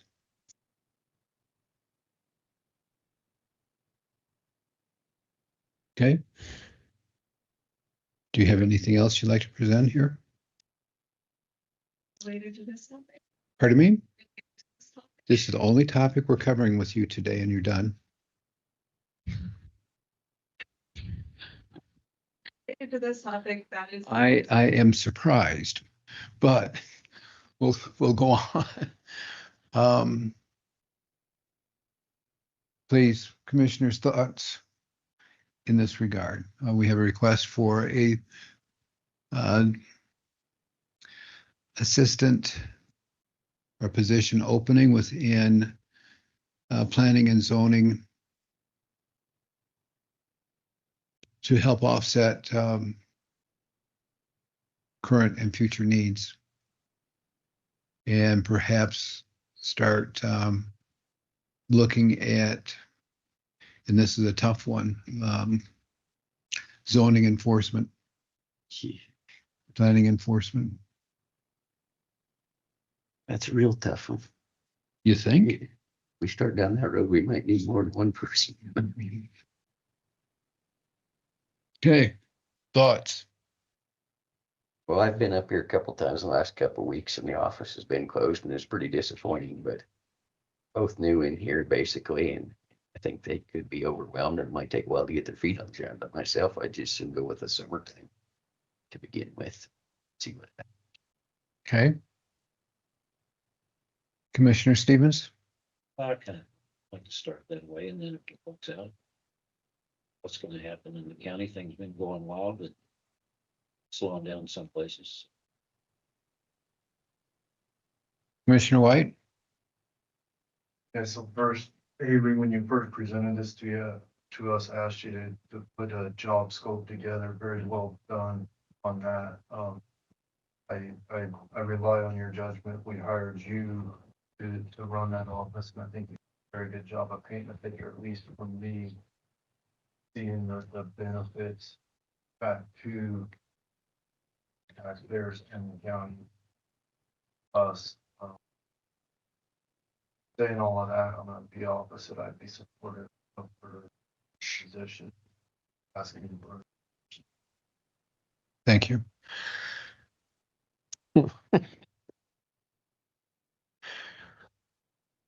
Commissioner Vickery? Well, I got a little different perspective on it, I guess. So I think we're all looking into the future, and I think probably one of the most important aspects of Sublette County's future growth is what happens in the zoning office. To me, I've seen stuff happen that I didn't want to see, and I've seen stuff happen that looked good. And most of it starts and ends at the zoning level. So I'd be very remiss if I didn't think it wouldn't be a good idea. Put somebody in there. Are you closing up shop?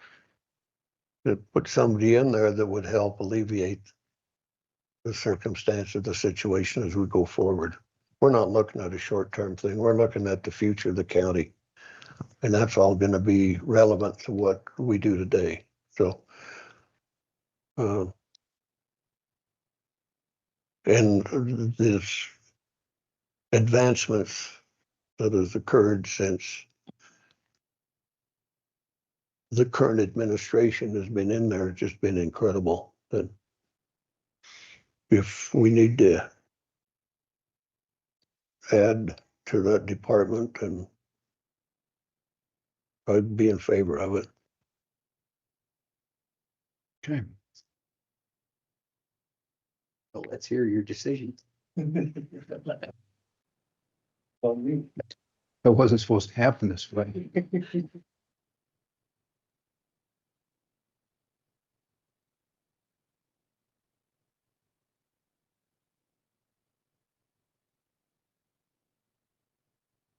I agree that we've made tremendous strides forward in planning and zoning. And I agree that it's because of your hard work and effort and the assistance of Christy.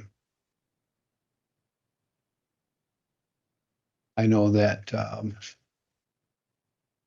planning and zoning, also the commission there benefits from your assistance and leadership. I believe that we're just beginning to do more and more development and have the planning and zoning grow. I know that we've talked about and we've threatened for over a year, modifying, editing, come up with the correct terminology, planning and zoning regs. And based on a number of meetings that I've been in, we are, as a county, woefully inadequate on our comprehensive plan that should be redone in every approximately 10 years. And I think it's been like 25 years since we've done ours. And for us as a county to say that this is our comp plan after all of the boom that has transpired here with oil and gas and people moving in and us not being prepared for the future, we're setting ourselves up to let it continue in this manner. We could end up kind of like the same thing as Jackson or other places that don't have guidance. So long, short, I can support having someone come in. Is there any further discussion or? Okay. Is there a motion? Chairman, I move to allow the planning and zoning department to hiring some.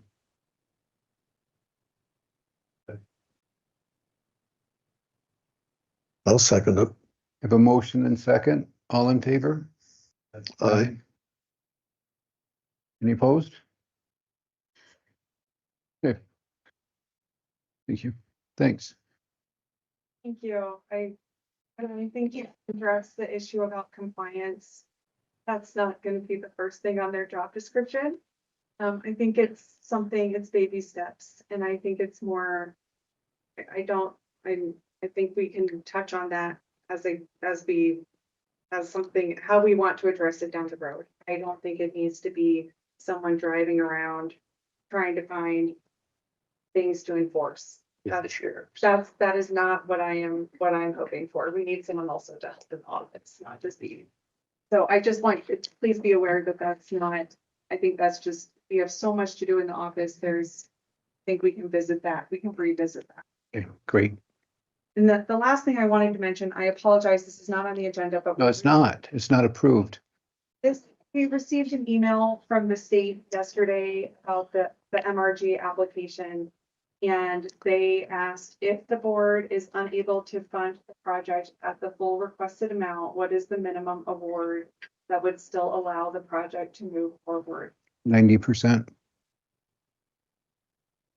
Kidding. So just for a refresher, the overall project the budget was 295,000, and then we were requesting 147,500 from the MRG.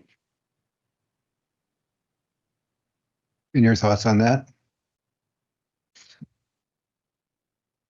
Was there any indication of what they were contemplating?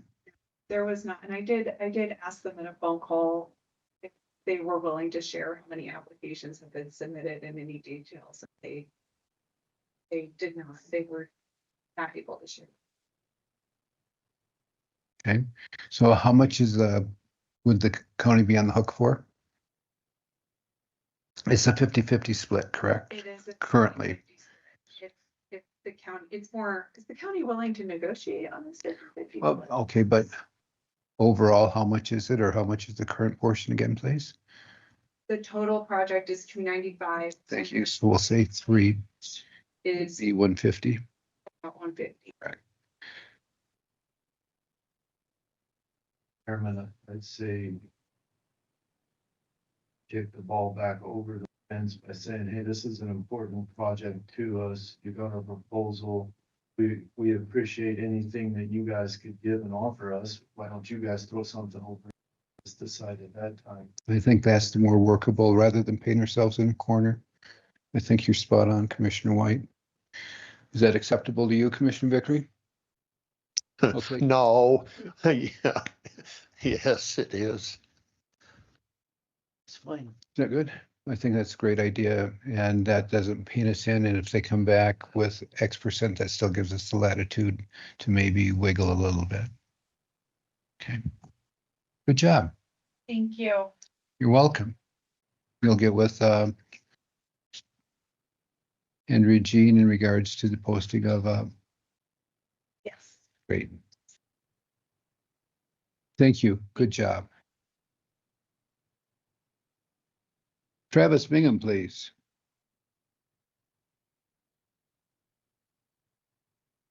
Afternoon, Chairman, Commissioners. I'll try to be brief.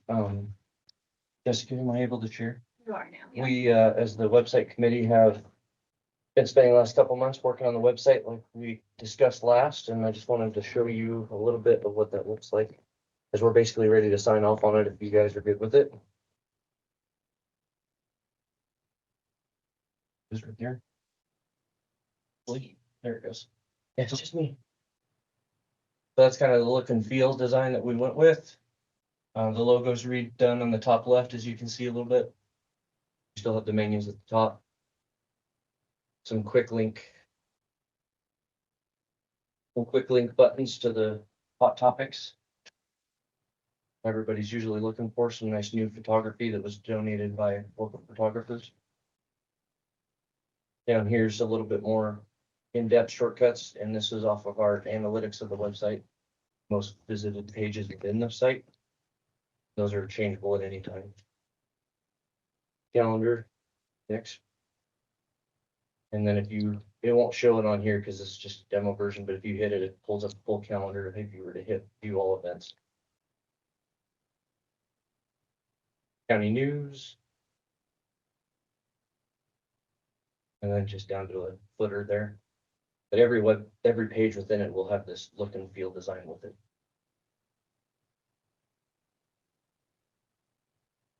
You have any questions so far on that? I have a section there for scrolling down, help wanted or jobs available, or Yeah. because I get questioned about the election assessor under the white tab there. Oh, the next one. No, So elections right here. Employment's above it there in light. oh, okay, thank you. I was looking down in the, So we've just discussed something about being able to put something out there on small projects. Is there something up there that if I as a contractor wanted to punch a button to see what's available, that I might be able to bid on? Chairman, Commissioner Vickery, if you scroll all the way down to the bottom, we would put it, go up a little bit. I'm sorry, not all the way down, right there. That is where we would put news and alerts. So we can work with all the departments and they can decide if they want us to put something on there. And then we would just need to notify the community that they should subscribe so that they would receive those alerts. Okay, so that would be available though. So, who's the webmaster on this? Civic Plus is the vendor we're using for that. And who's going to update the individual? So in years past, it's kind of been myself and Charlotte. There's a broad spectrum for the whole county, which seemed a little, I am not the expert in Jessica's office or treasurer's office. So what I've been doing is working with each department head to get one or two people in each office to where they're responsible for their own page. So that each department is updating their own page. You think that's feasible or doable? So far, we've been doing a pretty good job. Okay. That's still kind of in the works and training some people, but that's a lot better than what we've had in the past. Okay, great. Please. So Travis, on this demo, the version of it, say like, we get questioned all the time, like, what's your budget? Where's your budget? I can't find it on the internet. Can you show how easy it'd be to pull up county commissioner's budget? I'm using this right now. That's right. This middle button that's white now would be a link up to that. And that would pull up, and then when it pull up as departments, that's the parent. The child tables underneath that would be directly I'm assuming it'll be easily navigable to get to, if they want to see what the county is. Correct, as long as we have that information as a PDF document in the website, we just. And then election information is another big one, so under election information. I need to put in, what are the rules, what are the, especially my science stuff that is, and then the biggest one is what's the results of the election, that'll all be under election information. Yeah, and so just to clarify, Chairman and Commissioners, what we did here is just a look and feel redesign. The content of our page is only as good as what we put into it.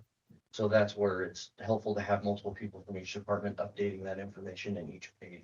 So as long as we're updating our back-end pages, so those are things we've asked other departments for. What are your most common questions? What are your most common things? And then we have to go in the back end and edit all that. So, and that's just. So the updates would occur every week, every 2 days, how often? Whenever the administrator of that page has something to update, they can do it 5 times a day. They can do it once a week. It's their choice. They have access to this all the time. So if something changes, it's always, I'm changing my the sheriff's office page multiple times.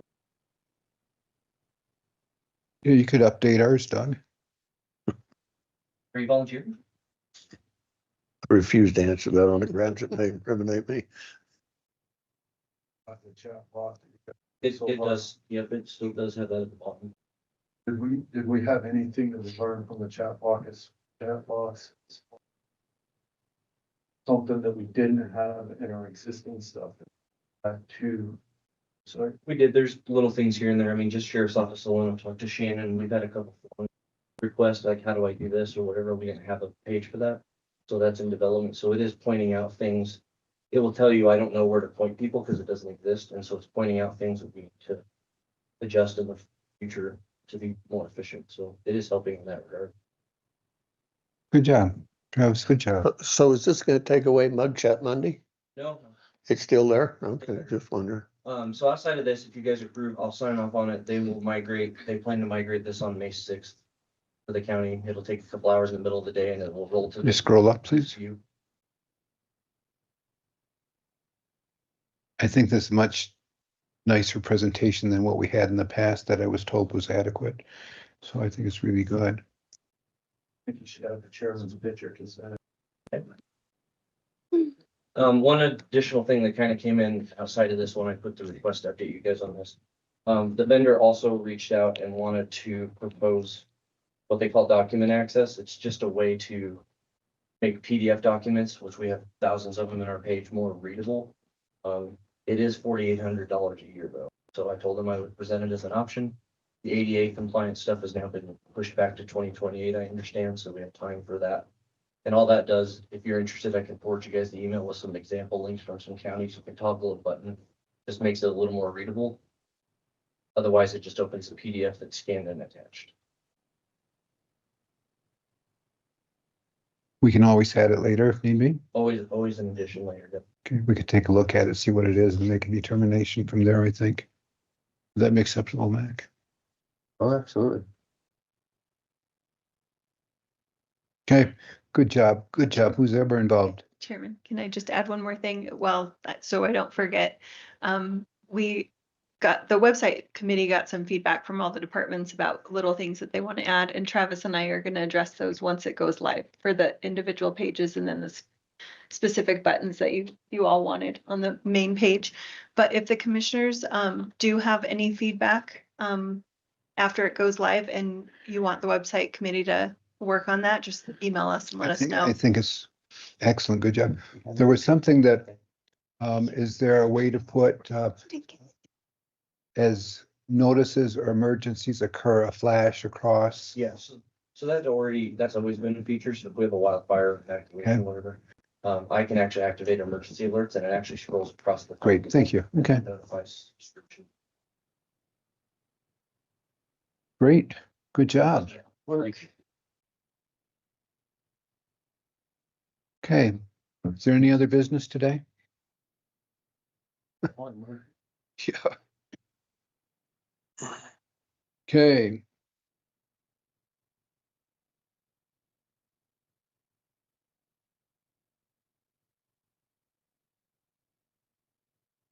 We'll go ahead and move to, Janet has a 3:30. who? Janet has a 3:30. She hobble up there with her revision. Can she make it here by 3:30?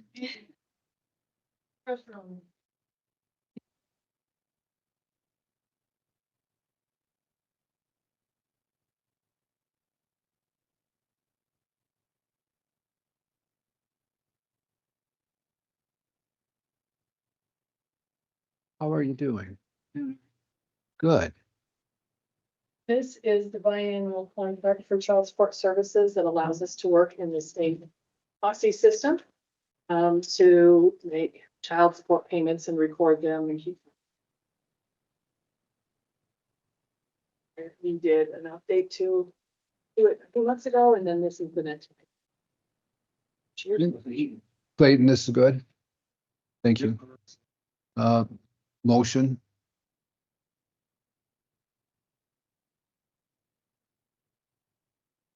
Okay, so what we have, I mean, there's a motion. We start that doing it in state.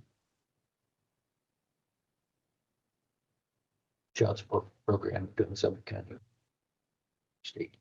Great. We have a motion. Is there a second? Second. Any discussion? All in favor? Aye. Any opposed? Thank you so much. Thank you.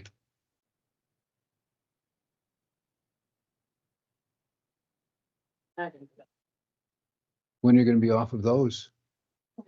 I have to have a few for child support going on so I can focus on, Okay. but probably a couple of.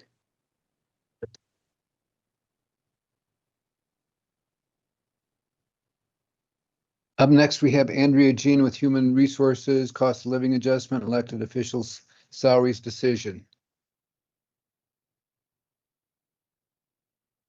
If I can take just 1 minute to get caught up on something here. Chairman, is the word decision at the end of that? Just wondering. So what?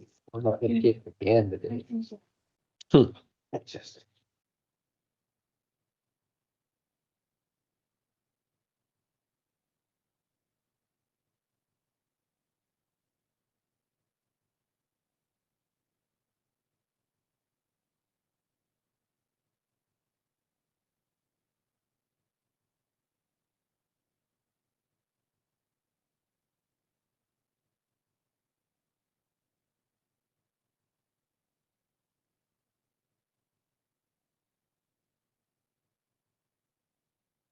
Thank you.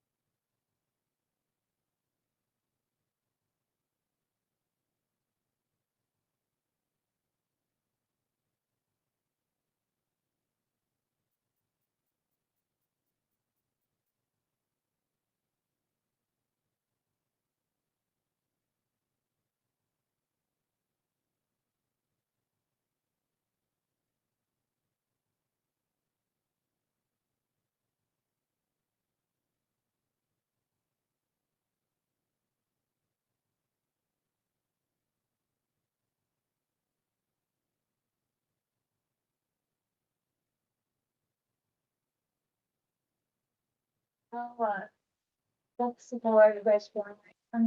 Dutch meeting. What I'm sorry again, please. board are you feeling right now? The. We have a bit of a change, so Okay. we'll start here. So previously, what was proposed was a cost of living increase and a suggestion to pause merit increases. The goal of this was always to fix compression issues that we ended up with. So compression is when employees with more experience and responsibility are being paid too close to employees that don't have as much experience or responsibility. In some cases currently, we have supervisors that are making the same as people that they supervise or only slightly more. So what I did is I reviewed our pay structure in detail, took a deep dive into it. And while I haven't received the wage study that was promised, I was able to walk the wage study we presented in the commissioner meeting. And so I was able to see what the proposal was. And then I already had Nicole's current pay scale, so I was able to do my own analysis based off that, a rough analysis. The biggest thing that came around with that is it helped me better understand what is happening in the market, but it also showed me our compression issues are even more significant than previously thought. So based on that information, I'm recommending a compression adjustment instead of a cost of living increase. So the goal here is not changed at all. It's just there's a better understanding of the problem. Same goal, to fix that compression. So I have these for you. So you have the numbers in front of you.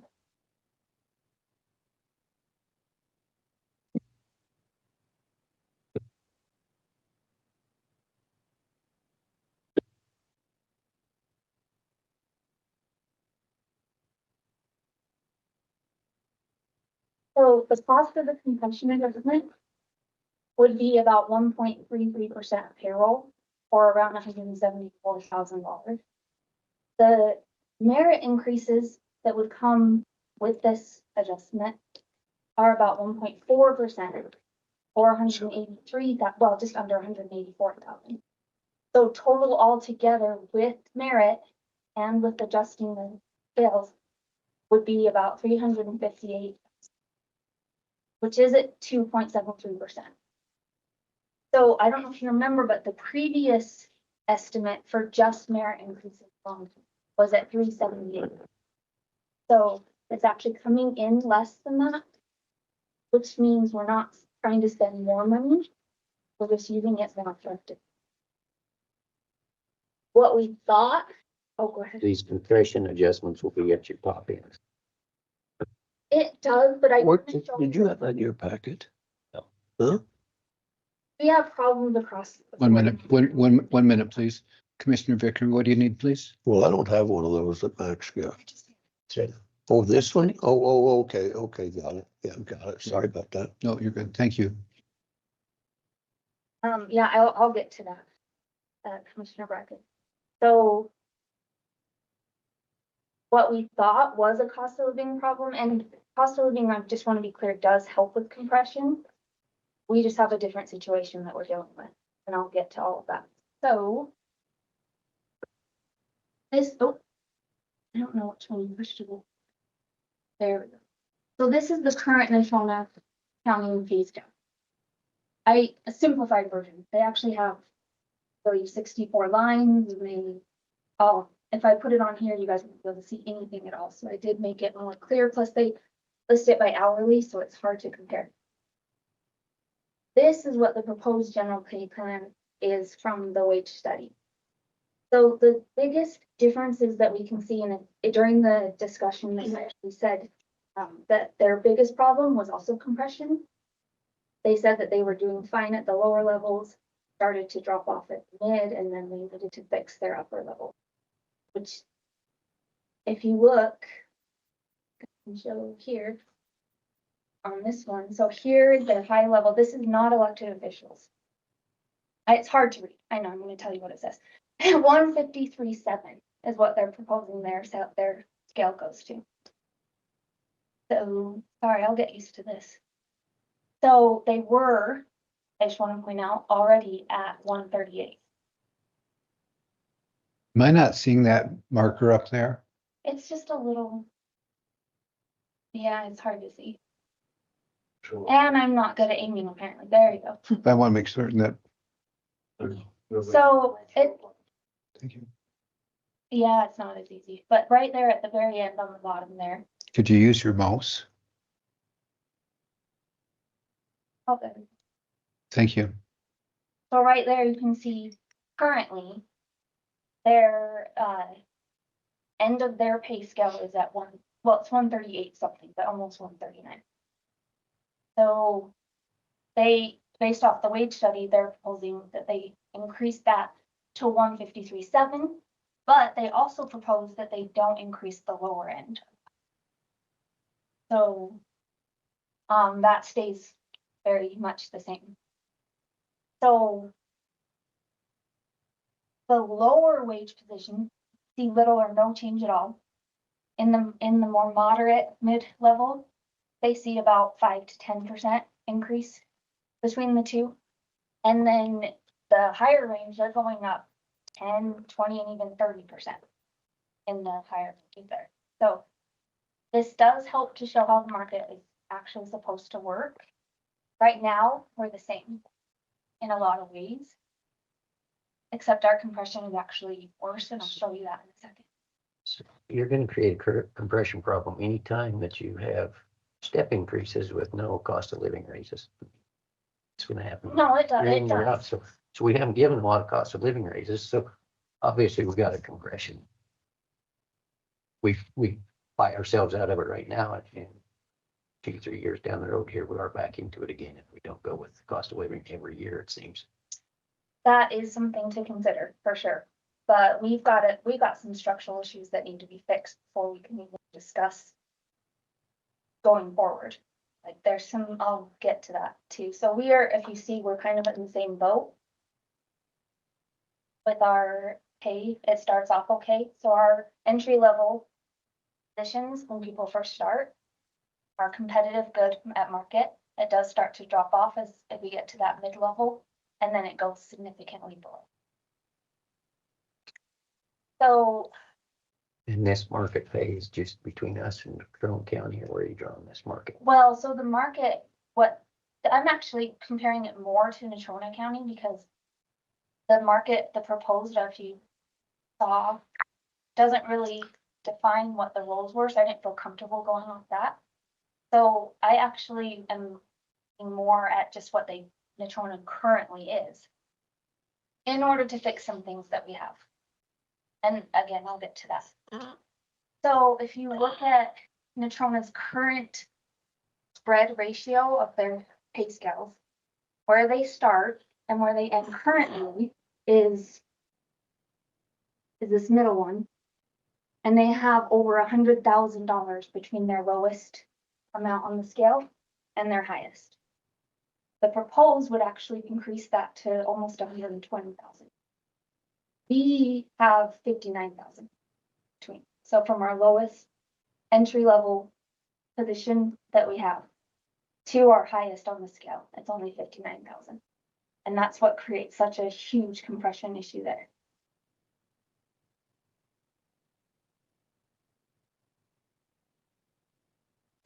So what's our current low versus their current low? They're quite a little lower on theirs. They are quite a bit, they have a position that we don't have. It's called a park caretaker. Something that they do start lower. Yeah, our low is finally our clerk. So if you look Not at just comparable jobs, office. they're low. And our low, what are they? Comparable jobs, they're around 40 for like a clerk. You're hiring in the clerk's office or something And like what that. do we? We're at 43 currently.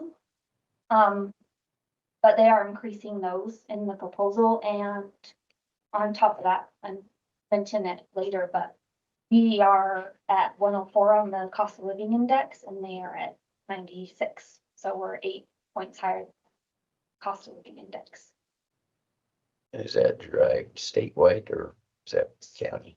So what they did for their wage analysis, they looked at Campbell County and Laramie County, and then at the state, and then they looked at like cities in all around them in Natrona, like, or in them.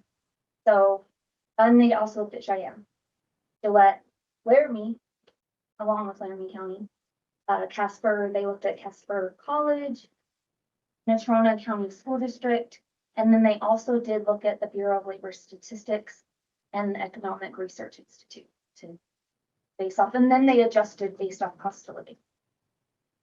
So, that was good. So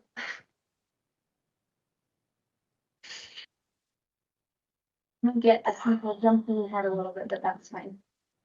So a cost of living increase would give everyone the same percentage, and that seems like it's a fair thing to do. But in our situation, it would actually make the problem worse because we have many levels of on the scales that are appropriately placed already. It's the other ones that need to be fixed, and so it doesn't fix the problem that we're trying to do here. It raises the entire system without fixing the structure underneath. So the wage study proposal that we saw, it showed a system with consistent increases between steps and a clear separation between levels, right? It's hard to see, I know.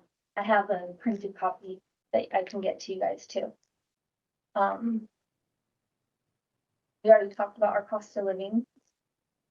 So the plan that we're proposing here with those numbers that I gave you doesn't bring us to market.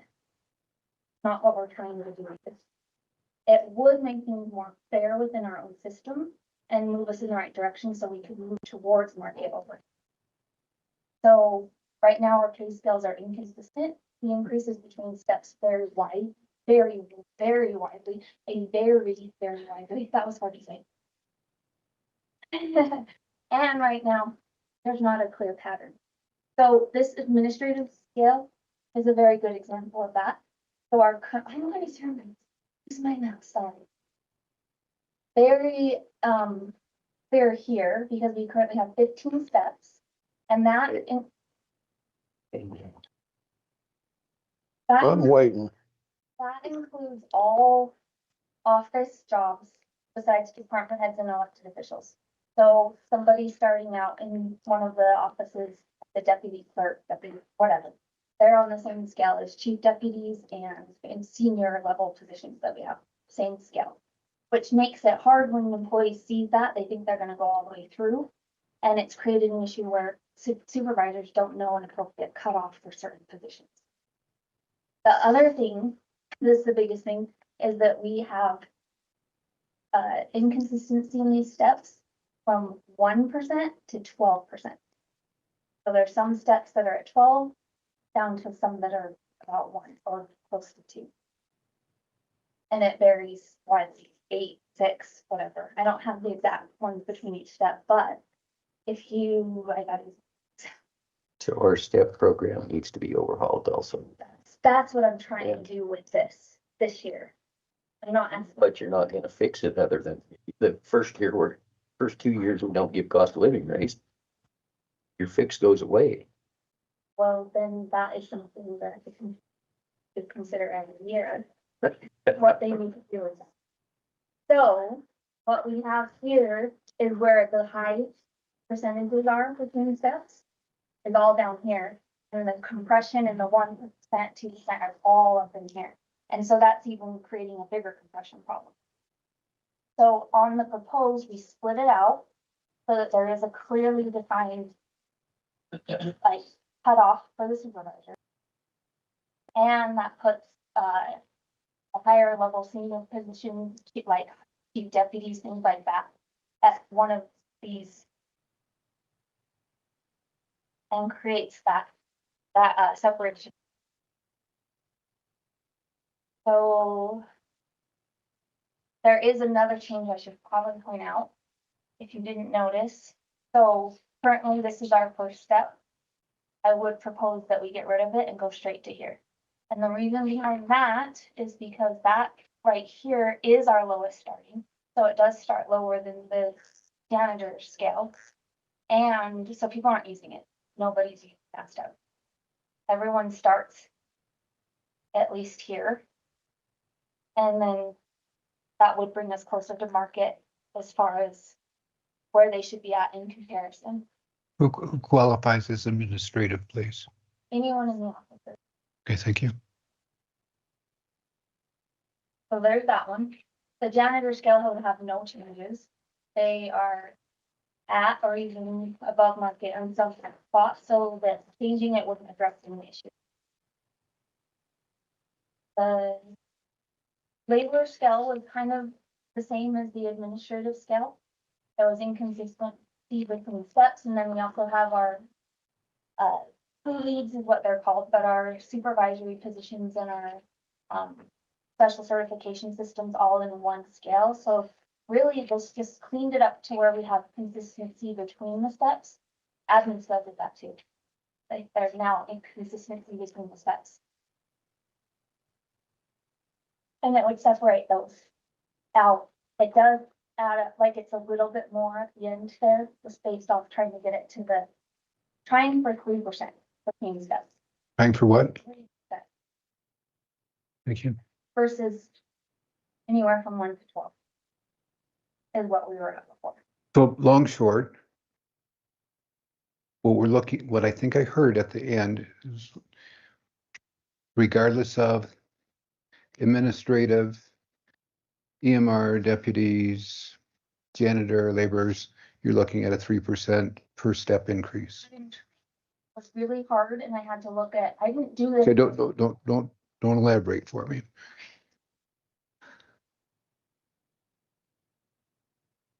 So yes, I can see the inconsistency on the steps. I asked you to send the sheet and I spent some time in it, but I, however, find a great percentage at a 3% per step increase. Is that ultimately what you're asking for? Some kind of parity between them. Because right now it's just all increasing stuff. So did I just hear that from step 1 to 15 for laborers versus step 1 to 15 for administrative, every step in between will be the same percent increase? Eventually, that's what I would like to get to. I tried my best this time. They're not 100% consistent, but they're as close to 3% as I could get. What is where is the largest variance at? It's like 1.33% or 1.25%. For what division? It really depends on the, Because where I'm seeing the 12% is in the administrative first level. So are you proposing to, that's fixed. what do you mean fixed? Take away the 12%. And make it 3%. Okay, and then step 2 to 3 is currently at 6%. You would drop that to 3%. And that's how it would continue throughout that illustration. I'm trying to get on the same page as you. So bottom line, it doesn't matter which department I look at. We're going to look at proposed 3%, although it may not necessarily be this time. We would be there eventually. And what that means is within 3 years, each individual would have a 9% increase on salary. If they got a merit increase. Okay, and so is there thank you. Is the merit increase based on 1 step per year or based on supervisor, or how would that be determined? Merit should be the supervisor deciding. Thank you. Thank you. I understand. And I just want to mention, as you said, 9% in 3 years. Currently, if they move from that A1 to A. Sam, she sent me a PDF and I had her change it to Excel and I went through and calculated the percentage increase. So you can see that someone, instead of 9% with this proposed scale, they would have been over 20% in years. So that's what the proposal is to fix all of those issues. I couldn't do it straight. I would like to do something similar with what the proposal is for Natrona County, but we can't get there right now. Not with what we have currently. The reason I couldn't be consistent with the increases is because it was putting people that were on different steps into the same step. And I was looking at all the employees individually. So, and that's not what I was trying to do. So this is the communication. This does not change a whole lot. It did go, they were less than 3%, so I had to bring them up to that 3%. It's starting at the same, that's not what was trying to do. And then it does increase from the end of their scale from 69, almost 70, 73. And so then the leads did need to change because we do need to have some separation between our supervisors and who they supervise. And so that did increase the ending of the supervisory, or lead they call them, scale, from 86 to 89. And in the course of doing this, did you bounce this off the elected officials and department heads to obtain their feedback? So I sat down with every single supervisor. Thank you. And looked at each of their employee individually. And what happens when you hit to the top end? Because that seems to be a point of contention. When you get to the last step on there, you're there until you leave. Did you come up with any resolve in that regard? I don't know that you want to hear it. Well, then it's off the table and we'll just go on to the next. What I'm trying to do is do this in more of a phased situation because I'm not trying to come up with high costs right now. That's not the intention. We're trying to fix some things so that we can move forward. So let's get to the bottom line. Yes, I understand. So this is the deputy scale. This one was fun. So not only did it have major compression issues, but we had currently the highest level of deputy is the same as Sergeant 1 and higher than our Detective 1. So what this means is we actually had an employee that was promoted into, he was here, he was promoted to sergeant and did not get an increase. So he took on the role of being a sergeant over employees that he makes the same exact amount of money. So why did you move him only as a question? Because he had X number of years experience, why did you drop him to the first level of a sergeant and not carry over his years? So currently there's very limited steps on the sergeant and you have other people that have been sergeants for longer that are here. Okay, thank you. Thank you. And I didn't make that decision. No. Like, so I might be speaking out of turn with that, but that's my interpretation of it. And then we had a detective vacancy as someone left, and the patrol officer was here that was going to replace that detective, and stayed here because becoming Detective 1 would have actually decreased her pay. So that needed to be fixed. And this is the proposal here where we did do the 3%. It did increase it slightly from here on the end to here on the end. And then increasing here for detective and here for Sergeant 1. Now, typically you want about 10% between the supervisor and their highest paid employee. We're even here are nowhere near. It's 6% from here to here. I did the best I could. I did have to take out Sergeant 4 in order to not significantly increase this. Again, the goal is not to significantly increase the amounts. That's why we're at that number of 58. Was that good for you, Sheriff Lear? We've been trying to fix this for 2 decades. What the heck? Okay, so what I just heard is something that you're approving. Okay. Okay, thank you.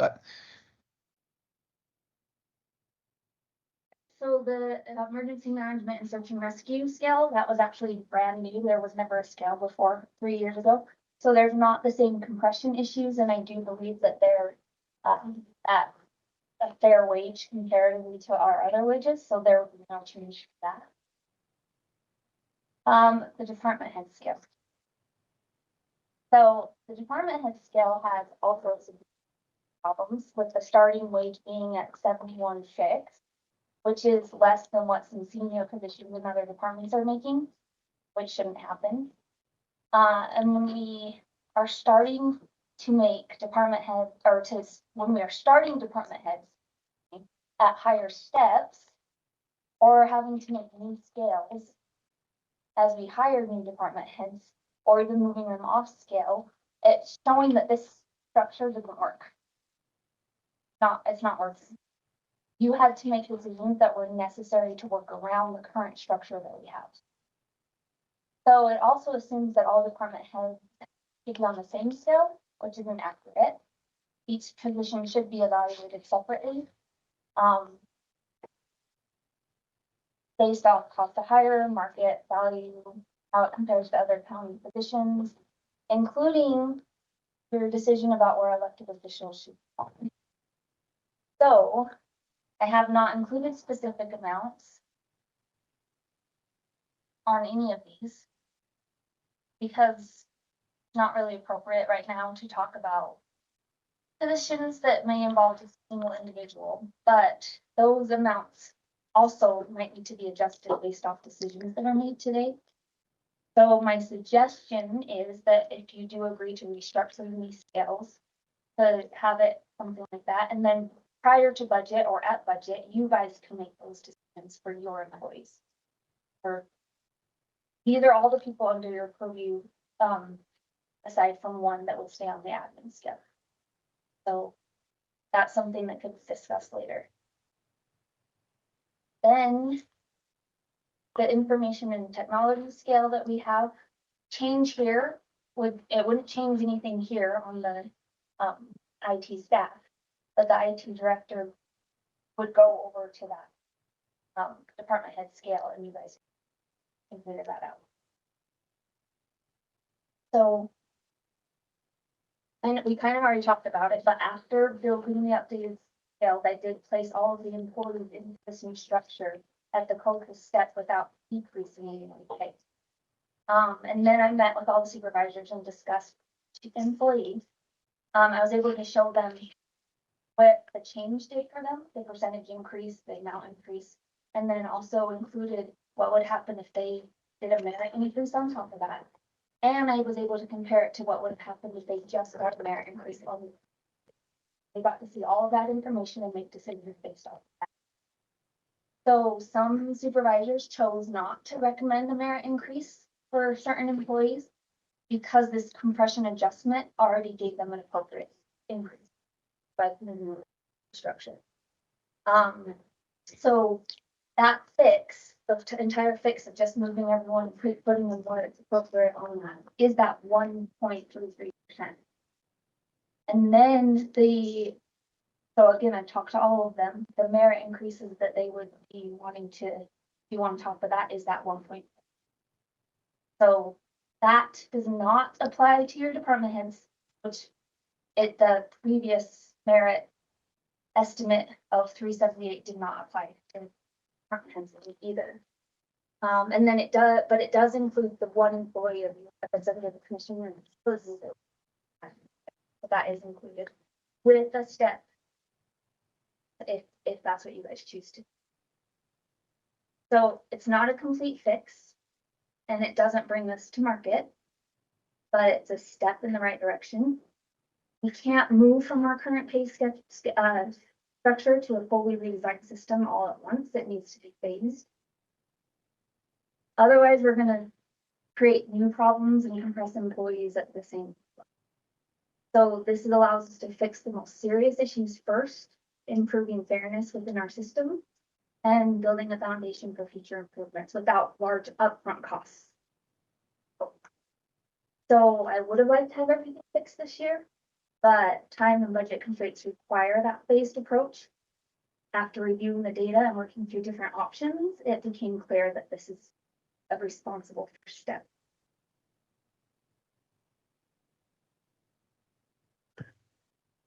Would I be correct or wrong, or correct me, that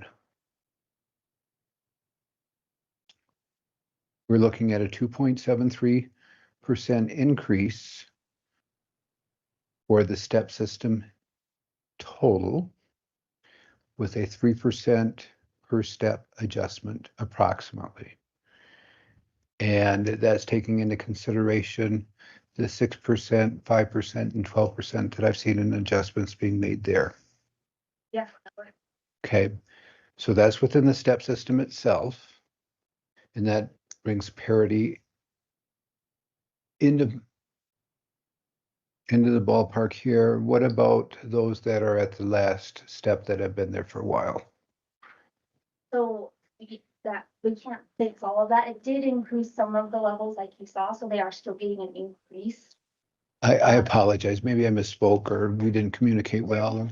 Steps them into the structure did give them a slight increase in most of the situations. So let's stop there. Did you tell me that, excuse me, or I thought I heard that yes, we're looking at a 2.73% increase, plus they have the availability of moving up a step? Okay. 2.73 includes all of that together. Okay, good enough. I was making sure because I could have heard it both ways. So 1.33 to get them on the structure. Correct. The structure 1.4 is the anticipated merit increases. Excellent. And that's all encompassing. What happens when I get to step 15 of 15 steps? So hopefully by then we'll have fixed the structure, but there's not gonna be, there are gonna still be some people capped out. That's something that we can fix now. Again, it would give everyone a slight increase this time. But I mean, they were capped out before. Sure. So are we taking an individual that's capped out today at 70,000 or 50,000? They're capped out at $50,000. Can't go any further. I had thought that I had heard that that was the point of contention with a number of people because they've been frozen at that pay rate for several years. But today in this presentation, those people that have been frozen for 2 years or 5 years, there is no suggested rate increase for them. Is that what I'm hearing? There is slight increases that they felt were significant enough for this year. Is that across the board for all of those that are frozen at the last level? Well, yes, but with the caveat that we only had 2 people at the end of the labor scale. One is now our IT director, and then one will be leaving before the new budget. And so there's no more capped on the labor scale, for example. But across the board, I'm sure there aren't there? People that. Scale is the only one that did not change at the end. Thank you.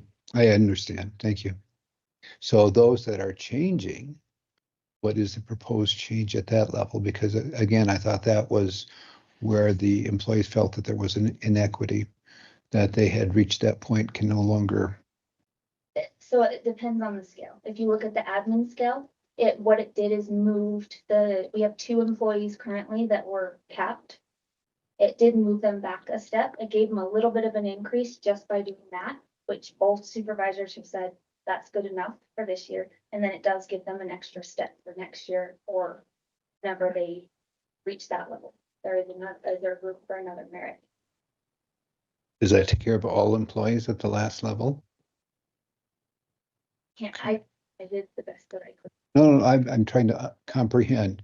So Gaston's been here 20 years. He's been at the same level for the past 20 years. And because he's froze out, this is what I've heard was one of the items that we were trying to address. Have we discussed, is there a way that he's going to move forward in pay, or will he stay at that until retirement? The reason I asked, my father worked for the postal system and he stayed at that last dollar amount with no increases. So I'm trying to understand what's being presented here. Yeah. So eventually I would like to get to a system that would allow for room for that. However, if we are going to separate out merit versus yearly steps, we have to make that clear. So we have merit currently. If you want to address longevity, my suggestion would be to do something along the lines of every 5 years you're here, you get $50 more a paycheck. That's just throwing it out there. It's not like an actual suggestion. Okay, so It would be something. So thank you for that. So to me, when you said step and merit, in order to go to the next step, it has to be based on merit. So they're by conjunction the same thing. Yes? So there are, how we used to do it is every year was a step. That was how our structure was before. 3 years ago, we moved to a merit-based program.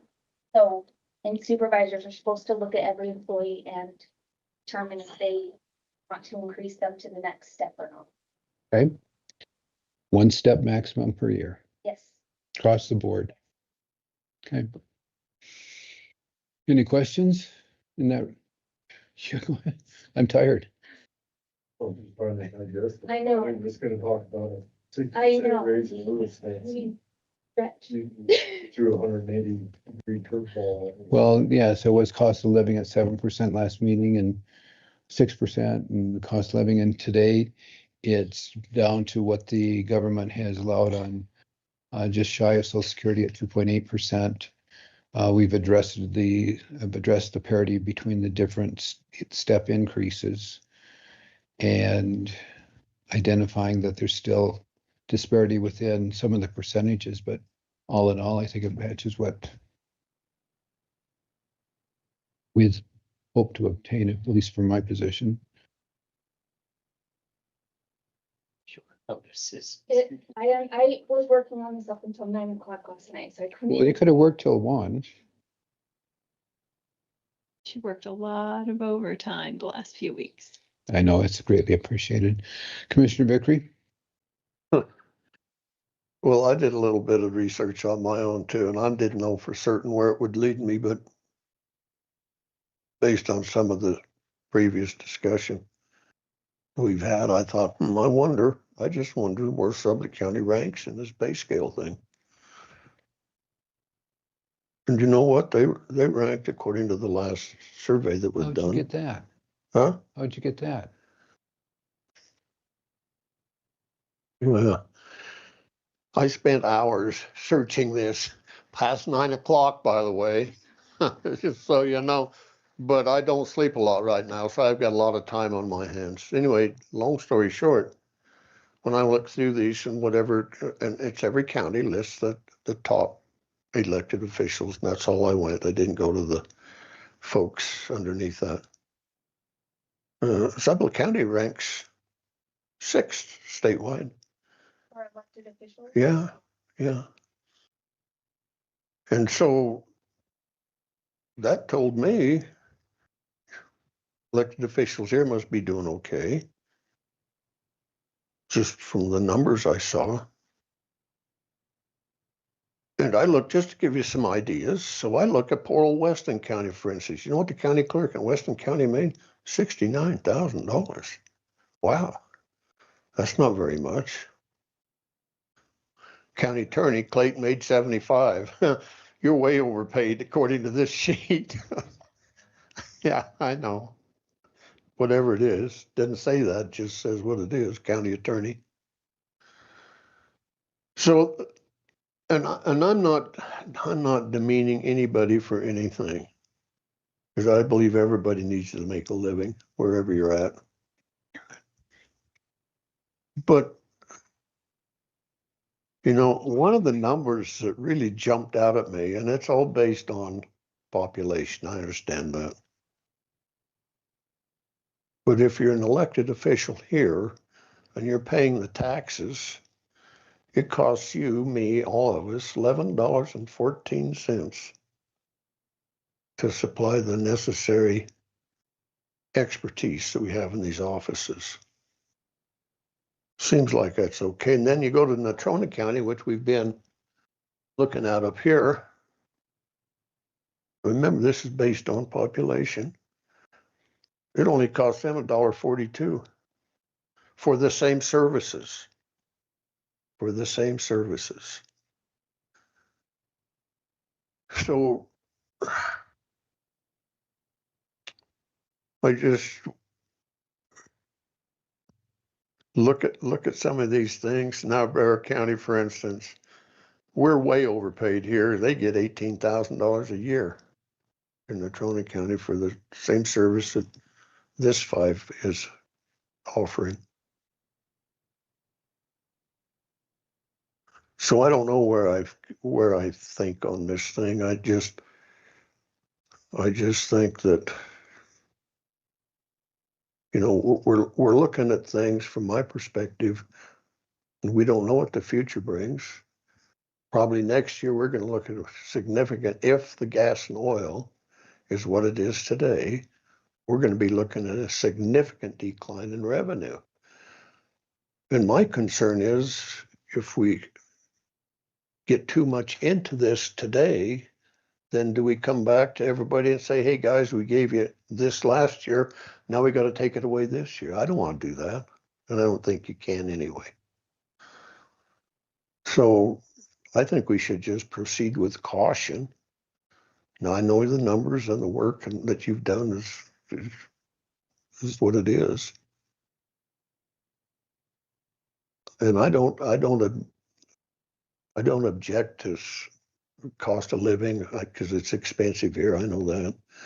But I think it's something we should look at long term and be able to address year after year. If the county is flush, doesn't bother me to help the rest of the folks that work for the county. But the concern here again is, what if it's down here? Then what are we going to do? Will it be? Heck, who knows? The oil and gas today, I don't know what the gas is today. Sam would know more so than I. Did it bump up or is it still going down? Hit $1 this morning. Hit $1 this morning. So that's a little bump up from what it was last week. Yeah. So, I know some of you guys out there got jobs that are just not a lot of fun some days. And you probably don't get paid near enough for those days.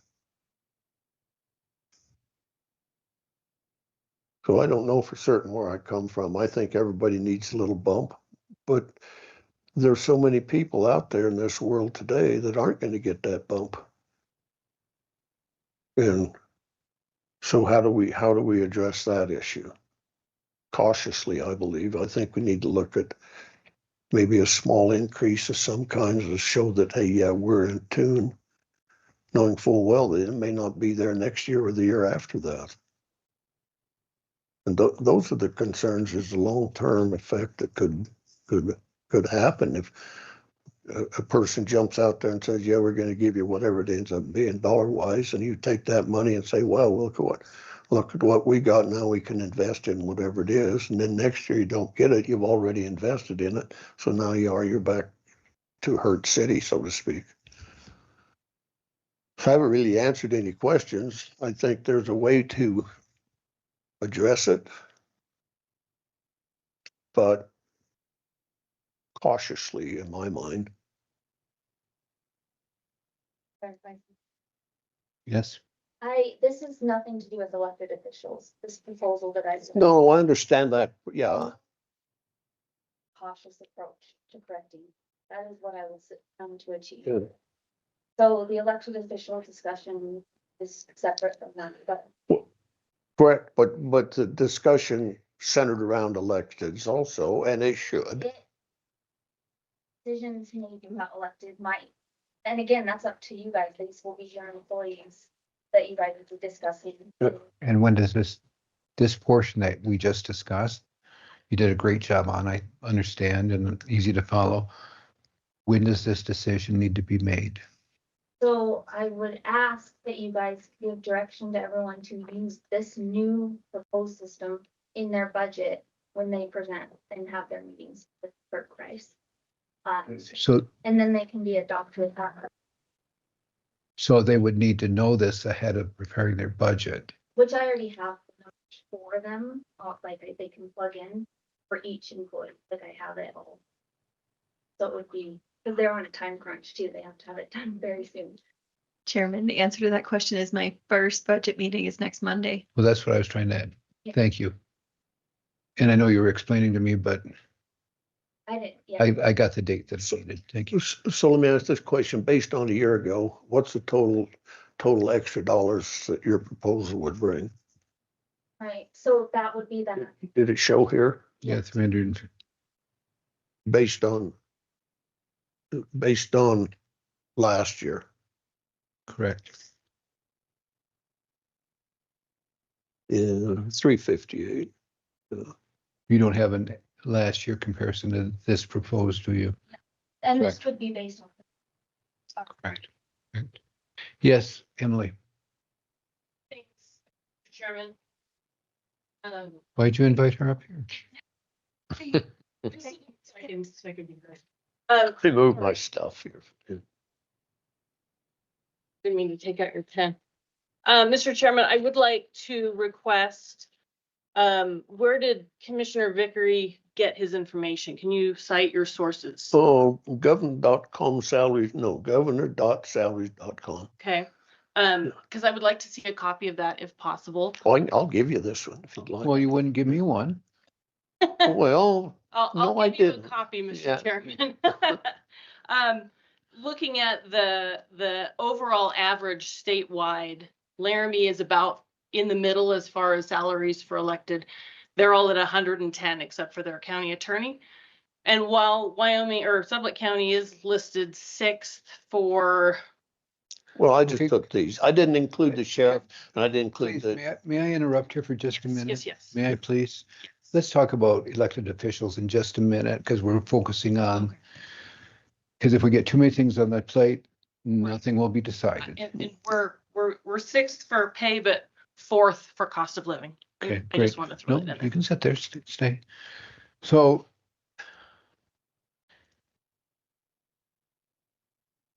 what I believe I heard is it would be beneficial if they had some direction If you want. from the Board of Commissioners at today's meeting,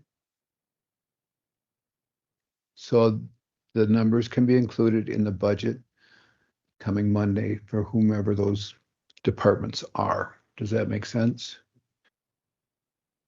Then the question that would come in, are you, Commissioner Vickery, are you, Commissioner Stevens, or Bradley, or White, comfortable doing anything on the proposal in front of us? Okay. Commissioner Stevens? What to expect today. I didn't either. I've got all these figures thrown and we have no copies of them. So, we couldn't see that up there, so it makes it a little tougher. Okay. Well, for me, the big number showed up here at 300 and what was it? 358,000. And that's an increase from a year ago. Whatever that is, 2 point what? No, that's 2.73 based on the 2.73. gross amount for this proposed budget. It has nothing to do in comparison of last year. So Yeah. we're not comparing it as far as an increase in gross pay. It's just. Yeah, that's the number. I think we've went through some of these before. It's not it's the total number, the end number that you're interested in as a rule, and the total overall budget for Sublette County. This is not very significant in my mind. Thank you. Commissioner White? Please. If I'm understanding this right, Andrew, so a compression adjustment that takes care of the employees. Well, let's phrase it this way. So department heads, right, there are boots on the ground. They're what makes them great to us at this board, right? So compression adjustment takes care of their salary this year. But the ones that are still at the top step will stay at that top step with that adjustment of close to 5% on their salary this year, right? So this proposal would actually give you guys the ability to change that department head scale. I just suggest we do it in executive session. We already changed it for 2 employees, right? We have 2 employees that are outside that scale. And you have Okay. proven, sorry. And so this compression adjustment plus merit increases, the merit increases that is what you've already discussed with all of our department heads, and they said, this is what we're gonna propose, no more, no less, with this new scale that would be on top of this upper figure. We would still have to look at department heads on what we wanted to do, our correct boots on the ground. So this number could be, It could be more, that but would be our privy. it would be your, yes. Now, Sam, excuse me, you're talking about the 358 could be more. Is that what you're saying? Saying right now, so the proposal that's in front of us right now, the adjustment would adjust it and give our department heads the ability, this is what Andrea working with our department heads would be coming. So now we, as a commissioners, have to decide what we do with our direct reports. Which we could stay and say they all stay the exact same. We could increase our direct reports, do whatever we wanted with our direct reports, but that figure does not include what we choose to do with our direct reports. Is that a correct, fair statement? I'm gonna make one more point. Yes. So the 378, that was the estimated merit increase. If we just did merit increases this year on the old system, did also do. Did not No. include. So I thought we was proposing a 6% across the board for everybody. But merit was separate. Okay. And that was the 378. That was in addition to any cost of living. That was if we didn't change anything. Does that make sense, though? Yeah, it does. But there's one small factor there that I don't think that's a big factor too is all the perks that go along with these jobs. So that's significant. That's $26,000, $7,000, $8,000 a year too, which not a lot of folks have that within the county. I mean, the county, obviously, all their employees do within whatever that framework is. Go ahead. Were you asking it, Ray? That's something. Okay. Is the ask for changing this and moving to this is actually 1.33. That is the percent. Merit increases will still come through you guys at budget time. You'll still be able to look at that by department and then by approval or not. Just the way merit increases have always been done. So the actual ask today is just that 1.33. But if every merit increase came, that would only be an additional 1 point. Yes, and I did want to give you that number, which is why I made sure I looked at every single employee, because I wanted to show you. However, it's something to note also is that 1.33 does kind of take on some of that merit, which is why the numbers coming in around the same. Because moving them to this structure did appropriately increase some of the employees already. So that took place of a merit increase in a lot of situations. And if you didn't do the merit increase, it would save this compression problem for at least another couple of years. But I also want to point out that supervisors were able to see based off the Excels that I showed them where everyone sits in their office. And I think it was helpful for them to try to figure out where they should be placed appropriately. So it's fair to say that this proposal of a compression adjustment. So do I. I'll erase your, go ahead. To properly reward the top performance. Yes, and that is most apparent on the admin scale, which is, that's a bulk of our employees are on the admin scale. Because it gives them way more direction, splitting it up the way it is instead of it's like them having to determine where certain employees end on a 15-step step.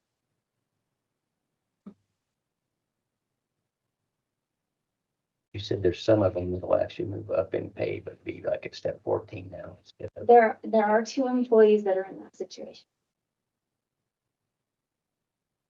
Sheriff Flair, are you comfortable with the deputies' pay scale?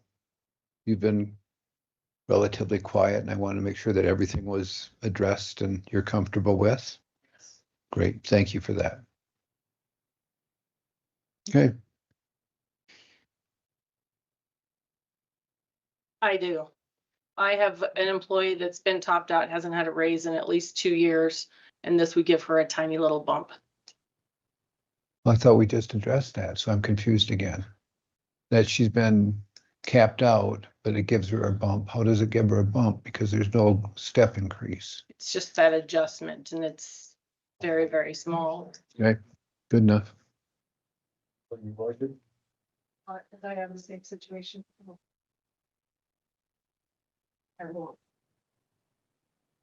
Clayton, your guys fall under the same thing? Yes and no. Janessa, is your department okay?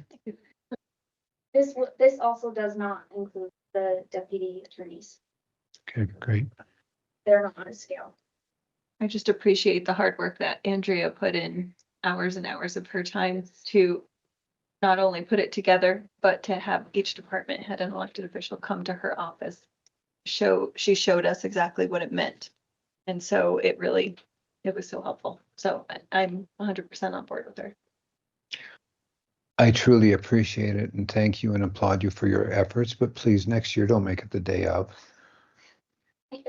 I didn't see the commissioner meeting until that was 2 weeks ago. When I was able to watch. Sure. Study. But I had 2 weeks. It was a lot. Oh, it absolutely is. So we'll kind of hang out and be cool until Mr. Stevens comes back. So, Commissioner, can you tell me who made your spreadsheet? Because it doesn't present it as a spreadsheet on here. No, I had to go through it and pick every one of them things out on a per county basis. Because what it does is it lists it as a per person basis on this Well- website. So it like shows Travis Lanning and it shows Shannon Gill. I mean, it shows each individual person. How did you pick this apart to do Well, that? if I went into this and this comes up like, we'll start with the top county, start with one county here, go in and you find that county. And you put that one down and then you go down and then you go down, and then you go down. All I can tell you is that's what I got. Per person. Yeah, but you've got that one. We're gonna take a 10-minute break. That's And it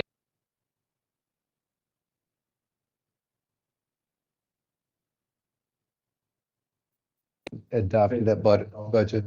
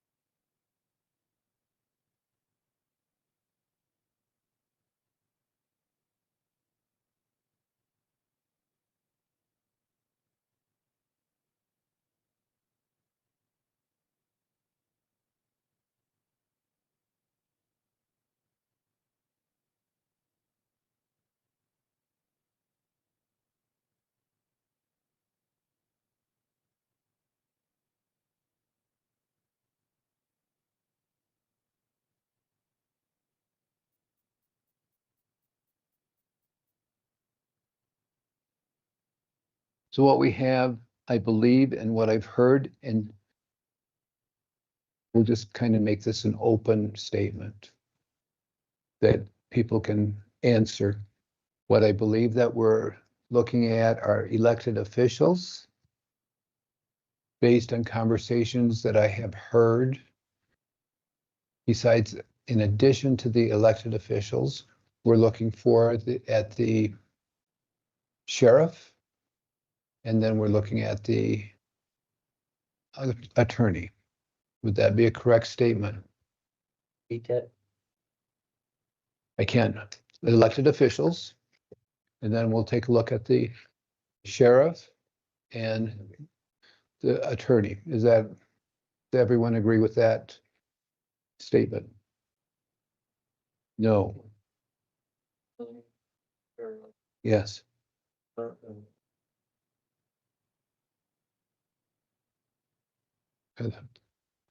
I don't know how we got drug into that as far as from commissioners, but we would have to look at the coroner, and then that would move or not move our. So what I hear you saying is we group together the assessment for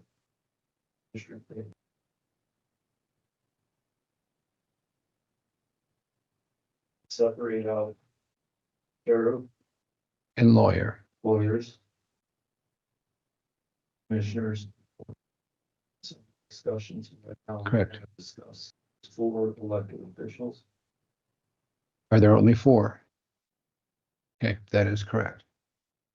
Is, Sure, I understand. no, and because you raised that, is that a valid point that we should separate out the sheriff and the attorney? Because based on what I have thought I heard the past month is there is a distinction in that regard. But I don't know that we've ever looked at it that way, Sam. Oh, and I think you're right, we haven't. Well, we did last year, obviously, because the sheriff and the higher scale, and we grouped everybody else into the same category except for commissioners and coroner. So did do that same grouping, say last year, 4 years ago. Thank you. Yeah. It was just yesterday. Just yesterday, we was having this conversation, right, which I'm good with. Okay, and then Mr. Malinkovich. Yes. We had a conversation 2 weeks ago where I thought I understood one thing. And as something happened here, I thought that our conversation entailed, once we set year 1 salary for an elected official, that was consistent throughout the 4 years. But what I'm seeing here under an illustration, it appears to be modified every year. So I'm confused on that. So, Mr. Chairman and Commissioners, is this guy on? Yeah, it's working. So the way that the statute reads is that by June of the year, you all are required to get together and set those salaries. Which we're It doing. has some parameters on salaries. Correct. And then it goes on to say, in terms of narrowing what you can do in terms of creativity, it then goes through and says that you must pay those in equal monthly installments. Okay. It does not prohibit a county from having it change a different year throughout. So for discussion's sake, you could, and I believe the county has in the past, has set it up so that there were built-in increases over a 4-year period of time. So we set a gross dollar amount and then break it back into a yearly. I'm sorry, I didn't understand what you said. So we create a gross dollar amount. And Oh. then we break it into the different years from that perspective. No, that's not what I'm saying. Both numbers, so he's saying you got that option, is one option, right? You can say, okay, I wanna make. Well, this one says, for example, 120, year 1, 125, 132, 139, Yeah, so you can pick a gross number saying, but by the time we have to make this decision again in 4 years, let's say it's 145. But year 1, the assessor is gonna make 125, year 2, she's gonna make 130, year 3, 140, year 4. And what I thought I heard last time was, no, we could not do that. It couldn't be a step system. I have yet to find specific law prohibiting building in state steps for elected officials. Okay. There are a number of counties that do it, and Sublette County has done it in the past. Did I hear that last meeting though, by chance? No, I don't recall. We were talking about that you all cannot be more than any full-time elected official, but we Correct. talk about other stuff. Can you build them in a cost of living raises if everybody else gets one, provided it doesn't push them over the threshold up to 153? You have to set the salary. You can't Set their salary, but if the entire county gets a 60% cost of living raise, can they be included in that? No, they cannot. Once you set the salary, it is set. And I think, Mr. Chairman, that's what he's talking about, is we have to establish those steps now. We can't do that in 2 years. Correct. And So I could have every been 4 doing that on a percentage basis on the different steps. Right. Okay. So every 4 years is when those dollars can change. Yeah, but in each- the interim. But each year could be the same today. I mean, if we say 105,000 or using a number for the next 4 years, that's what it would be.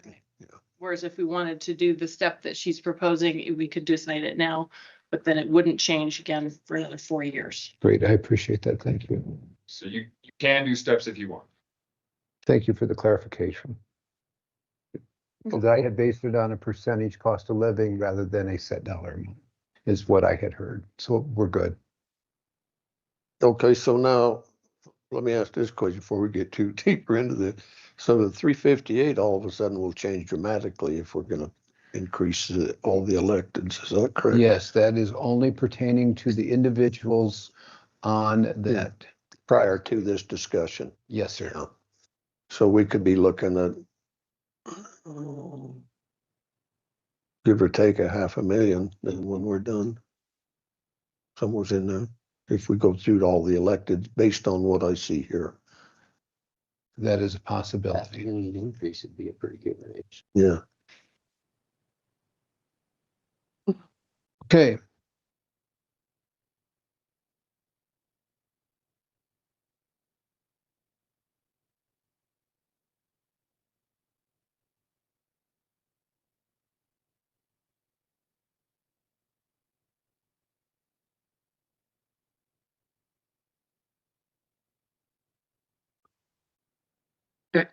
Had the elected officials sat together in a group and come up with what they believe to be an appropriate dollar amount. I think that could be the better place to start.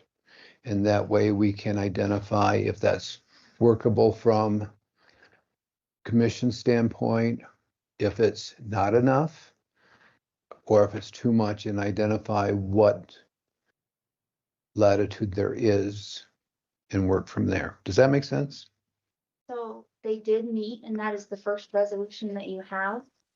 What I do want to point out that did come from the only slight increase that they had 4 years ago, when it did move from, I believe it was at 100,000 limit. 92.6. No, but the cap was at 100,000. Yes. And moved to the 145. They went from 92 up to 99. That's all the increase that they got at that time. Thank you for that. So last go around went from 92 to 95, To 99.5. 99.5.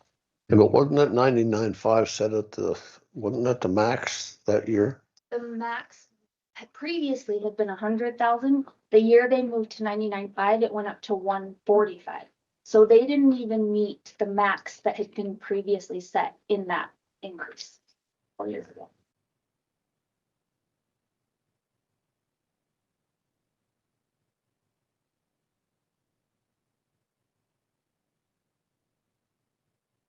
So last go around, it was an 8% increase from the 92 to the 99.5. I want to say it was 6%. What was proposed for the employees was 6 or 7. I believe And so then we got the 7. So if we went to 99.5, yes, and we started at 92,000, 92.6. thank you for that.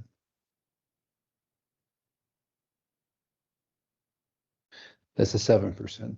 Thank you so much.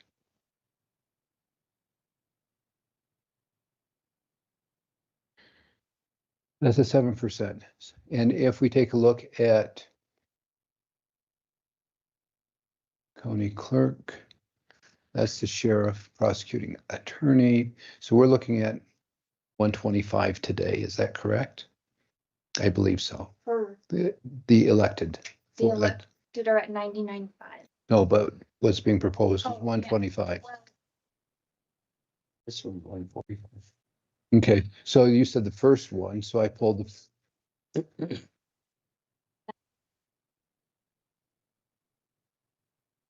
Yeah. At 145? Okay. So at 145.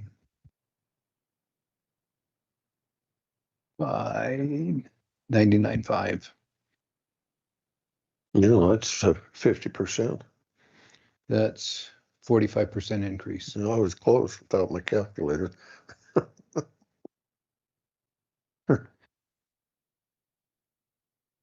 So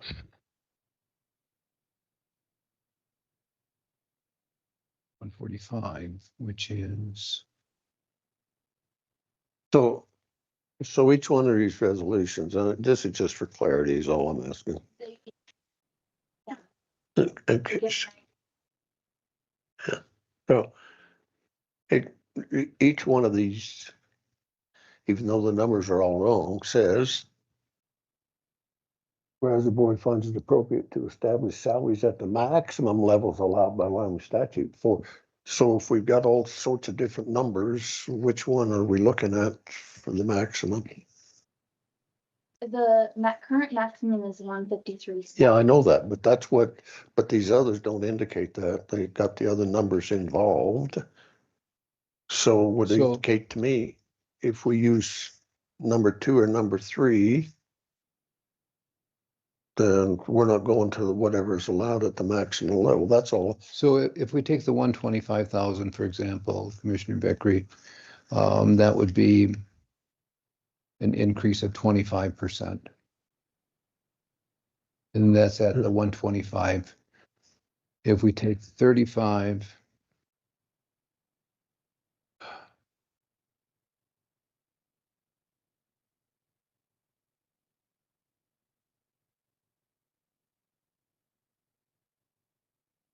that's at a 35%, 36% increase. If we go to the 115,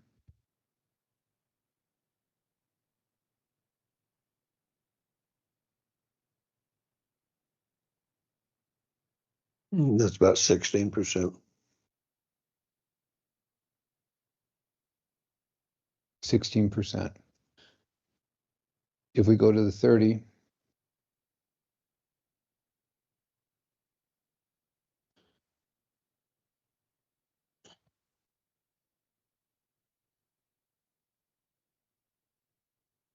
that's 30%.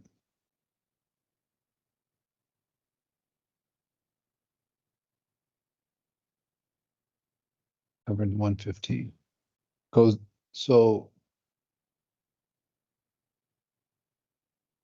because it's on paper and presented to us, I'm going to presume that you're looking at one of these 2, 3, 4, 5 options. Is that what's being presented? Or there are some that are double sided. Okay, thank you. So at 145, that's a 45%. 125, that's a 25%. 135 is a 36%. 130 is a 30%, and 115 is a 16%. So there's five. Oh, I'm sorry. That's inclusive of, and I apologize, because that's for sheriff, county sheriff and county prosecuting attorney. So we have county clerk at 45%, 25%, 16%, and that's a duplicate here. So there's 3. You know. So what's being presented are from today's base at 99.5, a 16% increase that bumps it to 115, 25%, that moves it to 125, and a 45 that takes it to 145. Correct.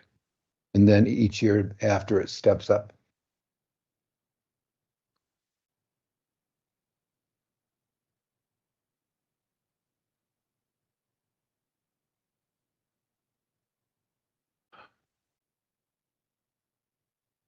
Mr. Chairman. Yes, please. So Please.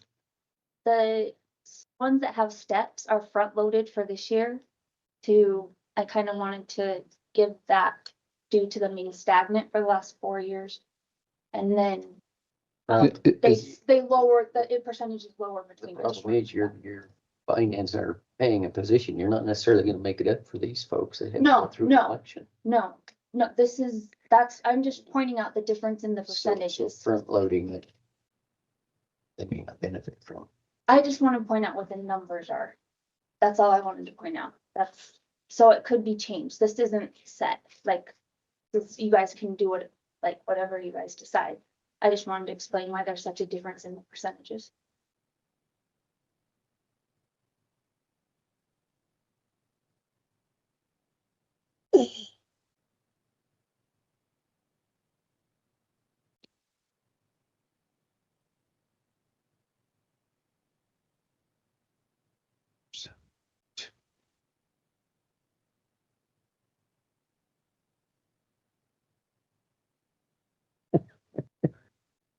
I should break the tedium here.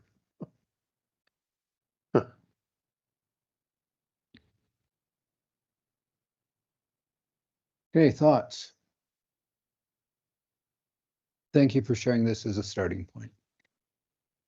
There could be an ending point too, I don't know.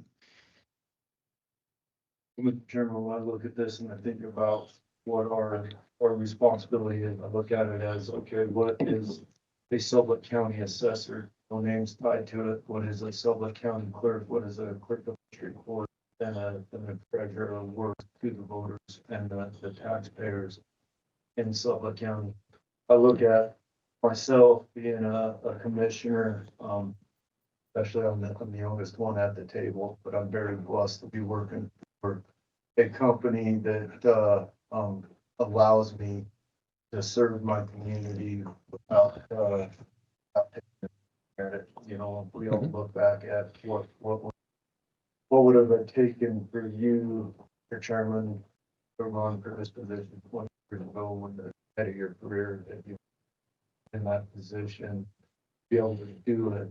You know, what are we missing? What is the benefit for the county that potentially, if we was to increase the positions, what is the benefit? Would that open up the avenue for people?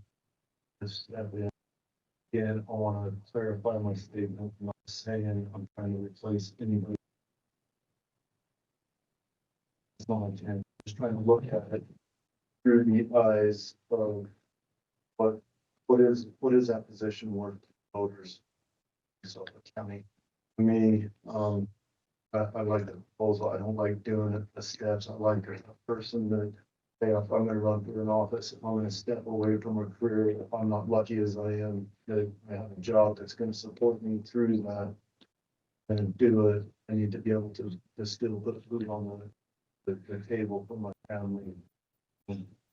So I think that those positions warrant $1,200 a year salary, especially with what I'm seeing in the current market of what's going on.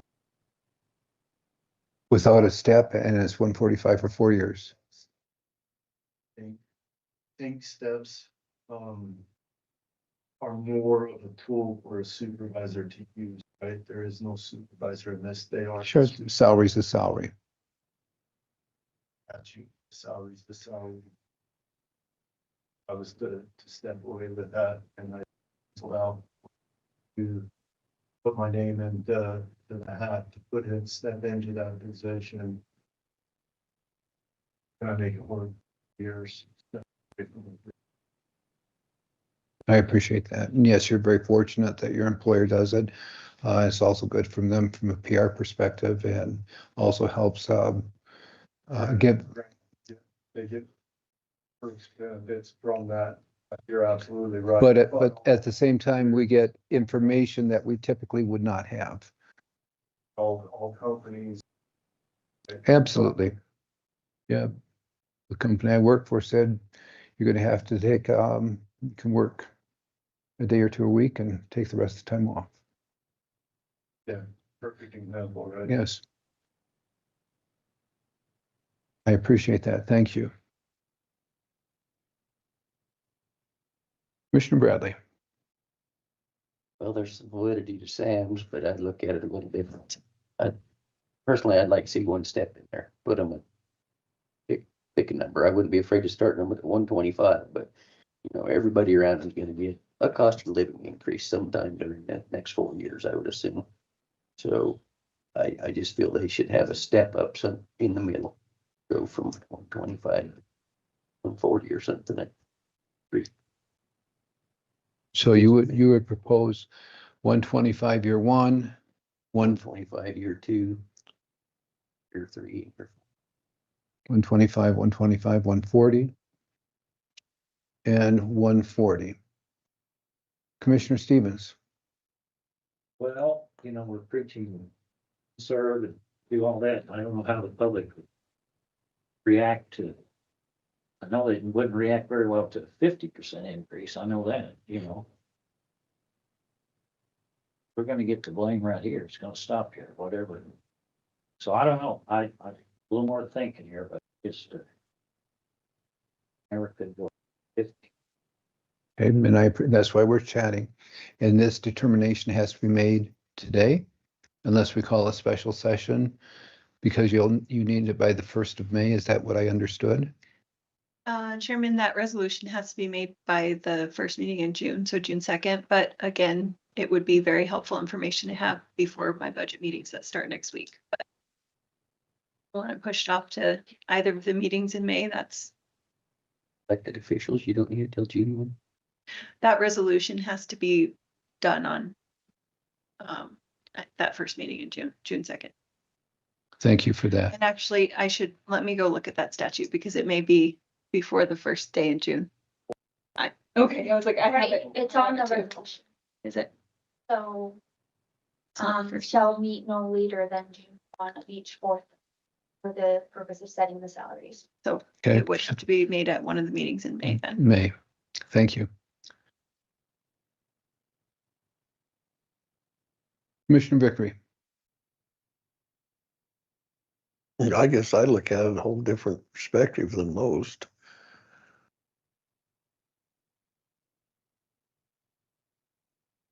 And that's good. I think I gotta put my thoughts together because somebody may be listening, and I certainly don't want to be misunderstood.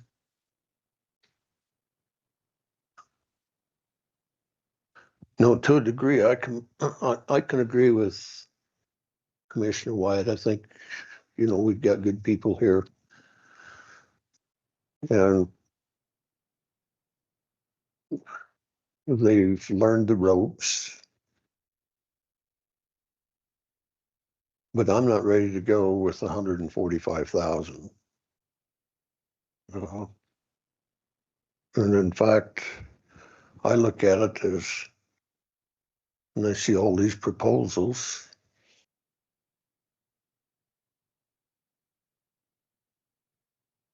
I look at that one that says it's 16%, which is pretty darn significant, which is 115,000. And I don't want to see its take steps increased. I think that's pretty significant for the next 4 years in that position, in those positions. And the one thing that we're sitting here thinking, yeah, we're going to do this, this, this, and this. And if I felt really comfortable about knowing what the darn revenue in the mineral industry was going to be, heck, I could give them the world, but I don't. And so based on that, I've got to be somewhat apprehensive about where all the revenue is going to come from. And yeah, we're going to have the naysayers out there, probably some in this room. Oh, you got all those reserves. Yeah, we've got some reserves, but I'll tell you what, spending it like we have been in the last 2 or 3 years, those reserves just go like this. And if you can't backfill them with what you're supposed to, then all of a sudden that reserve account doesn't look very good. And I guess,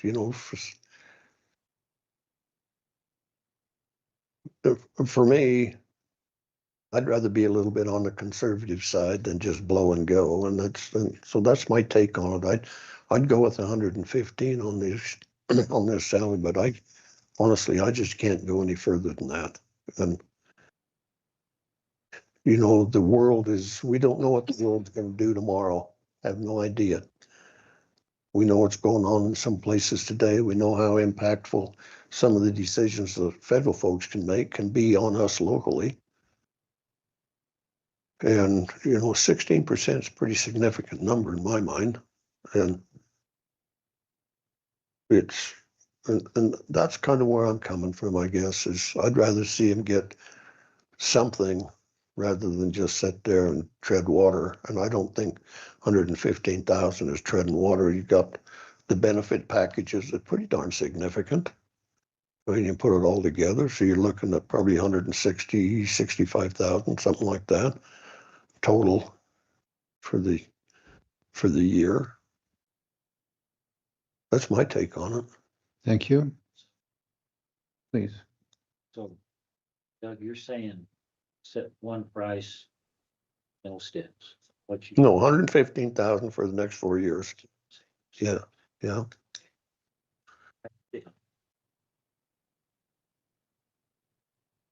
Well, if somebody can explain to me that we're gonna take more income in next year and the year after and the year after and the year after, yeah, I could go with a step increase, but I don't know that anybody out there can tell you that. And I think right now, if we have to cut back someplace, it's gonna be in some of the services as we go forward, not in the salaries, because I'm not gonna take back what I've on the salaries. I just won't do that. But the services could get cut somewhere down the road to make up for the salaries that we're looking at. And I'm not willing to go step. I'm just the one, of course, so.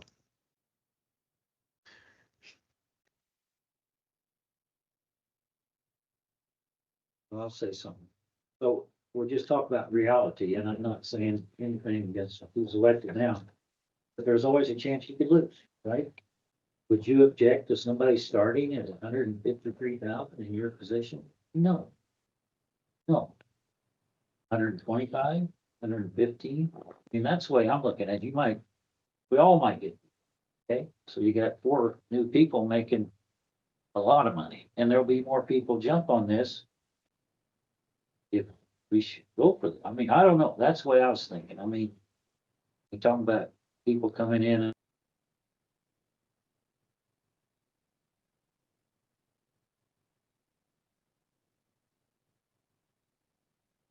Commissioners with 5 different thought patterns, 5 different experiences in life, 5 different occupations, and coming up with a common ground is a challenge on any topic.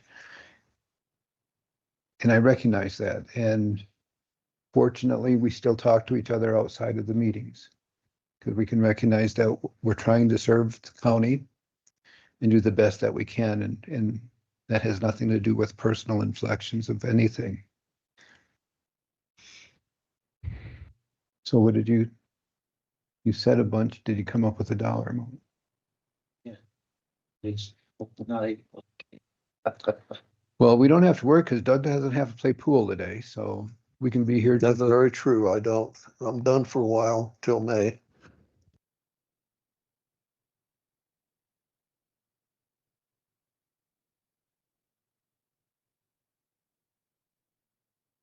Till May.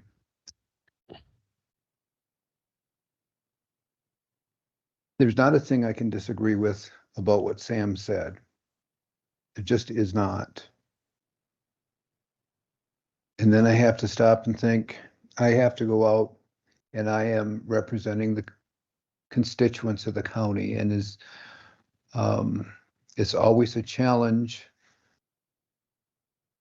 because as a person that was outside of the political plate of spaghetti, I could often hear how county employees are overpaid, and I'm sure a lot of people have heard it, but at the same time, I know the value of quality people running and holding office. I do. So it's a double-edged sword. We are not, fortunately or unfortunately, in the position of Teton County. I think that the monies that they have available are not indicative of what we can do here because of the huge variable, the 87% of where our money comes from. I think that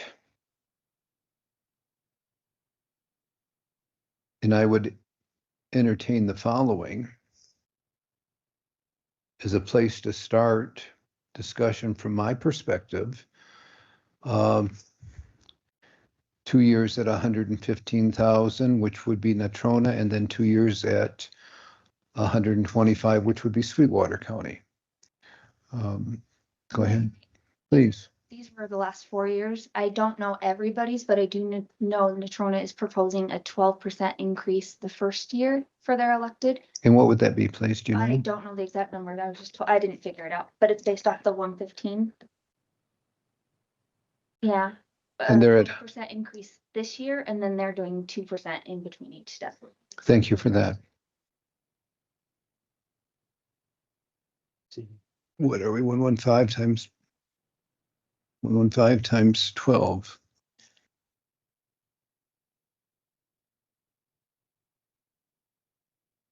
So you're saying that they're going to approximately 128.8 at Natrona County, and Sweetwater is still at $1.25? I don't have that information. I don't know what they're doing this year.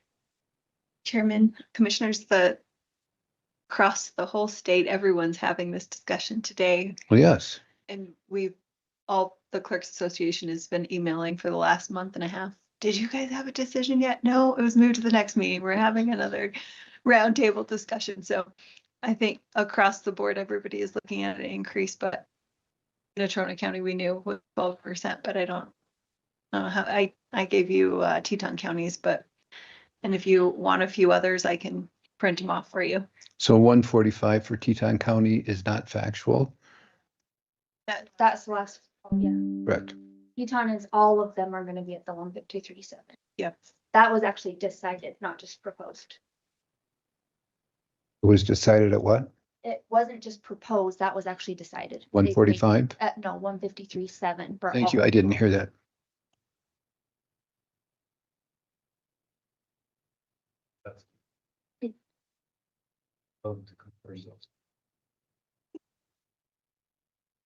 Chairman, I believe, and I have to look back, but I think Sweetwater told me they were going to.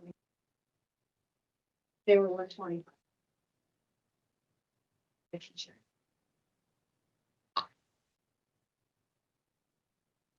Chairman. Thank you. May I make a comment? Of course you may. Okay.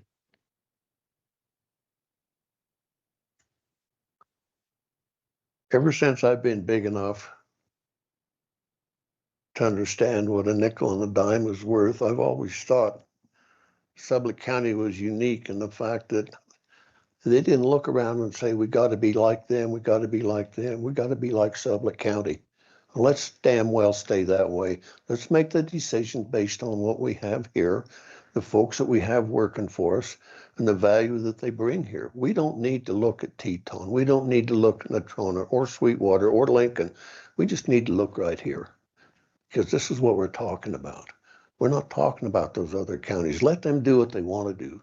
They know their finances more so than we would, and we know ours more so than they would.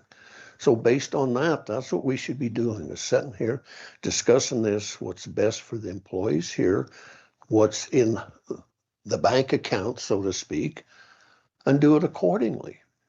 I've already made my statement. I'd a lot rather be somewhat conservative, knowing full well that we can meet those obligations as we go forward without putting a crimp in our style somewhere else.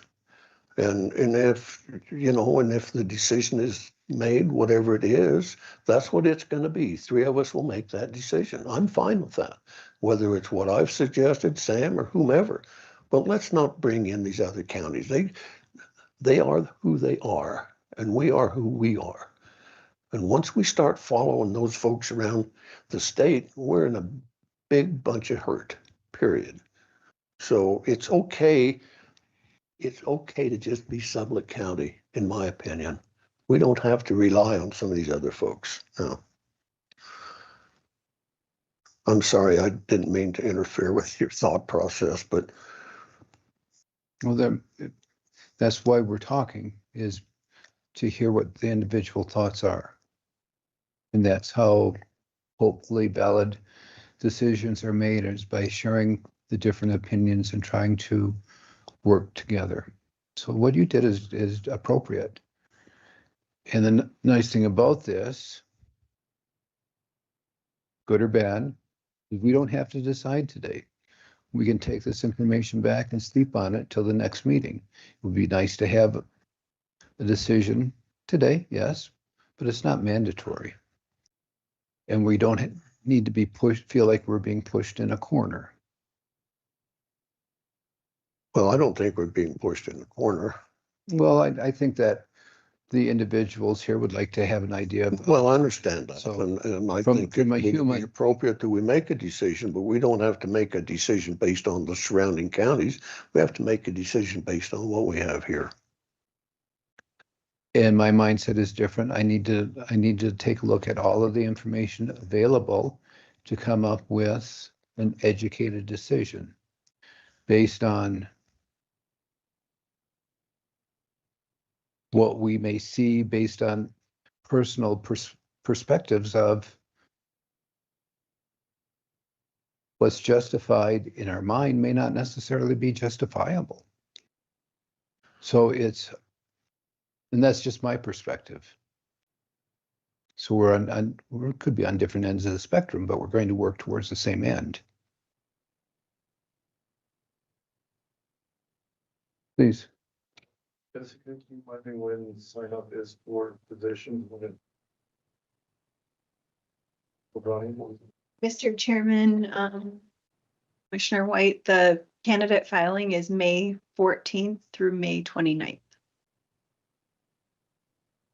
So if you push it that last meeting, they would only have a last meeting in May, they would only have days. It's gonna be if they decide to run it. Be a full week. So you have, your meetings in May are the 5th and the 9th. So you'd have 10 days.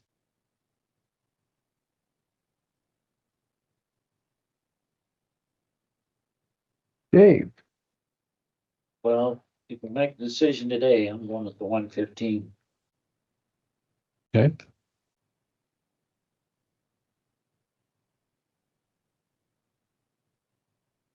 Okay, the question now is, does anyone want to make a decision today or wait until the first meeting of May or wait until the second meeting of May? I think we're pretty close. Let's get it done. Let's hear your thoughts. You've got all our opinions.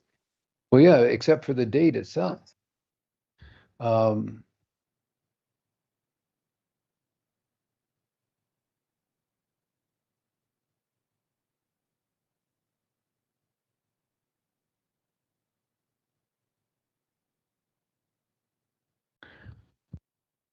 I would consider 115 year 1 and 2 and 125 3 and 4.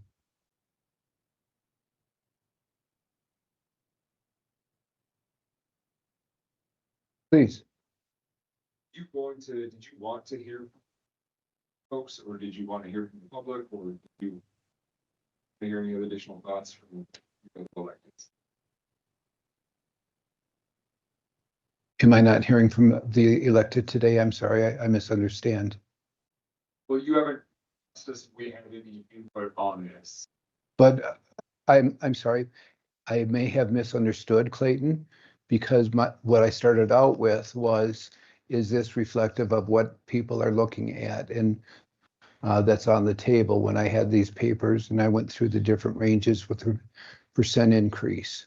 And if that's not correct, then I misunderstood what was being told me. I just have one brief thing I just wanted to mention, because I know that I'm not the only one that feels it. Mr. Chairman, we don't know what the future is going to hold, to Commissioner Vickery's point. I think, and other folks who were elected officials during this time period where there was a step in the middle, I think elected officials are in somewhat of an awkward position if there is a step in the middle and the rest of their team, for economic reasons, let's say there's a downturn in the economy, everything else. If elected officials are getting an increase midstream and the rest of their employees are not, it creates a little bit of a difficult dynamic. I appreciate that. Thank you. It's the thought. Those are my only 2 cents on the topic. Pessimistic outlook. What's that? Pessimistic outlook. Have No, we ever I'm gone not. 4 years without a cost of living raise? Say again? Have we ever gone 4 years without a cost of living raise? Yes, we have. I don't think so. I think there's been three, the fourth year. There's never been a 4 year span, I don't think. I don't have all the institutional To knowledge. clarify, there's been 2 in the last 8 years. Yeah, but every fourth year, there is one. Every third, fourth year. Okay, so with that being said, Leila, what are your thoughts, please? It's hard to want to ask for this X amount of money rather than elected official, but my thought in the back of my mind is there's a reason that 100,000 was raised to what it is, 153.7. There's a reason it was raised. I think it's the cost of living and what it costs to live. And a lot of counties are followed that. We didn't. Thank you for that. Emily? Commissioners, when I think about the employers in our county, that the biggest ones are the county itself, the school districts, and then we've got oil and gas. And a lot of those are making what we're making or more. And so I think it's reasonable and prudent to allow an increase in our salaries because those entities are also making more money. Thank you, Jessica. One thing I might add in there, Mhm. I'm not sure that they are the largest employee. Hospital district now has 256. We're still. So they might, school, I thought they was up around 300 once, but that's, I just got that pretty straight, 250. I was gonna cop out and say I'm the new girl, so I can't say anything, but I will say that this job is so broad and it comes with so much liability. If we're doing our jobs right, I believe that it requires a significant increase in pay. But I humbly do kind of bow out of the conversation only because I'm so new. Okay. Thank you for that. I can appreciate it. So if I may, from my perspective, I've been married to an educator for close to 40 years. 4-year college degree, multiple certifications on top of that. Granted, they have 4 months off in the summer, but I know for a fact that Melissa's not home frequently until 8, 9 o'clock at night taking care of your children. I don't know of a bigger liability than that. And she's only making $80,000 a year. So when you say something that's so blatant in that in regard that our liability dictates that we should, then you have to stop and think about the people that educated you. And you don't have a clue. They are capped out with a salary schedule. They are capped out with administration, with federal rules, same as you. And the worst thing ever is the parents of their children. And so when you say, don't misunderstand, we deserve because of the liability, I have to call BS on it. So I'm talking about, and it goes to comparing salaries. This is in the step system and the private enterprise. Pure West, I have no idea what they pay. Couldn't tell. Not a clue. The other one that was brought up was who? We can't use the hospital district, or perhaps we can. So these are all things that have to, and I'm not trying to create any issues. It's how do we come up with something that is equitable for everyone, that everyone feels that we walked away a winner. And I think that's what makes sense. So the question now comes, do you want to table this until the next meeting or next meeting? or commissioners, how would you like to address this? And while they're thinking about that, I would like to thank every one of you for your input on this because it's greatly important. The biggest asset as a county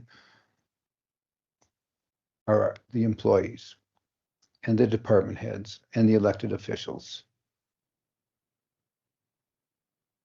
And I think that makes sense. So when I say things like that, I have not addressed anyone on a personal basis.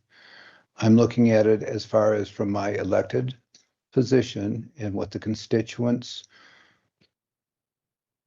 are saying to me. And that's what I have to be directed by.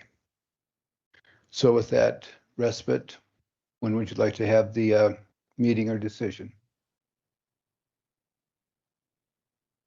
Your West, for example, operator starts out somewhere between $75,000 and $100,000. Your leads are the 100 to about 150. Management / engineers, middle management / engineers, somewhere between 150 and 250,000 a year. Okay. And you got your upper. Thank you. Because I had no clue until just then.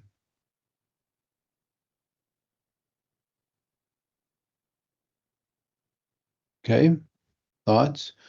How did you determine it last time? How was this addressed 4 years ago? Okay. I don't want to kick the can down the road, but at the same time, I want to try to make it so it's the best decision possible based on the information that we have. What information you gonna gain in the next 2 weeks? Let's get this solved. That's a great point. Okay. Commissioner Vickery? Well,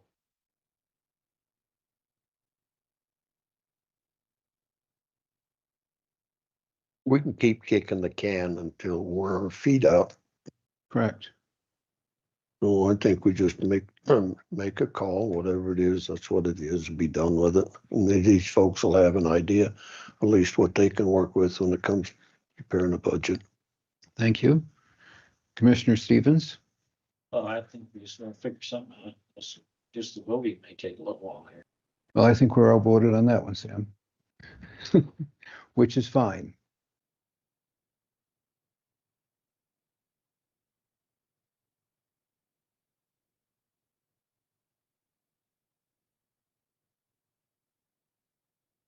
I appreciate Clayton's remarks about midterm raises.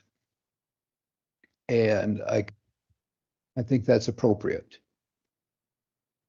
So what I see is Sam at 145, Mac at 125, 125, 140, 140. Dave and Doug at 115 and Lynn at 125. Let's find some common ground and go 120. I'm sorry, what was that? What was said? Oh, please share. Was that the average? Yeah.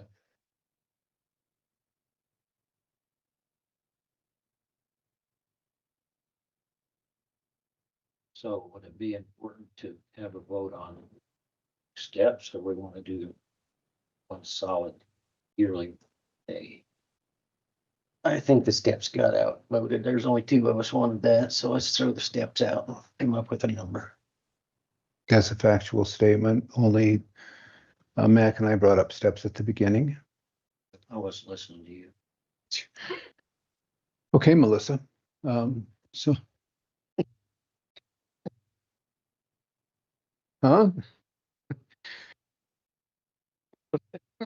That wasn't recorded, by the way. So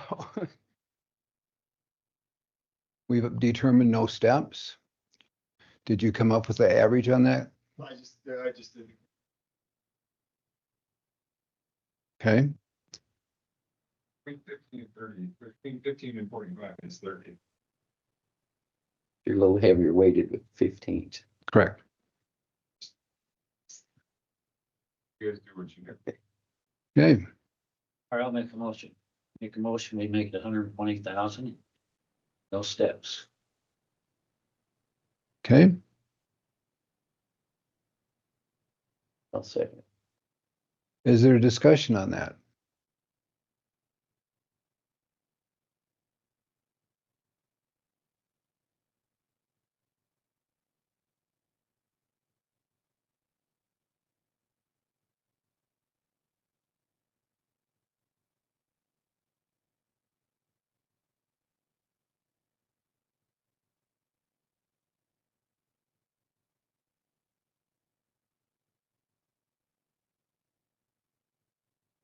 Was the,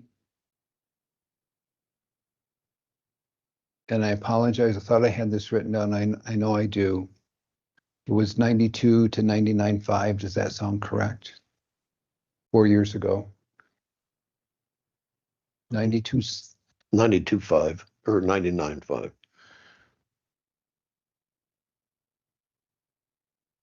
thank you. I had it written down and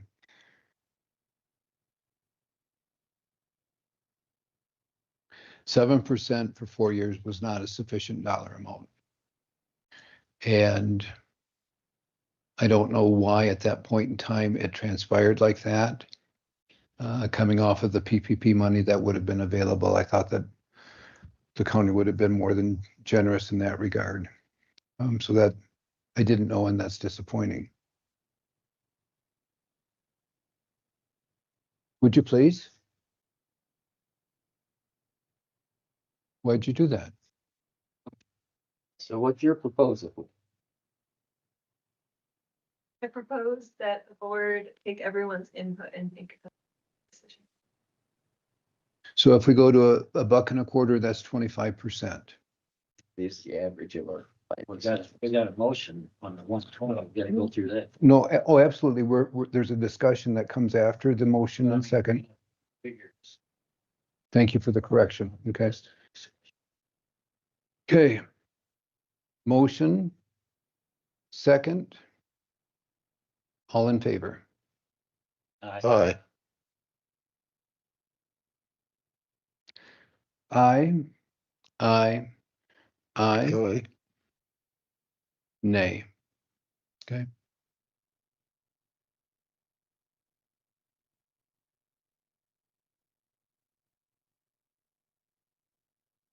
$115? $120? 120. Okay. Let's just bring up some more figures. Got the assessor, clerk. District court, treasurer, set, one. Correct. Correct.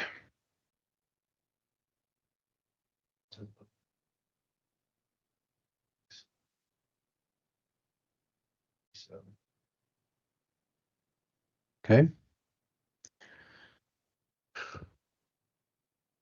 That's the max salary possible.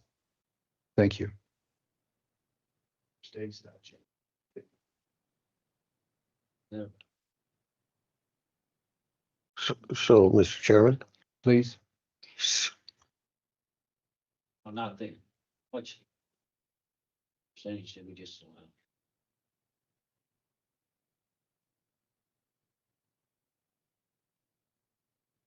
We went to 120. about 18%. Yeah. 18 point something. What'd you show? 20? Yeah, yeah. 20 on a pinch. Just a tiny pinch. 21%, 20.6. Okay.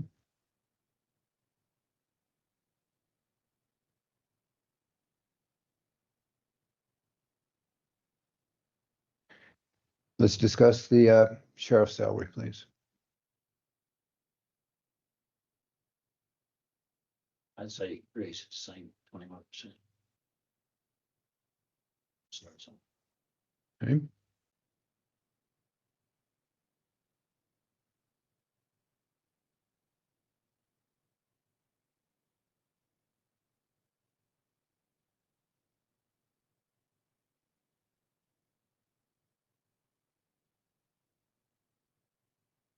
So put them out 133.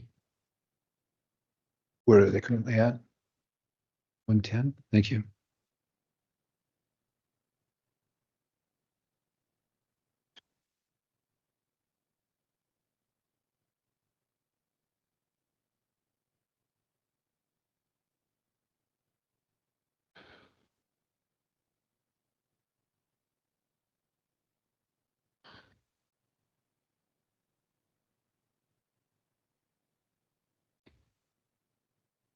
$110.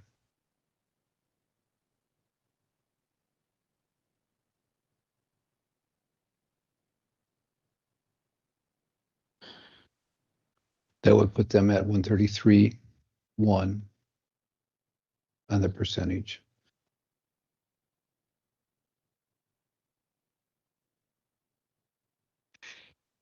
Doug? What? Sheriff. Well, we've just discussed, Sam said one to max, right? Yeah. And so we just had a little bit of a discussion a bit ago about we're going to have a new sheriff. Because Mr. Lear decided not to run, is that correct?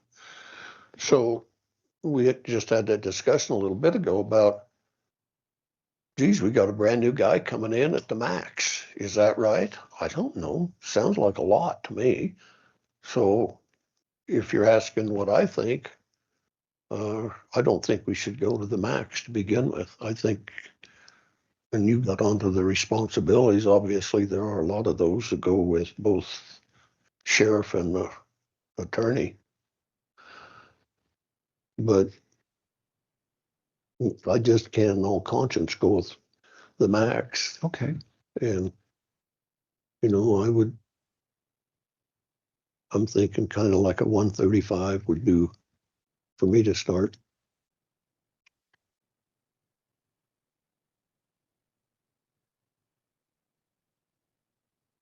Mac. Go along with Doug's thoughts here. Dave. Well, I was thinking of 21%, but I'll go with 35. Okay. And what, I just needed to. Sam. Looking at this, what it is and benefit that voters are getting, the higher paid salary, got market rates.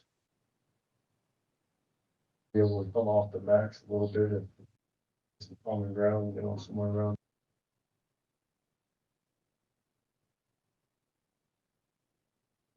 What's too low? 140, 145?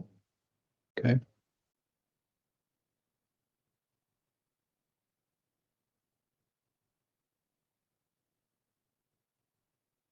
Flat rate, no steps.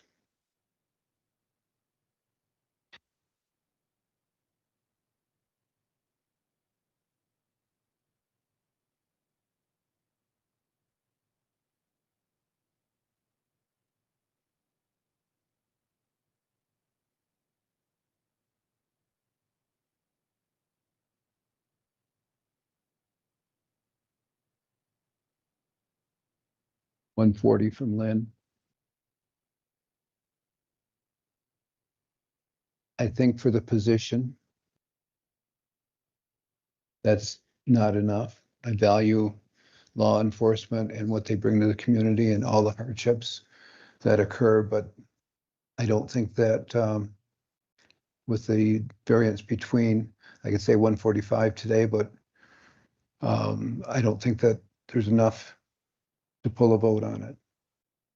So if I go 140, 140, and we could get someone to compromise, then we could be ahead of it. That's up to you. Still too low. Can go 145.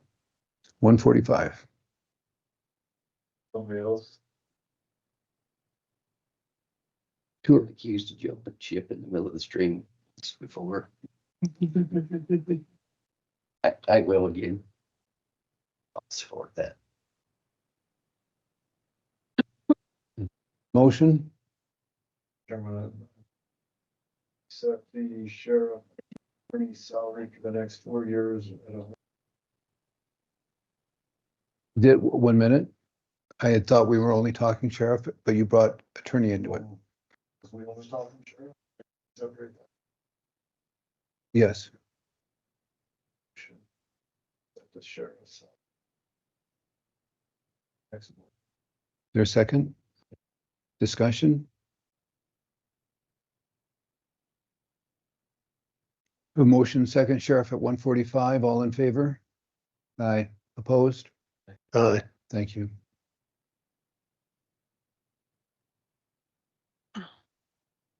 Last. Good. Yeah, we're Zoom, just getting yeah. started.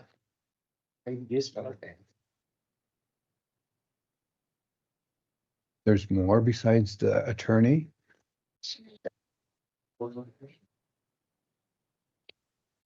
That's an easy one for me with commissioners. Attorney and Clayton, correct me if I'm wrong. Do we set the deputy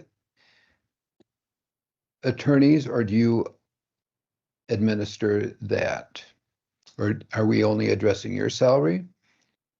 Mr. Chairman, you're setting the attorney's salary, the elected, Yes, and then through budget process, you also approve on. thank you for the clarification. And your maximum is? Sorry, say again. The maximum for you is how much? Same as all the electeds one. Mr. However, Chairman, please, well, go ahead. I'll listen to your first. you feel free to jump in. Because of that, I think that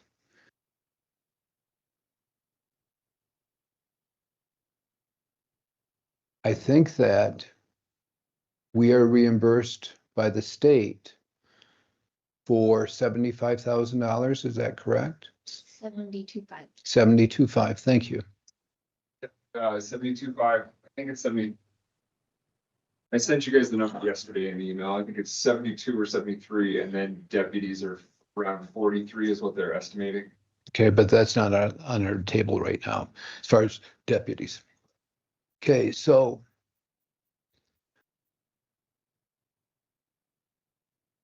the state is paying us to hire Clayton, just to get rid of him.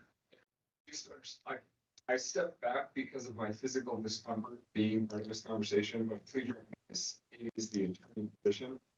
Just remind you guys, mentioned a position that I just don't want you to call me my name. It's uncomfortable. Okay, thank you. I recognize that.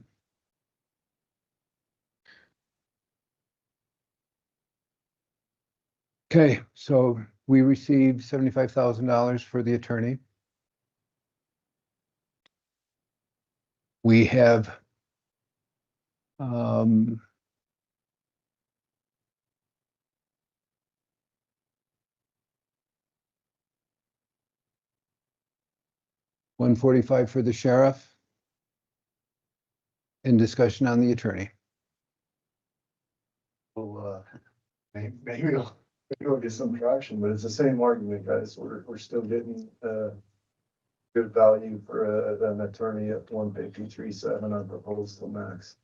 And we're getting reimbursed for some of that from the state. We're getting reimbursed for a significant portion of that. So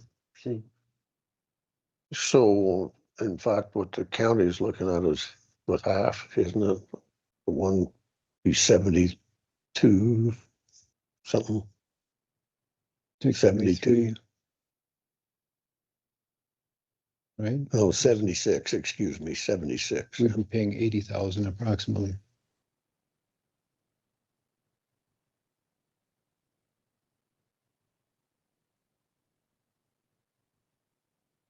Dave? Mac, Let's hear from Doug.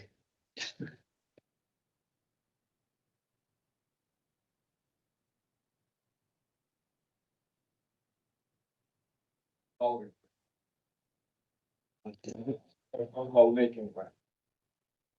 I don't think that'll make it. You're in here.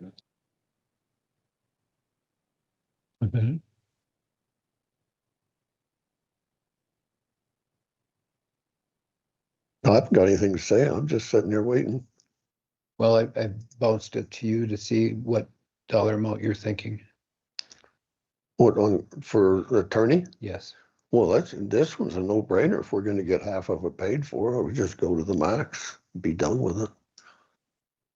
We're looking at what the county's actually only gonna pick up 76,000. Is that correct? 76. Yeah. You got it.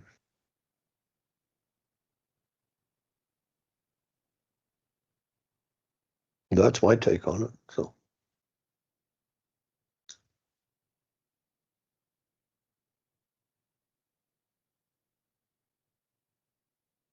So we're looking at 81,200. It's about the max on this.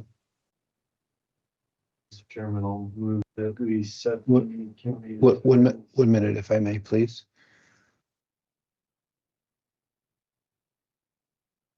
I think it's parity to have input by all members. I'll go the max on this.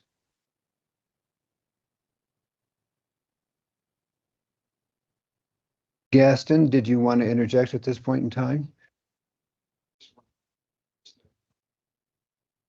Since I've been county attorney's office, just want to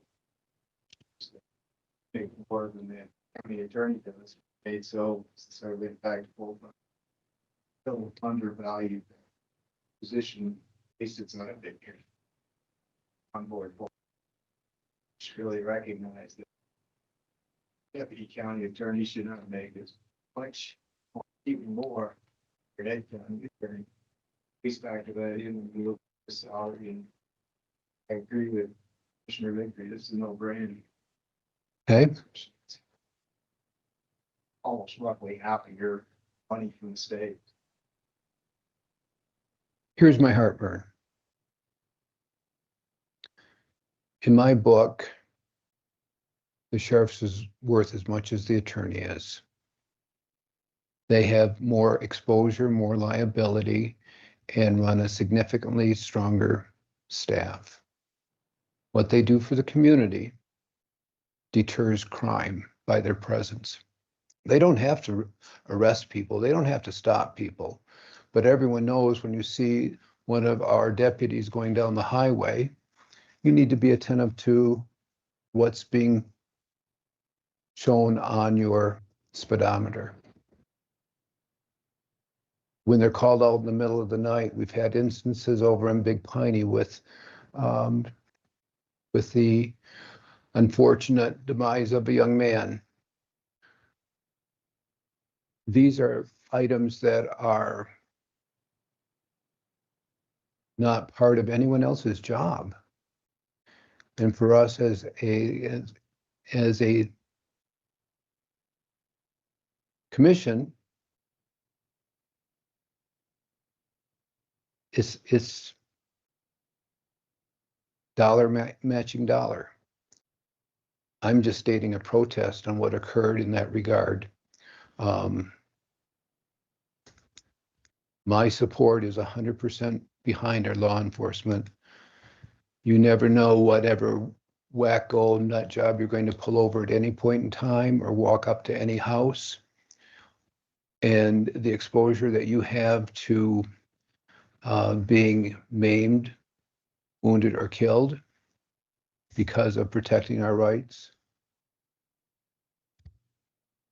is actually greater than the attorney.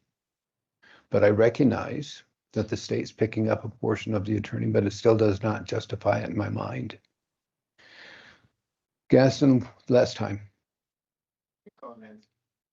I don't know if you know, but the county attorney is routinely called nightly after hours on call 24/7. We routinely, answer those calls in conjunction. Gaston, I'm not degrading what the attorney's doing.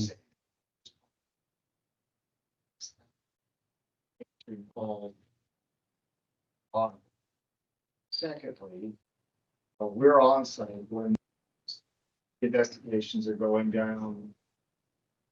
They present finding demises of people. They find, those are part of the job duties. That's part of the county attorney's. I understand that. And please don't argue, you're already at the maximum. You're not accomplishing anything from my viewpoint. But I, and I'm not degrading anyone's position or what their job is. But I know for a fact that when young Sean Butler pulls over any individual, the question always comes up is how will he end up? And that does not occur in your office. And that doesn't occur in any other position. I'm just stating my thought and philosophy behind this. Okay, so is there a motion on the table for the attorney? Chairman, I move that we set the Sublette County attorney's salary for the next 4 years at 157. There's a motion. Second. I have a motion and a second. Any discussion? All in favor? Aye. Aye. Thank you. And I didn't mean to go off on a tirade and lecture. It's just, I see an inequity in this. Should have tied them both together. I would love to revisit the sheriff's salary if you wanted to try to get it higher. I agree 100%. How it would work is if if you wish to contest that, you can make a motion. If you get a second, it can go back to discussion and see where it takes you. That's how it's set up in our system. Raise the sheriff tonight. I need a motion to void the prior vote and bring it back to the table. Chairman. Fire sheriff. I'll second that. I have a motion and second to negate the prior motion of the sheriff's salary at 145. Motion second. Any discussion? All in favor? Aye. Okay, opposed? Aye. Okay. Motion's back on the table. Sheriff's salary too. Have a motion. And I'll second it. Have a motion and second to adjust the salary, Clayton. Please, on this motion, have a motion on the table. We negated the prior vote on the sheriff's salary. We have a motion now on the table at 153.7. If it doesn't pass, does it roll back to what was previously done? It can't because we negated that vote. Is that correct? Did you vote to negate the previous? So there's two things that are happening. I would refer you back to your bylaws that are your meeting rules determined a few weeks ago. So your meeting rules from a few weeks ago, in order to raise an issue that's already been decided, you have to be a person who voted in the majority that. Okay, so we weren't. We have to. So I can make. Okay, so So the motion, what we, Question. hold 1 second. The motion that we made is now void, and what was passed to begin with at 145 still stands. Okay. Thank you. Okay, so now, Example, if you wanted to do the same for the next, for the other one, it would be the same. If the person wanted to vote to make a motion to revisit the other elected salaries, they can be from the original. okay, all we're addressing right now is the sheriff. Yeah. Okay. Because we were in the minority, we're in the minority.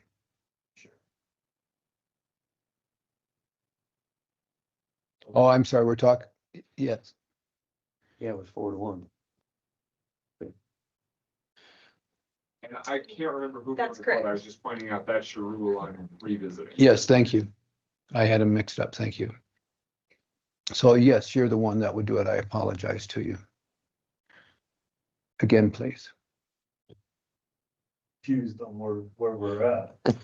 We got it out there to second it, then we just gotta vote. So we have Clayton. Where do you? Those. So was, I guess the question for the group is, I wasn't keeping up the votes. Was Sam in the majority? He was in, Sam was in the majority on the previous. Then he can make the motion. You did, and it was seconded, and it passed 3-2. So now Commissioner White made a motion to raise the sheriff to 153.7, seconded by Bernard and both. do we need to negate the prior vote? It sounded like that was your motion, was to revisit the previous vote and instead make a different number. So that would negate it. Okay, great. Thank you. Needed to make sure that. But who has to make that motion? Someone from the majority, and Sam was in the majority. No, it wasn't. Yeah, anybody but you, it was 4-1. So Sheriff, it was carried 3-2, Vickery, Stevens. So you were in the majority. no, No, we He was in approved the 145. the 145 was approved by 3 individuals, Doug, Mac, and Dave. You're saying no, please, why? So the 145. Sam didn't approve that. Matt voted or yes. Yes. Doug. Okay, and Dave great, voted thank you. On the 145? Yeah, okay, Okay, need to make sure. that's correct.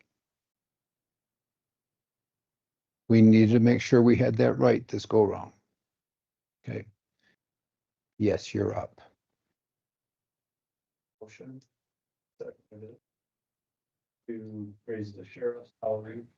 Tax. Correct. Have a motion, there's a second, and is there discussion?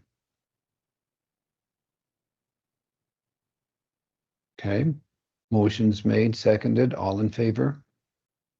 Aye. Opposed? Aye. Did you change your vote, Mac? Voted in support of it. Of the 150?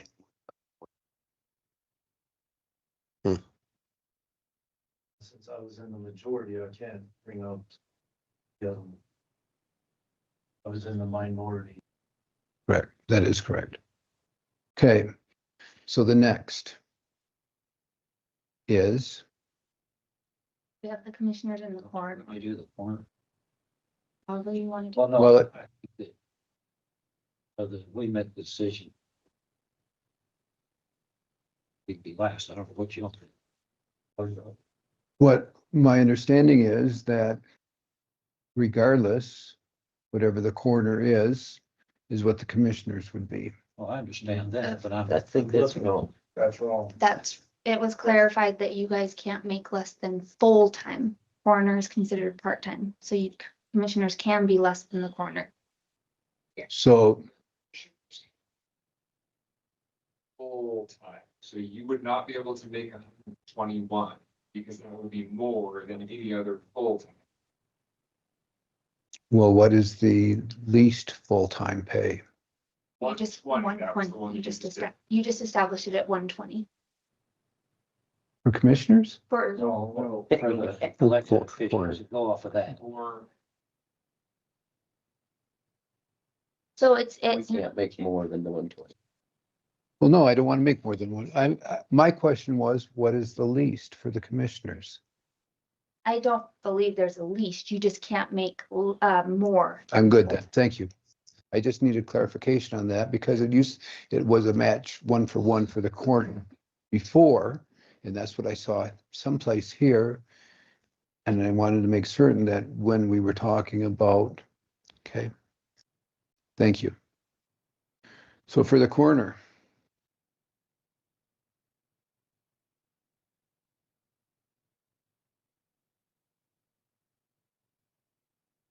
Currently at 35,000, right?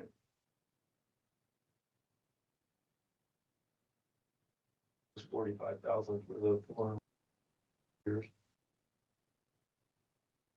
Mac,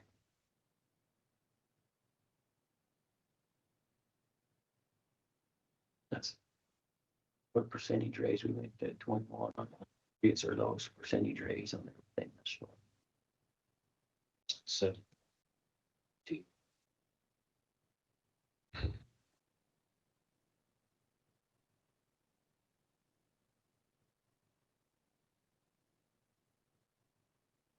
45, You- 42. Did you change to 42? Thank you. 42, 42. Commissioner Beckery? Well, if you can believe what Kurt Koval says, he doesn't want to raise. So I guess I'll just go with the flow, but I know that's what he says. He doesn't need one, doesn't want one. But if we're going to make a decision for him, he's going to have to like more money, I guess. I make one observation when it comes to coroner.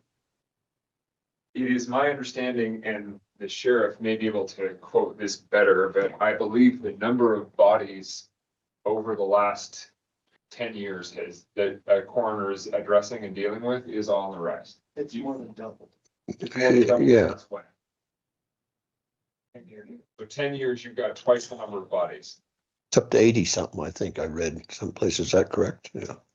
I'm not always on occasion to be with the coroner in those circumstances, but the times that I have, it is a difficult experience, and you're expecting a person to do double what they've done for the past 10 years.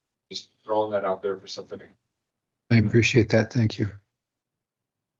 I'll go with 45. I'd hate to lose him. You know, I mean, saying he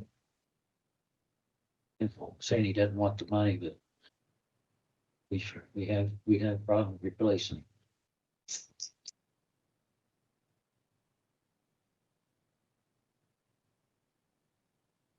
$45, 45. And 45 is the number. I'm fine with that. Okay, discussion?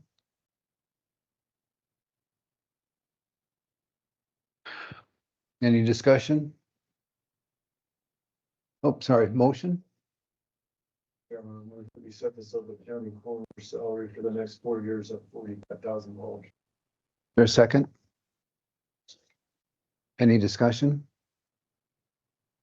County coroner at $45,000? All in favor? Aye. All right. A What? lot of places, a chairman makes more than a regular commissioner. I'll tell you that after the vote, see. So you wouldn't ask for more money. Okay, so we're still working on the coroner. Yeah, that's what I said. Okay, did you vote for? All in favor, 45, okay, 5. Commissioners, I'll go first.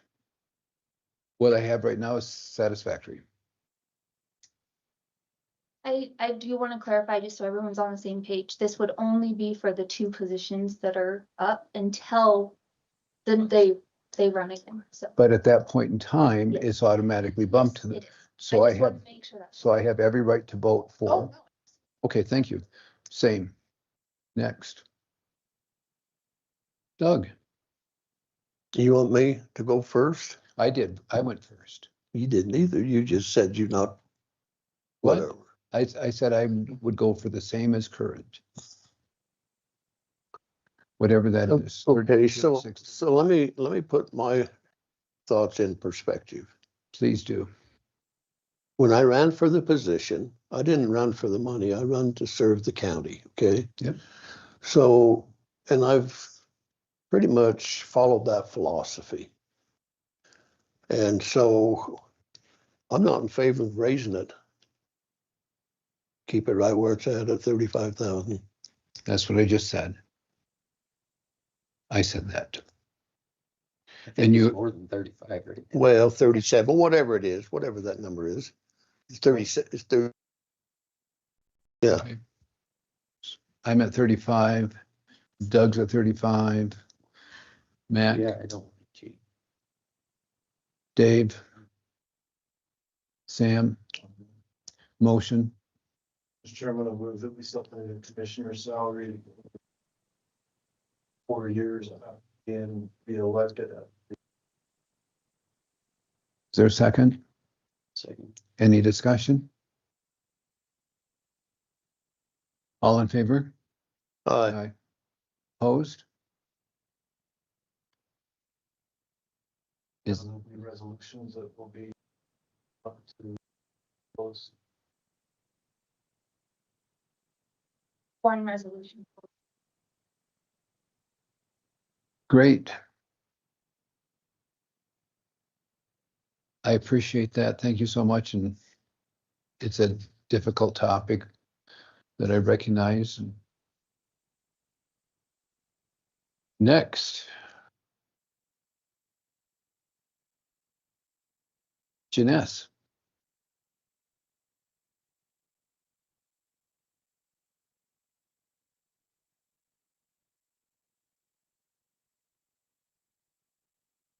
You're still sitting there. What do you guys do? All right, Mr. Chairman, it is 5:40 almost, so I will go fast. We have a new MOU that the BLM is requesting on the Rock Springs Resource Management Plan. Clayton has looked at that and will be, I believe, presenting it to you during his time. But I wanted to let you know that that is in regard to the environmental assessment for the resource management plan. And I will be attending a meeting tomorrow in Rock Springs for that. Anybody wants to go, of course, welcome to go. I drafted the Chapter 29 rules for sage-grouse mitigation credits. Sam has looked at those and made some revisions to those. I sent those to you yesterday. If you need more time to look at them, that's fine because they're not due till May 8th. But if everybody is fine with those, we could go ahead and get that taken care of today. I do have an original here for signature if you'd like. The only change that I made after I sent that out is just a little clarification. Not stated in a single provision, section 6, 7, 11 collectively function to require upfront financial commitment as endowment funds must be in place at the time of the credit sale. Financial assurances must cover long-term obligations and funds must be deposited at the time of purchase. There's just a clarification in one of the paragraphs saying we need to make a few changes, even though it doesn't specifically say what I was saying. When you read the paragraphs together, it gets to that end.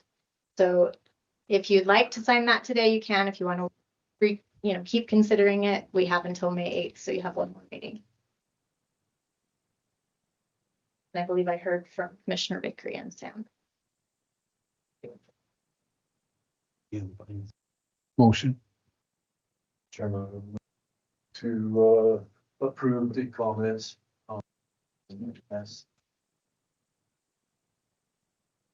Nature House. Second. second, Discussion. All in favor? aye, Motion passed. Oh, any opposed? Excuse me.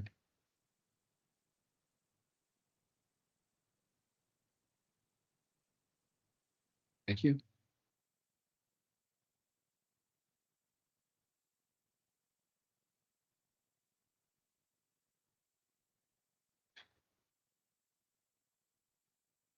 I believe Clayton's also going to talk about that notice of federal interest in Rendezvous Point Garage, so delay that. You already talked about procurement policy. Oh, the minutes from Pine Creek Ditch Association. We've now missed the Fremont user group meeting. Fremont Lake, that was at 3 o'clock today. I believe somebody from Billy's department, because of the golf course, went to that. So you will get some feedback on that, presumably. It was mentioned that the ADA web compliance was extended by a year, so we are not required to be in compliance until April 26th of 2028. You all received an email about Jasmine Allison getting the Reclamationist of the Year. That was partially, obviously it was her work that did that, but you may recall that we collectively drafted a letter at your request to recommend her for that. So awesome that she got it. Mr. Chairman, I believe that's everything. I'm trying to make it fast. Any questions for Janess? Well, there's just one comment I'd like to make. I've talked to the board and I had Janess draft a little letter Yes. from the commission standpoint of please be careful on the fire situation. And I would request if she has time to email that to the roundup to see if they'll put it in the paper this coming Thursday. Will you have time for that? I can, but their deadline was yesterday. Am I correct? Their deadline is noon on Monday for the Thursday paper, so it would be. Oh, really? They told me Wednesday noon, huh? Unless they're gonna do it as an article, maybe. We'll try. How's that? Well, just. Do it as an article as opposed to a. Yeah, right. That's, yeah. And if they get it, fine. If not, that's okay too, but. I'm good with that. Okay, Mr. Chairman, unless you have anything for me. if not. County Attorney. As Janess mentioned, there is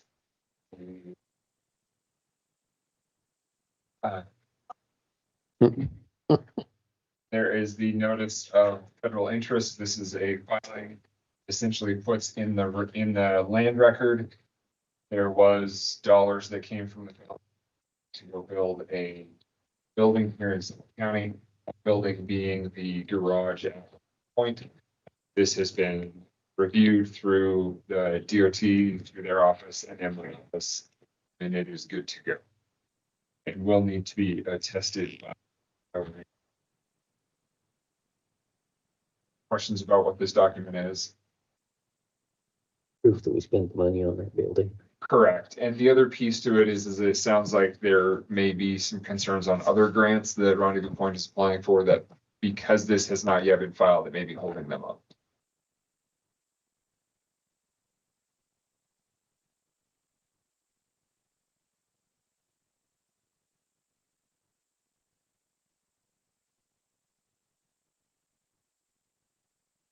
Second, Second.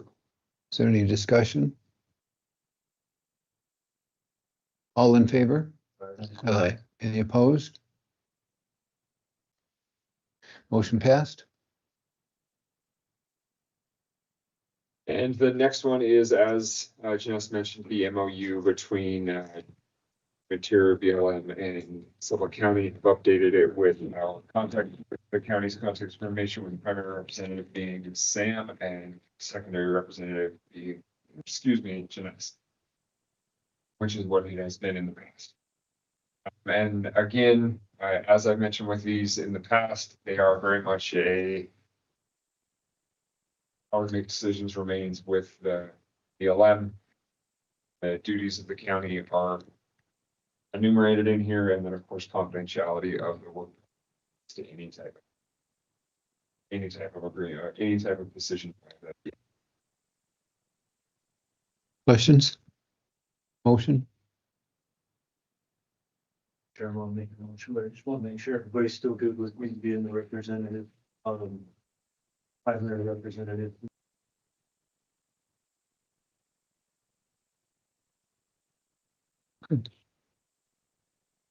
Good. Chairman, I to approve the operating to letter.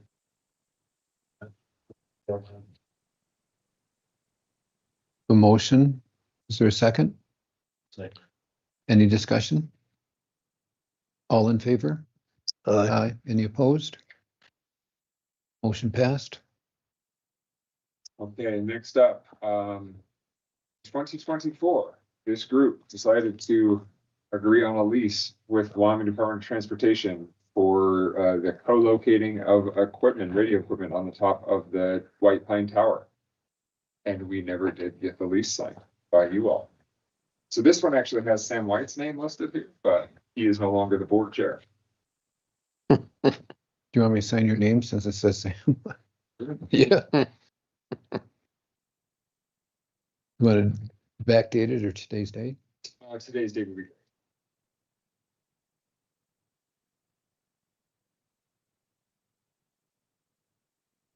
And then I have another resolution.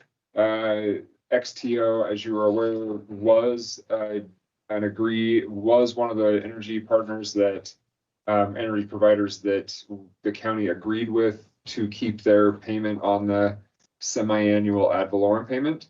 They have since switched to monthly, and they had a bond per your requirement, and now they would like to have a resolution so they can release that, get that bond released and get their money back.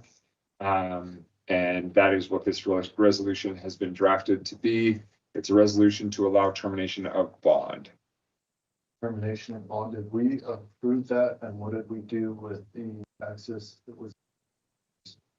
They paid that, they didn't have any, so they're paid up full, and they just want to move to a monthly now. I believe that they're no longer producing in this county, so they don't have anything current and they don't have anything from the past that's not paid. So They sell. yeah, everything would have been paid upon the sale. Okay. Motion, Chairman, I move to release the bond. We had. Second. we have a motion second, all in favor? Aye. Opposed? Okay, lastly, or we can do this in 2 weeks, is the discussion of the easement regarding Rim Road. Okay. Don't be saying okay just because I said. Wait. Yeah. Sheriff Ware had what is it, a lease for? Oh, yeah.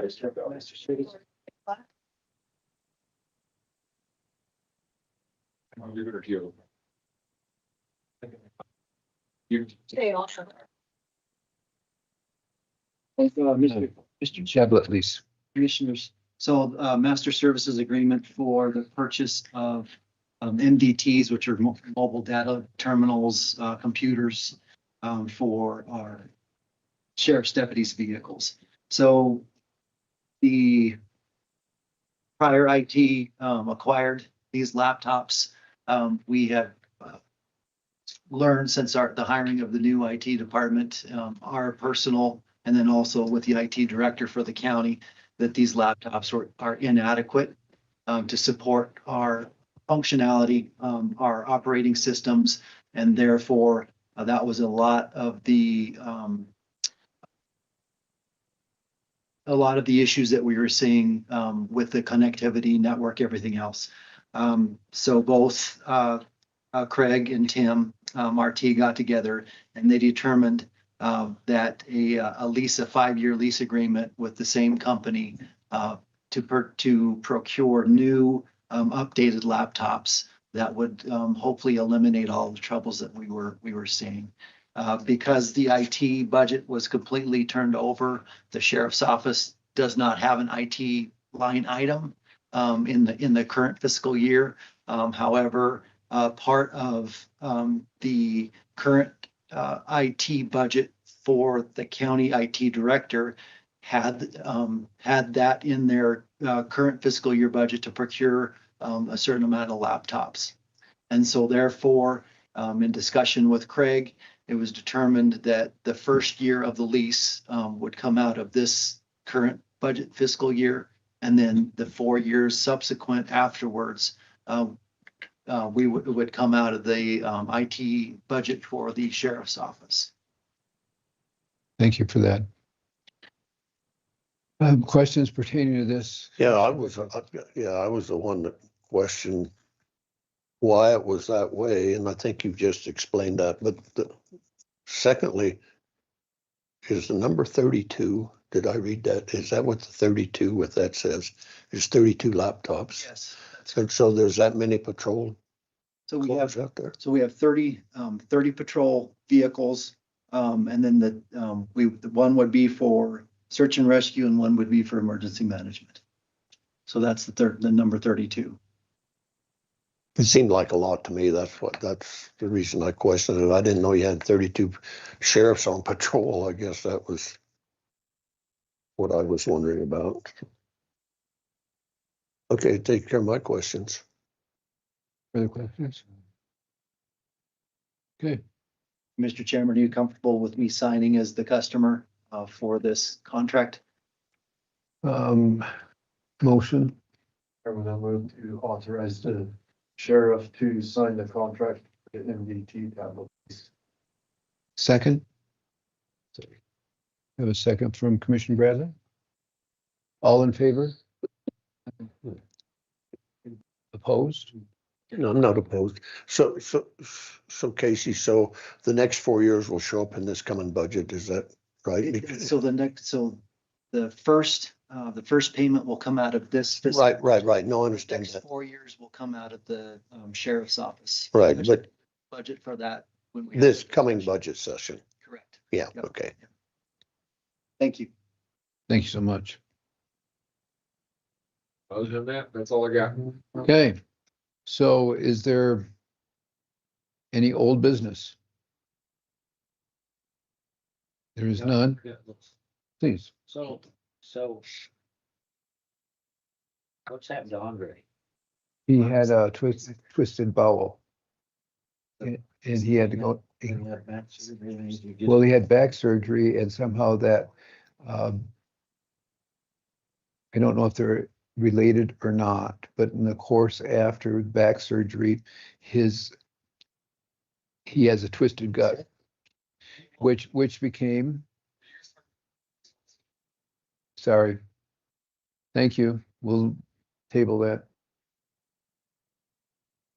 Okay. The other side. So, Thank you, Clayton. I was actually, I didn't hear, it was actually. at Rendezvous Point, okay. Doors. He told them, not to us, but he told the people at Rendezvous Point that the bid was too high. And they'd like to get it fixed. The gutters never got fixed. I mean, some way we could get a hold of some people and get some other bids or something. Those people kind of, I mean, if you've seen the people trying to squeeze through the door, they're walker. It's kind of, how do we handle? I mean, I talked to that guy, Big Piney, he'd like to bid on it. Let's working on the museum. But I don't know. I just feel like we ought to have We something to gotta tell move those people. forward on it, correct. Did I not see Andre in the building the other day? Kind of sort of working a little bit.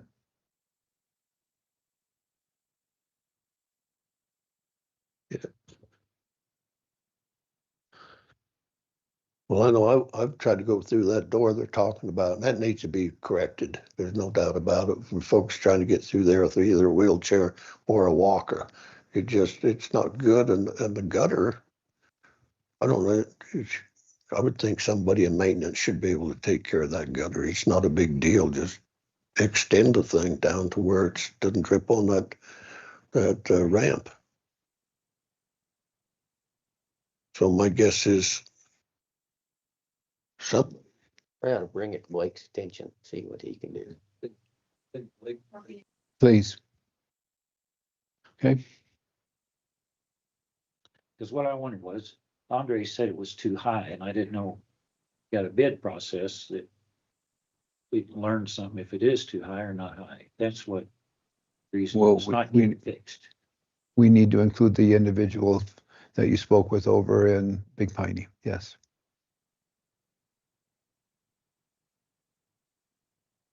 So do you want to give him Andre's phone number? Do you want Janessa to call? Do you want to pass it to Andre to call? I think it'd be appropriate if Andre called him, to be honest with you. If you could share that contact with Janess. I don't know if I got it. I'll see. Yeah, I do. Okay. Is this number go to? You want this number, Janess? It's Mike Brabazon. It's 307-231-4497. Brabazon.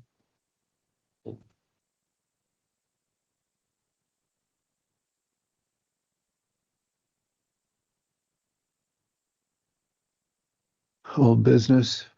Any public comment?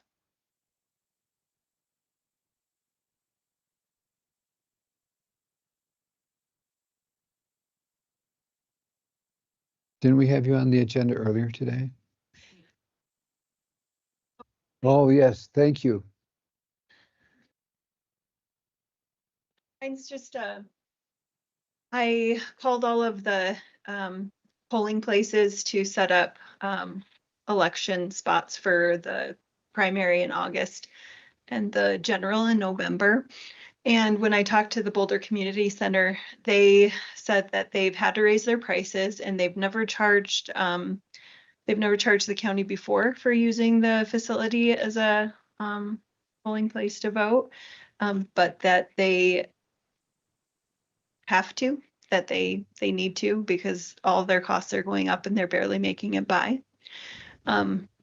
So the November election's not a big deal, but August happens to be one of their busiest months for events. So, and I just got an email from one of the board members that told me that they had a request to book it for the weekend before the primary, which would have been August like 14th and 15th. And had I asked the commissioners yet if they were okay with paying for the facility. So I do need to let her know. But I wasn't sure how the board wanted to go about that. Do you want me to invite the Boulder Community Center board to chat with you about it, or do 650? And I think that's only for 3 days. And really I would be requesting it on a Friday and wouldn't be out of there until next Wednesday. 'Cause they set up everything on the Friday before. So it would take over that weekend that they would be making money, basically. So how would the board like me to proceed with I that? think it's a reasonable request. And I could just put it in the budget for elections if the board is good with paying for at least one of the 2 weekends that we need to use the facility. The November one's not, because they're not busy, but they are busy through the summer. They have bookings, so they would be losing out on that 650 from somebody else.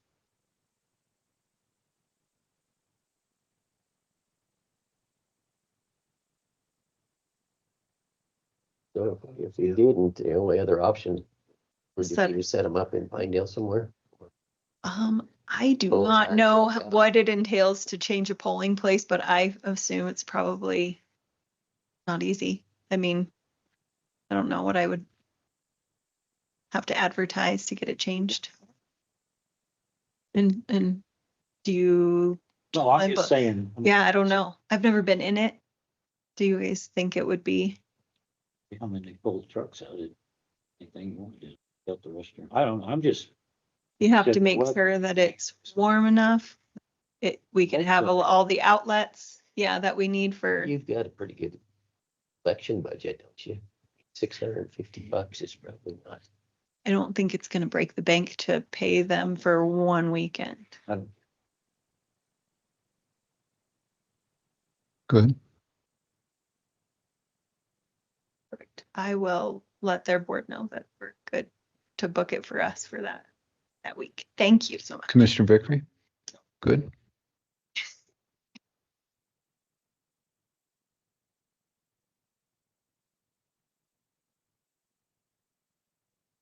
Layla, please.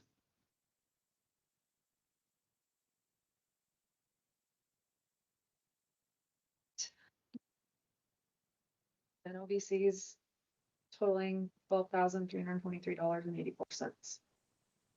The rest is in there, so.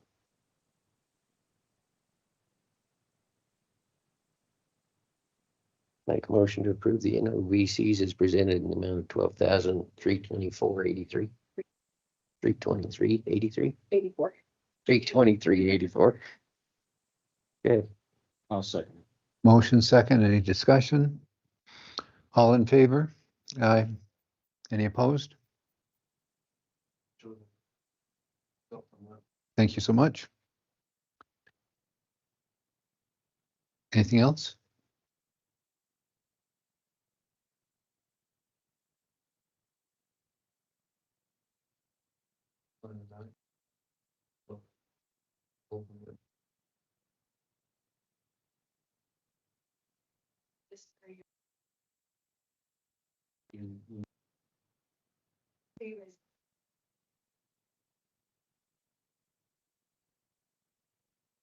Any bonds?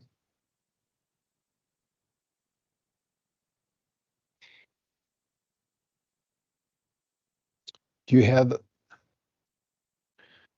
I attended on Thursday. And I sent Janess.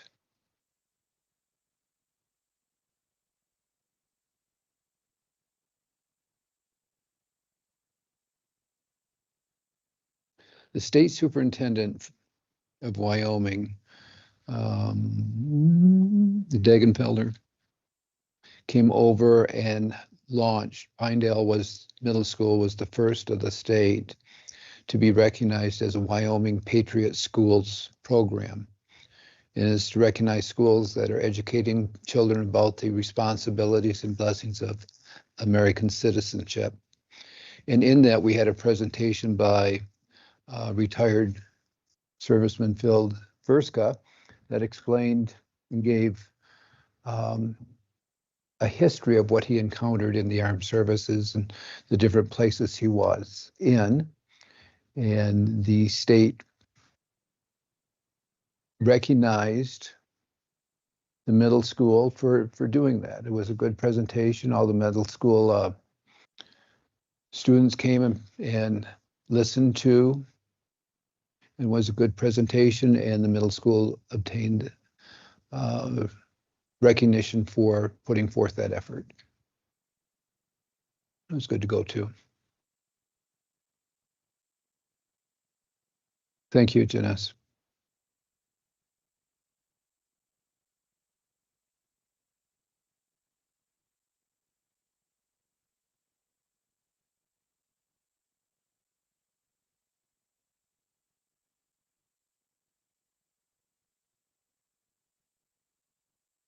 Thank you.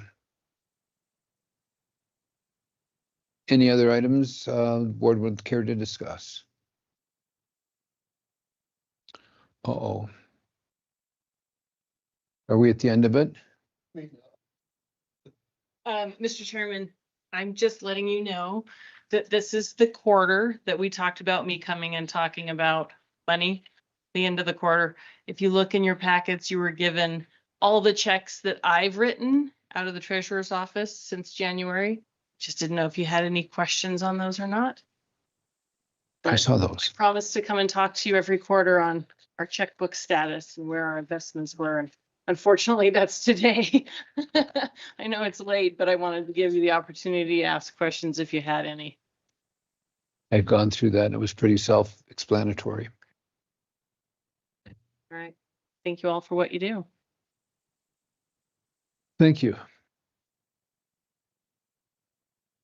Other items?